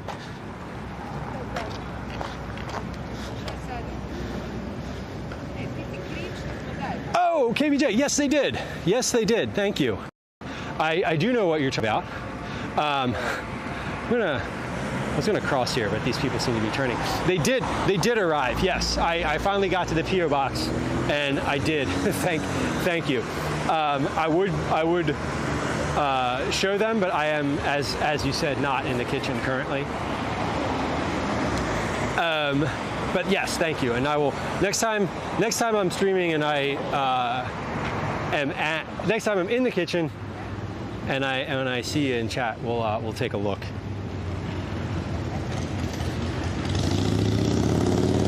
Brent, that's awesome. That's a good neighborhood to go out to eat in too, because everything's really busy. But like, if you just try to walk in somewhere and you don't have a reservation, you can just go somewhere else. Like, there's so many good options within 5-6 blocks of right at that intersection that like you don't need a reservation. What I like to do if I'm trying to go out to dinner somewhere and I don't have a reservation is like pick a neighborhood and then call, like go to that neighborhood and then use the telephone to call places. And they'll pick up and it'll be like, you know, so many like people busy in the background, like the host will pick up and be like, hello, blah, blah, blah. And I'm like, hey, do you have a table for 2 open in the next 10 minutes? And they'll be like, yeah. And I'll be like, all right, I'll be there. Here's my name. And then if they're like, no, we got a 2-hour wait, do you want to put your name on the list? I'm like, no. Nope, all good. Thank you though. Let's call the next place. And like within 5 spots, you always get a place. So you don't really need reservations. You just need patience and a little bit of flexibility.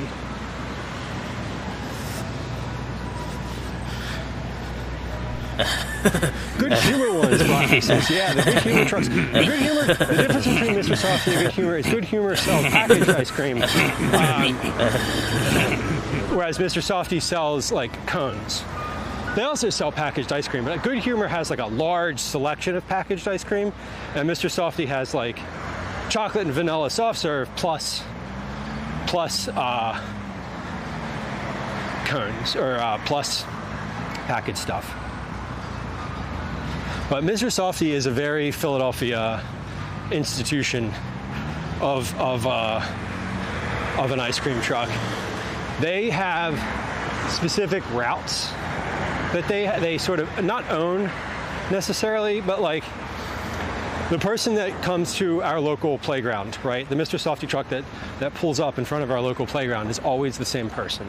It's always like the same guy. It's like they own the truck, or I don't know if they own the truck or they lease the truck or how that works. But it's like for years it's been the same dude. So that Mr. Softy is this guy, you know, and I've never seen another ice cream truck pull up there, but I have seen different sort of off-brand Mr. Softy trucks parked like in a Mr. Softy area, and I'm always like, ooh, are they gonna fight? Like, is the Mr. Softy guy gonna come out with like a baseball bat and be like, run this other person off their turf? I kind of hope so, honestly. Mr. Softy just went hard. I don't know. That's the tagline for like some indie movie. Not that kind of movie. Anyway, it's always funny. I just saw one in front of the art museum. It was like a New York, it was called New York Soft Serve or New York Soft or something like that. It was a different ice cream truck than Mr. Softy. And I was like, hey, you're not Mr. Softy.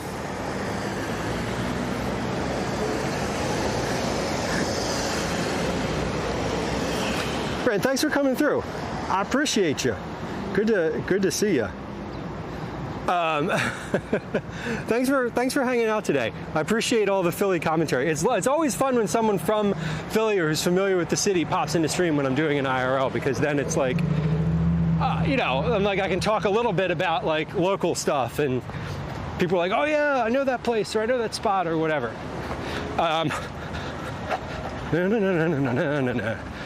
Sorry, we're just crossing the street. We're gonna go through Logan Square. So earlier when I was like, see that fountain? That's Love Park. It's not, it's Logan Square.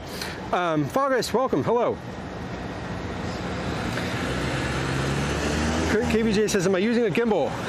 No, I am using, not using a gimbal. So what I'm using, I can show you what I'm using as a stick. This is the stick. So this is an extendable like pole. The camera is sitting on a quick lock thing on top of there. So I'm using that. It's a Sony action cam. So it has good stabilization like internally. I'm using a backpack. So the backpack is connected to, oh, hold on, I need to swap out the battery. Speaking of, as you're asking me this question, I'm looking at I'm looking at the side of my camera, and I'm seeing that my stream battery just died, which is fine because I have a backup. But I know that if I don't put a new battery on, if I don't put a new battery on while it's at like high charge, it is worse. Yeah, and this one is cooked. Okay. That battery is completely done. That's at 0. Okay, cool. Let's get our next battery in. We'll take the hot one out. We'll put the fresh one in. And anyway, so to answer your question, I am using a live view encoder connected to universal, like global modem running an HDMI cord directly from the camera into the encoder, and then that is all going up into the cloud OBS version, into a cloud OBS instance, and going to Twitch from there. So that was probably more information than you wanted, but that's the information that I've got for you. All right, cool. So that is good. We've hot swapped our battery. So I'm on a fresh battery now for my encoder and my camera. So that should last. That will last the rest of stream. Because if it doesn't, stream will be over, and that will be the end of stream. I'm gonna put. Somehow I out of my house when I left my house today. I wore a long sleeve shirt. So I'm gonna stuff that back here. So bear with me here. And I'm going to. I'm also. Oh, I'm realizing that maybe y'all can't even hear what I'm saying because my microphone is nowhere near my mouth. My microphone is on the ground. Okay, cool. What about Mrs. Softy? Fall Guys, hello. Mrs. Softy. Well, I don't know. It's a family business. Mrs. Softy runs the books and is probably the actual business manager. Mr. Softy just gets to toil away in a hot truck serving ungrateful children ice cream. Mrs. Softy has the desk job and probably runs all the sales in the actual business. A coffee truck, hell yeah. I do think a coffee truck would be nice in the summer.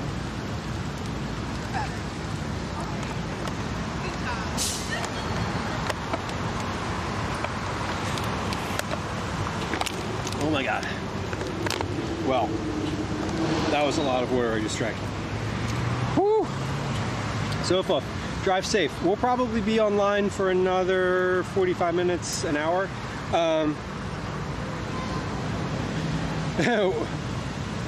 We are what we eat, right? If I eat enough Philly cheesesteaks, I become a native Philadelphian. Amazing. This is true. You also get what's known as hoagie mouth, which is when you start speaking using Philadelphia terminology. And from there, it's all over. You have to start wearing sweatpants. Sweatpants out of the house 100% of the time, and using the word use a lot. Like a lot. Use got any whiz? You got any whiz for those steaks? Yeah. Okay, fresh battery. Time to party. Where's my microphone? There it is. I thought I saw it on the ground for a second. I didn't. I should take this little thing off of the strap because I literally never use it. I think I'm going to use it and I leave it on there and I never use it and I get annoyed by it because it's where I would clip the microphone. I guess I could clip the microphone on the other strap, but come on, how could I do that? Then I wouldn't have anything to complain about. Right? Right. Okay. We're back. We're back in full position. Let's cross here. We're going into Logan Circle. Is that a St. Andrew's flag, Broccoli says? I'm not sure because I don't know which one you were talking about.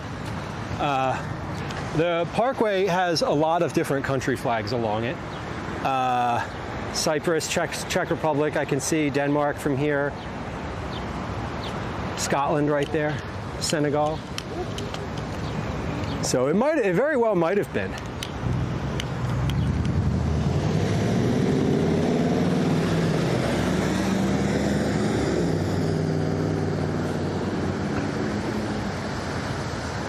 Camera info is what I wanted. Awesome.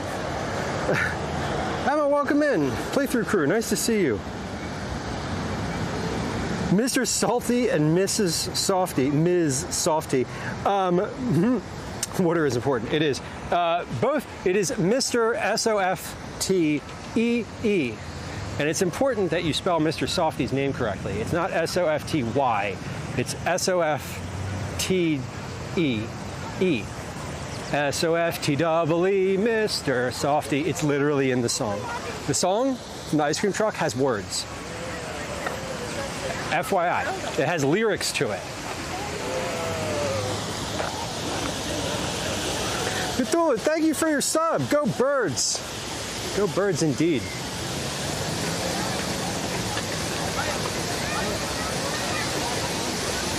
Yeah, the quick release is nice. This one is from Ulanzi, and I have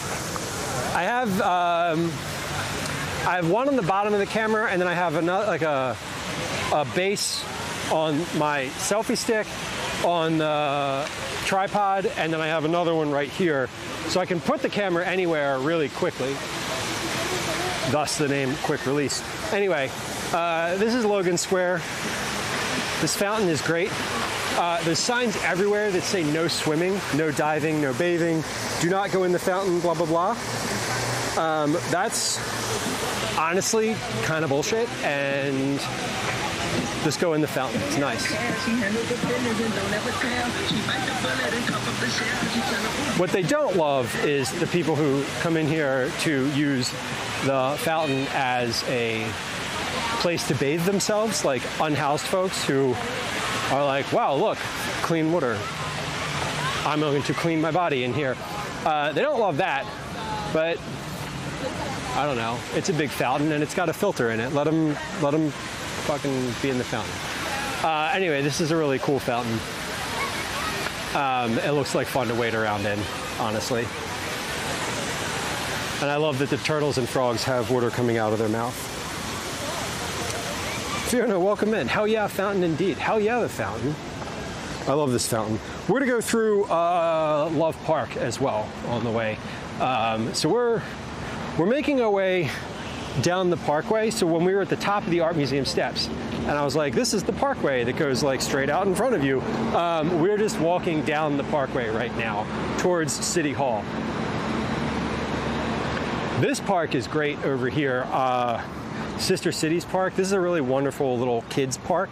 They have this sort of, patio, for lack of a better term, patio fountain that is kind of fun and nice. And then they have this whole other water park area back in the trees there. I'm not going to walk back there because it's filled with children, and that would be weird because I don't have a children with me, and I have a camera, so we don't do that. Anyway, it's a lot of fun.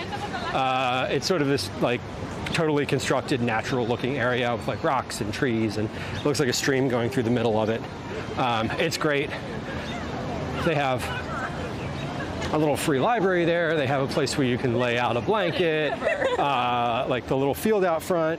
They have food. They have a little like a little lunchy counter. It sells like pre-made sandwiches and drinks and stuff, which is really kind of nice. So it's a nice little spot to go for like an afternoon with your kid / kids, if that's a thing that you're interested in.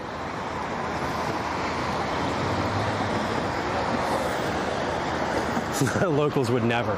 Yeah, it's certainly the type of thing where it's sort of like, people are like, I'm going to swim in the river. And like, if you don't see anybody who lives there doing it, maybe don't. Maybe think that there's a reason why. Hey, Cthulhu, I know that you were hanging out just a minute ago. And I know that we share a mutual friend in Patrick Richards, mutual streamer friend. Patrick Richards, I believe, does Wednesday DJ sets right there. This is the Victory Brewing place on the Parkway that Patrick does live happy hour sets from. Summer happy hour from up on the patio right there at Victory Brewing. Fun stuff. Patrick Richards, friend of the stream, was lurking on his stream recently. I'm always lurking on his stream. He's a DJ, so music in the background is a really nice way to spend the day. Also, fellow Philadelphian, we love that.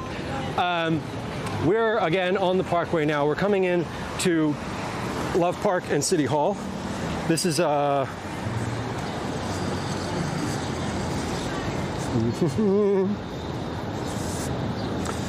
This is, oh, I just got an alert on my phone. Uh-oh, what is that about? I've used 2 gigs of data. Oh no, in one session? No way. 2 gigs of data. That's like nothing. Good thing my SIM card supports more than that. Thanks for the alert, though. Anyway, this is the parkway. We're gonna go through Love Park. Love Park used to be. They changed it recently within the past couple years. The layout of it is completely different now. It's in the same location, but it used to be big. It was a little bit more dense and closed in. There's a lot more like benches and walls and concrete features, for lack of a better term, that are now sort of gone. It's open and sort of flat and different than it used to be. I can't decide if I like it or not. I kind of don't, but also they made the one thing that I will say that they did at Love Park that it made it a huge improvement is the fountain. Much like Logan Circle, the fountain at Love Park used to be, they used to try to keep people out of it, right? And now they designed it as something that is intentionally to get into. So they sort of rolled with like all good infrastructure to be used. Let's say this the right way, Lou. Like all good infrastructure designed to be used by humans, it was designed around the way that humans use it, not the way that the planners or people who are paying for it think that they want people to use it. They actually took the use case of the fountain over years and were like, hey, we've been trying to keep people out of this thing for decades now. Let's make a fountain that you can get in. And that's designed for that. So I will say about Love Park that it is really nice in the sense that this fountain is made to walk into.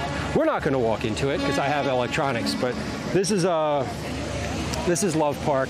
So there's 2 things that people take their picture in front of and line up to take their picture in front of. One of them is the Rocky statue. The other one is the love sign, which if you've ever just kind of, like if you go to a search engine, image search, type in the word Philadelphia, one of the top probably 10 results is this little piece of art up here that says love. But this is Love Park. This used to be a big skateboarder spot. It's not anymore because they changed the design of it.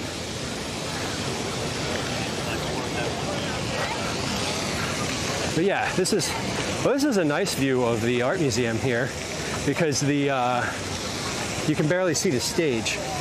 So this is the parkway from the other direction. And this is what used to be a fountain that they actively tried to keep people out of is now a fountain designed to make people, to invite people in to hang out, which is really lovely. KBJ, I have kids. I have a child to bring with me. He's just not with me today. Philly 250 gift shop. But yeah, this is the love sign.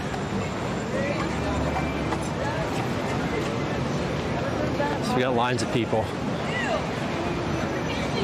Free photo, just sit. Okay. There you go. So yeah, people are like lined up to do the love statue, which is really fun. I feel like this is one of those things that like they tell you, there's plenty of things that I would tell you as a tourist not to do, but like this is easy. Get a picture with the love statue, of course. Like you should. What is the photo? Free photo, just sit.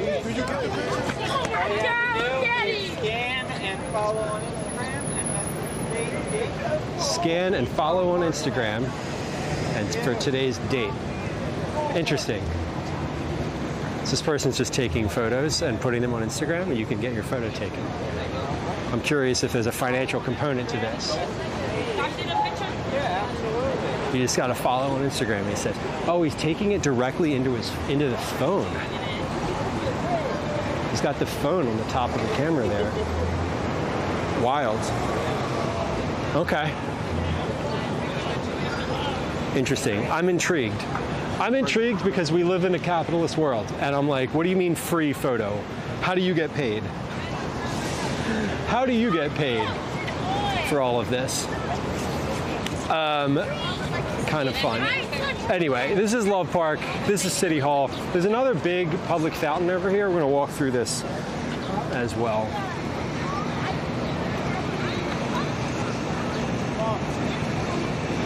Let's go this way because I have the light.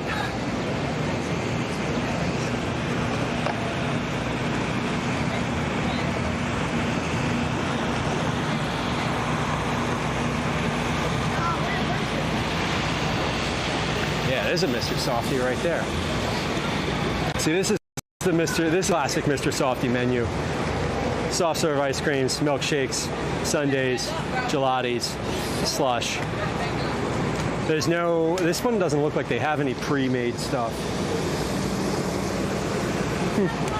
Yeah, KBJ, it's definitely a, oh, there's one of these evil fucking robots. Sorry, I hate these things.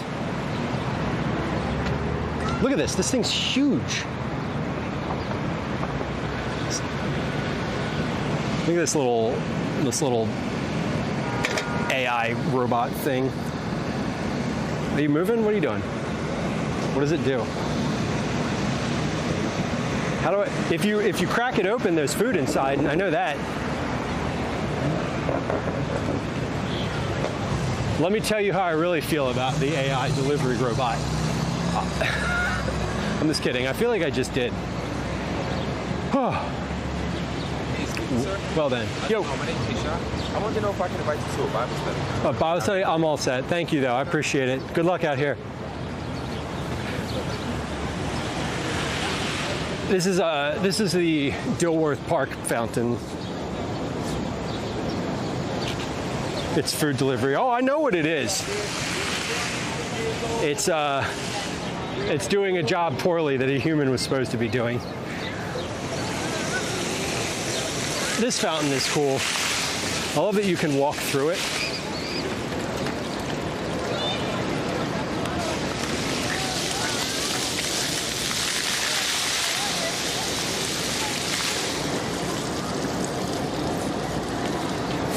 I don't want to go to a random Bible study. You know, I don't, and I feel like I was polite about that. Oops, excuse me. But no, you know, I really don't want to go to a random Bible study. I'm good. Thank you, though.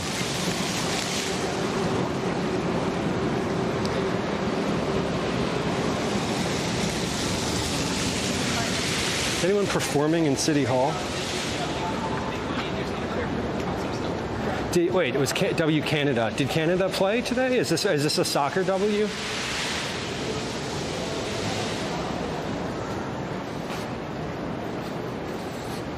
Oh my gosh. Are we up to 20 kilometers yet today? We might be. These are fun. Have you all seen or encountered these before? They're a portal. So it's a live feed to different parts of the world. This is England. There's like the camera. There's a camera up at the top, and they can see us. And then there's a little flag up at the top of the thing that shows where this person is. So this person is probably is in England. It says this is also England, but this doesn't. Is this also England? What time is it in England? Let's see. It's 5:05. So it's 9 p.m. there. Oh, Tide. Let's go, Canada. I love that. Big fan of Canada. This doesn't look like England. The flag up at the top says England, but I don't think it is. These portals are funny because during the day when people are out. Sometimes you'll be here, you'll walk through here, and it'll be like nightlife somewhere, and it'll be like in some square, and there'll be like a bunch of like people out partying. It's kind of fun. These folks on the bench are just chilling and watching whatever's happening. It rotates after a while. It like goes to different cameras. So, oh no, where's this? Poland. Is that Poland? White on top, red on the bottom. It has the little flag up at the top. Yeah, that's definitely Europe because it's dark. That's cool. These are fun. It's fun to stand here and watch them rotate through. They rotate through the same like 4 or 5 spots all the time, which is interesting. All right. I think that we should walk up to Rittenhouse Square and end stream from there. I love ending at Rittenhouse because it's a nice little park. It's good people watching. I can find a place to sit and sit the camera down and, you know, kind of chill for a few minutes. I would love to find a place to refill my water bottle, but I don't think we're going to encounter one between here and there, unless I stop somewhere. I don't really want to stop somewhere. That's okay. But yeah, let's walk up to Rittenhouse. So we're moving. We walked a bunch today. Somewhere in the top right-hand side of the screen is the distance that we've traveled. Last I heard it was 16 kilometers, so it might be more than that. I mean, I know it's more than that now because I've been walking consistently since then, and that was like 45 minutes ago. So we might hit 20K today. That'd be cool. I've hit 20K on stream before. I'm not sure. I know we hit 20K on New Year's Day this year. New Year's Day was the second most steps I've ever taken in a day. That's this calendar year.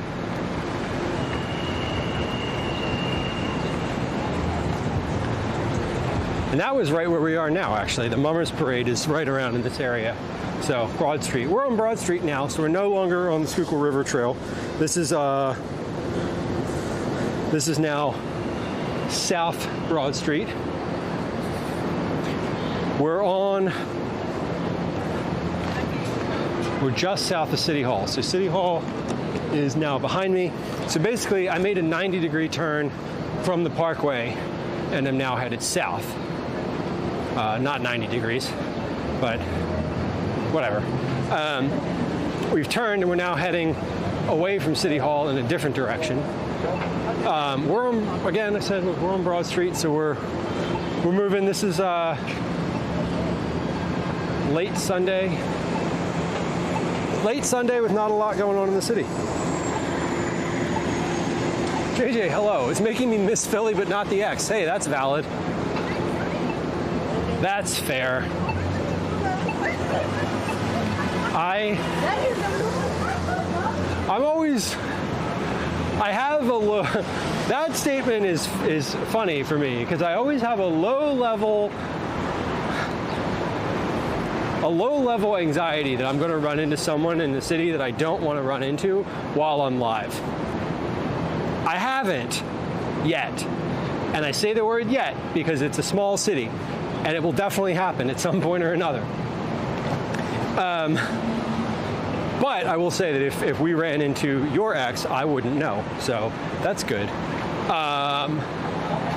And you wouldn't have to interact. So I love walking around the city. It's one of my favorite things to do. I'm very thankful to live in a city that has such a walkable landscape. You can walk from one neighborhood to another. Like, I didn't drive anywhere today. I walked out of my house to where we started stream. And then I walked all the way up to East Falls and back. And that's a lot of walking. It's, genuinely, it's a lot. But I did, it was, everything, it was not unsafe There was like a safe walking path that entire time. And the city is really generally like designed to be pretty walkable. So I appreciate that. It was a colonial city. So when it was established, it was very small. Everybody walked everywhere, or rode a horse, or, you know, took a carriage if you were rich. So everything's relatively close together, and this center city area is dense, very dense. And so I like that. It's one of the things I appreciate about living here, as opposed to cities that are newer, like, and no shade to much larger cities, but like if you go somewhere that was, you know, less than 100 years old, and, you know, it came about in the era of a car, it's designed for a car, and it's a lot less friendly to walkers. So I appreciate Philly, and I'm glad that you enjoy observing. Maybe not the on live part. Yeah, I've run into people live streaming that I know in real life plenty of times. You know, it happens often enough. I'm surprised that it doesn't happen more often, honestly. But I think part of the reason it doesn't happen more often is I am not looking around at the people as much. When I'm live, I'm looking at chat, I'm looking at where I'm going, I'm thinking about where the camera is pointing and where, more specifically, where I shouldn't be pointing it. I'm managing the cable from the camera. There's like other factors that I'm considering. So I'm less looking around at like people's faces and like scanning for recognition. Like I'm just doing a lot less of that. So I bet you that I've passed by people that I know while I'm live, maybe not today, but in general. But I just am not seeing, like I'm not looking for it. I'm not looking for them.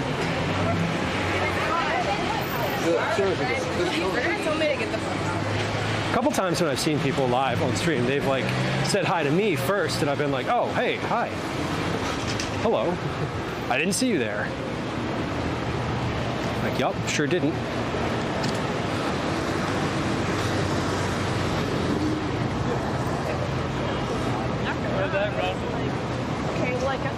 Yeah, there's other factors at play while you're live other than looking around. When I'm just walking on my own, I'm walking more like heads up and scanning people in their faces and things like that.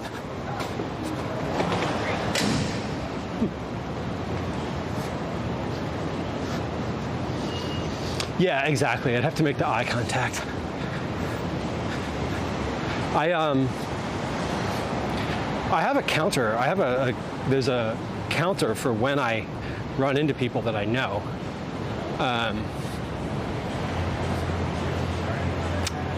If you did command friend count, it would tell you how many times it's been counted on stream. It's a low number. It's less than 10 for sure. But it does happen. Oh, we got performance coming up here. Oh, 4 times. There we go. It's probably more than that, but it just didn't get counted as in some of them, I'm guessing.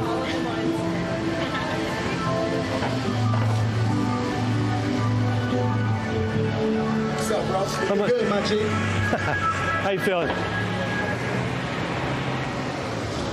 Yo, you know my brother came to roll this up. I'm freestyling like Michael Jordan because I'm goated, bruh. Know a scholar wrote it. You know a scholar wrote it. Freestyle, I've been against the competition, feeling so demoted. Just like I'm Tyler the Creator, I feel it like Peter Parker, swinging from skyscrapers.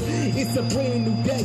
When I'm stepping in the movie, keep ducking on the track. When I'm far from a goofy, haters can't shoot me or knock me out the frame. I'm still spitting something addictive just like it's cocaine. Shout out to the cameraman with the yellow freestyle pen. Man, my homie got the illest camera, and that's a fact. Man, you know my brother increasing the stats with the raps. My name is E-Beth, you know my brother built the crash. Out on the instrumentation, brother, band to make it. I'm coming by myself, you could call it masturbation. Whoa, pause, that was kind of explicit. If I put it in the verse, do you really know I lift it? The kid is too gifted, just like a Christmas present. Still got my fist up, representing black excellence. My name is E-Best, it's still free Palestine to the death of me.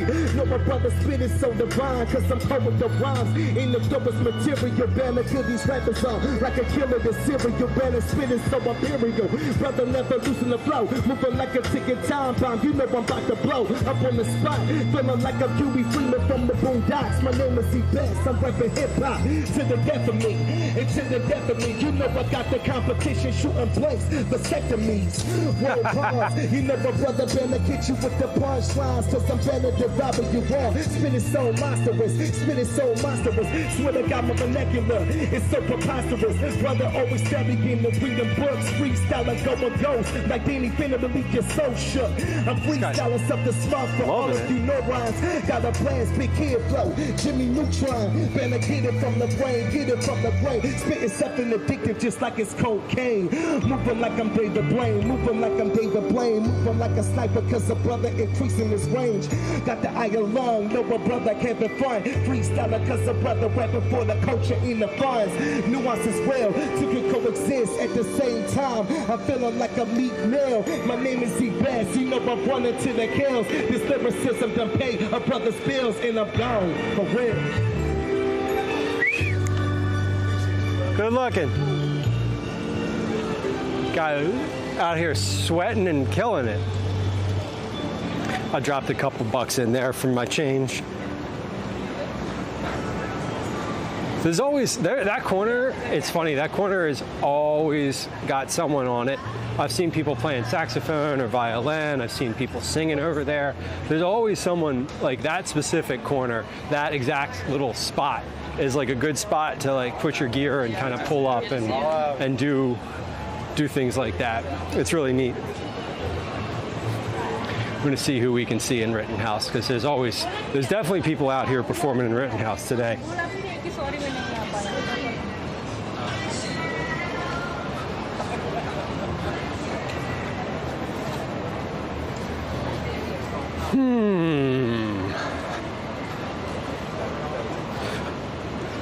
Oh man, it got nice out. Somehow I feel like the sun maybe just dipped a little bit past a certain threshold and the temperature dropped by like 3 or 4 degrees since we started stream, and it's like perfect out right now. Yeah, JJ, Rittenhouse always has folks. Some of them are good, some of them are not.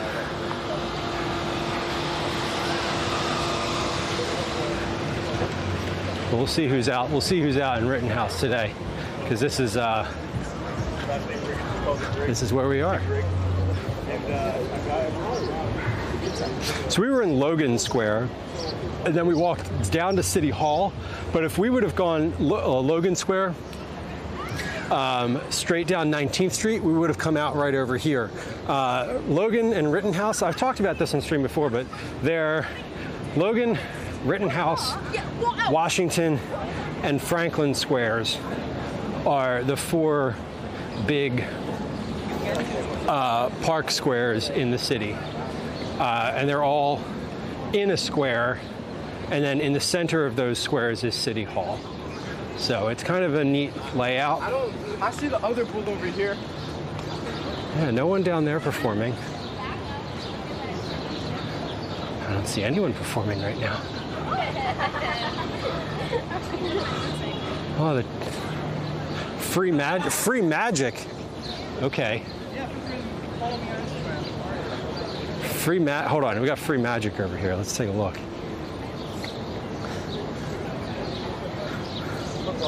Maybe I'll do Magic in Philly. Last one for the. Yeah. You got a Magic in Philly. You got an Instagram? Yeah. Okay. Okay. There you go. Okay. Cool. Pick a card. Let me know when to stop. Oh, jeez. Yeah. I will. Spotlight for you. Oh, y'all have been standing here? Okay. Your turn. Okay. Pick a card. All right. Hold on. Do I say stop or do I just say stop? stop? Okay, take a look. That one. Yeah, show it to all of them too. Okay. All right. Okay. You got it? Got it. Okay. It's the sweaty one. And Y'all remember what it ask was? you- Okay, I'm just making sure. I'm gonna ask you a bunch of questions, okay? Okay. And I just want you to say yes, even if it's not true. Okay. Okay. Yes. Yeah. Yes. Is it a black card? Yes. Is it a red card? Yes. Don't try too hard. That tells me it's the red one. Is it hearts?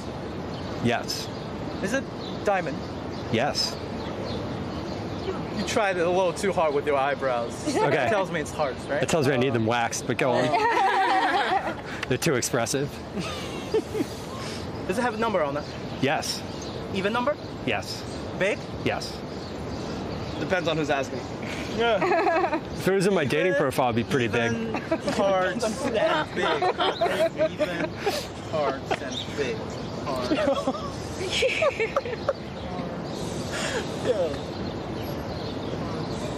Even 8 and 10. Okay. Is this your card? Yes. Huge. Is this your card? Yes. Is this your card? Yes. Is this your card? Yes. Is this your card? Yes. Is this your card? Yes. That was fire. Good. Very cool. That's awesome. Excellent. Thank you. Thank you guys so much. Magic in Philly. We love it. Rittenhouse is always funny. I've never seen you out here. Yeah, it's my 3rd week. Okay, cool. Awesome. Excellent. That's amazing. Thank you so much. Very cool. Awesome. Let's go to the casino. Yeah, we're coming to the casino. Magic in Philly. Excellent. I'm going to, hold on, I got to follow. I will follow. Sounds good. Instagram, we love that. That's cool. Rittenhouse is fun. The chess players are here too. These folks are here 3:30 on Sundays. You can get a chess game in if you want.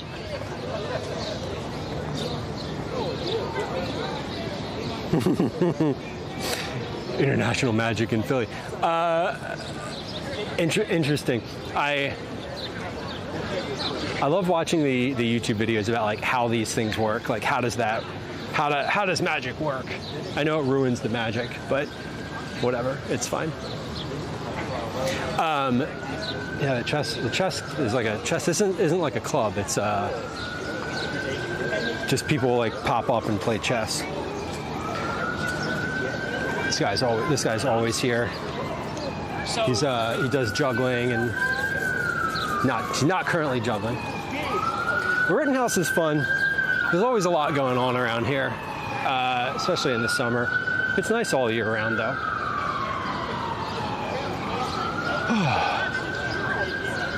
See if anyone's down by the goat. And I think we're gonna wrap up. We're gonna wrap up stream around here. I'm wondering if there is anyone that we know online doing IRL stuff that we could raid over to. I haven't obviously looked at who else is streaming or who's live or any of that today, so I have no idea, but we'll take a look in a moment. Awesome.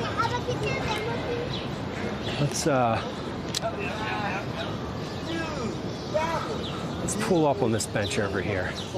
This is perfect. Perfect. Just for a moment.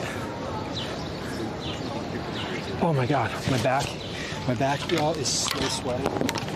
It's literally, my back is quite literally as wet as it could possibly be. It's super gross. It's really genuinely super gross. It's psychology. Yeah, it's like say yes to everything, which is fascinating. I noted that the card that I picked was on the very far end of the deck. Like it was at like the top. It was basically at the top of the deck. So I'm wondering if that had anything to do with it. Yeah, I'm wondering if that had anything to do with it. I don't know. Let's talk about what we're doing on stream. Sofla, thank you. Let's talk about, hold on. Let's talk about me not having the microphone anywhere near my mouth. There we go. On stream this week. This week is going to be an abbreviated week. I know I'm going to stream tomorrow because we're going to do a little bit of camping trip prep. Yeah, we're going to do a little camping trip prep for this week. We're going to make some banana bread, pasta salad. Like, we're going to play the hits, essentially. That's going to be tomorrow. It's going to be hot when we're camping. We're going to be doing we're going to be out on the hottest three hottest days of the year so far, which is kind of amazing. I'm going with two of my friend Drew and my friend Elsham. We're going to be doing just like an easy little camping trip. That is Tuesday, Wednesday, Thursday. We'll be doing that. So tomorrow we're going to be doing a prep for that. Tuesday, Wednesday, Thursday, I'll be out of town camping. I have some plans, right? I was telling you all about doing more IRL stuff. That is heavily in the works. I'm like mid-project for that. Adult camping shawarma. Yeah, exactly. So my two friends that I go with basically twice a year. We've been Drew has been on stream with us before. He's popped into stream a couple times just to say hi. We did a stream like 2 years ago making lumpia. More recently than that, he was on stream when I was sharpening a bunch of his knives. Command Drew, D-R-E-W, in chat if you're curious what he's up to on the internet. But he and my other buddy, who is chronically offline, and good for him, are part of our little camping contingent. Fiona, yeah, we made lumpia on stream. If you do, I wonder if this works. Try command search clips space lumpia. So just search clips and then the word you're searching for. I wonder if I clipped it. This would be a good one because it was a couple years ago. So if you try that, I'm curious to see if that works. It should. Damn. Okay. It might not have indexed that far back. That's also a possibility because it only indexes a certain amount of. It only indexes a certain amount. Anyway, I'm working on expanding that. Anyway, I was talking about doing more IRL stuff coming up. Basically, I'd love to do more pop-up types of things where I'm like, hey, I'm cleaning the fish tank this afternoon. I'm going to go live for like 3 hours while I do that. And so I haven't been able to do that really, and I'm working towards being able to like do that easily. Almost there. I've got a little bit more work to do, but I'm almost to that point. Yeah, nothing. Maybe try search clips Drew, D-R-E-W. That might come up. I know that there's a lumpia. I know that there is a lumpia clip at least. Okay, I'm just looking, couldn't find anything containing Drew. Okay, well, cool. It only indexes a little bit. It only indexes 1,000 clips, I think, which is like wild to say, but it might not have indexed that far back. Cool, that's fine. Anyway, what I mean to say is we're going to do I'm going to be doing a bunch of work this week when I'm not camping to finish that project so that I can do a few more like random streams, like sort of pop-up types of things when I want to and when I feel like it. And so all of that is my next like project. So after this coming stream, after tomorrow's stream, I'm not sure exactly what my schedule is going to be. I don't know if we'll be live again on like Friday or I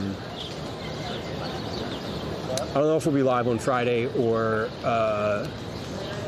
after that at some point. I know we'll be live after that at some point, but I don't know what the schedule is specifically after that. Okay, let's see. I am looking around. I think, where did I see it? Okay, I think I know who I'd like to raid, but I don't see them anymore.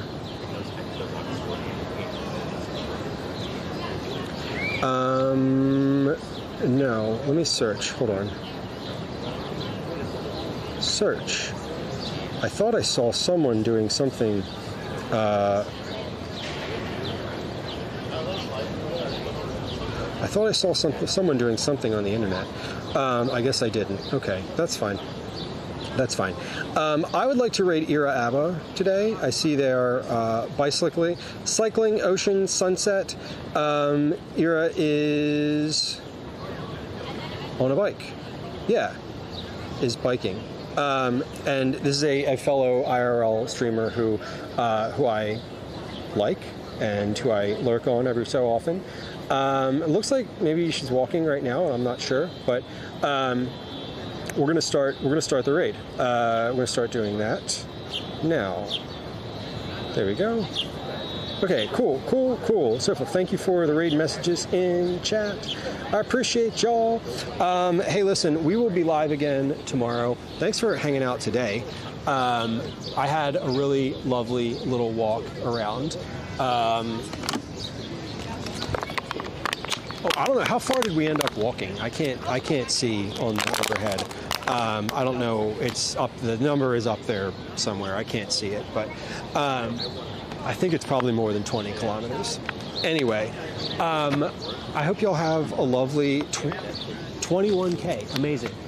Well, my legs feel great, and I'm gonna walk home now. So 21 plus. I hope y'all have a good rest of your Sunday and a good weekend ahead. A good rest of your weekend, a good week ahead. I'll be live again tomorrow. Tomorrow's stream is probably going to start sometime between 4 and 5 p.m. I don't know what is on. I don't know what it says on the calendar, but that's what it should say. JJ, I am going to stretch when I get home. I'm probably going to foam roll and take a shower when I get home. Trauma, I hope you have a good rest of your afternoon too. Not Getty, thank you. Appreciate you all being here. And we'll see you later. Bye. Have a good one. Goodbye. Goodbye, YouTube. Bye. We raided. All right, we're done. And stream. Stop stream.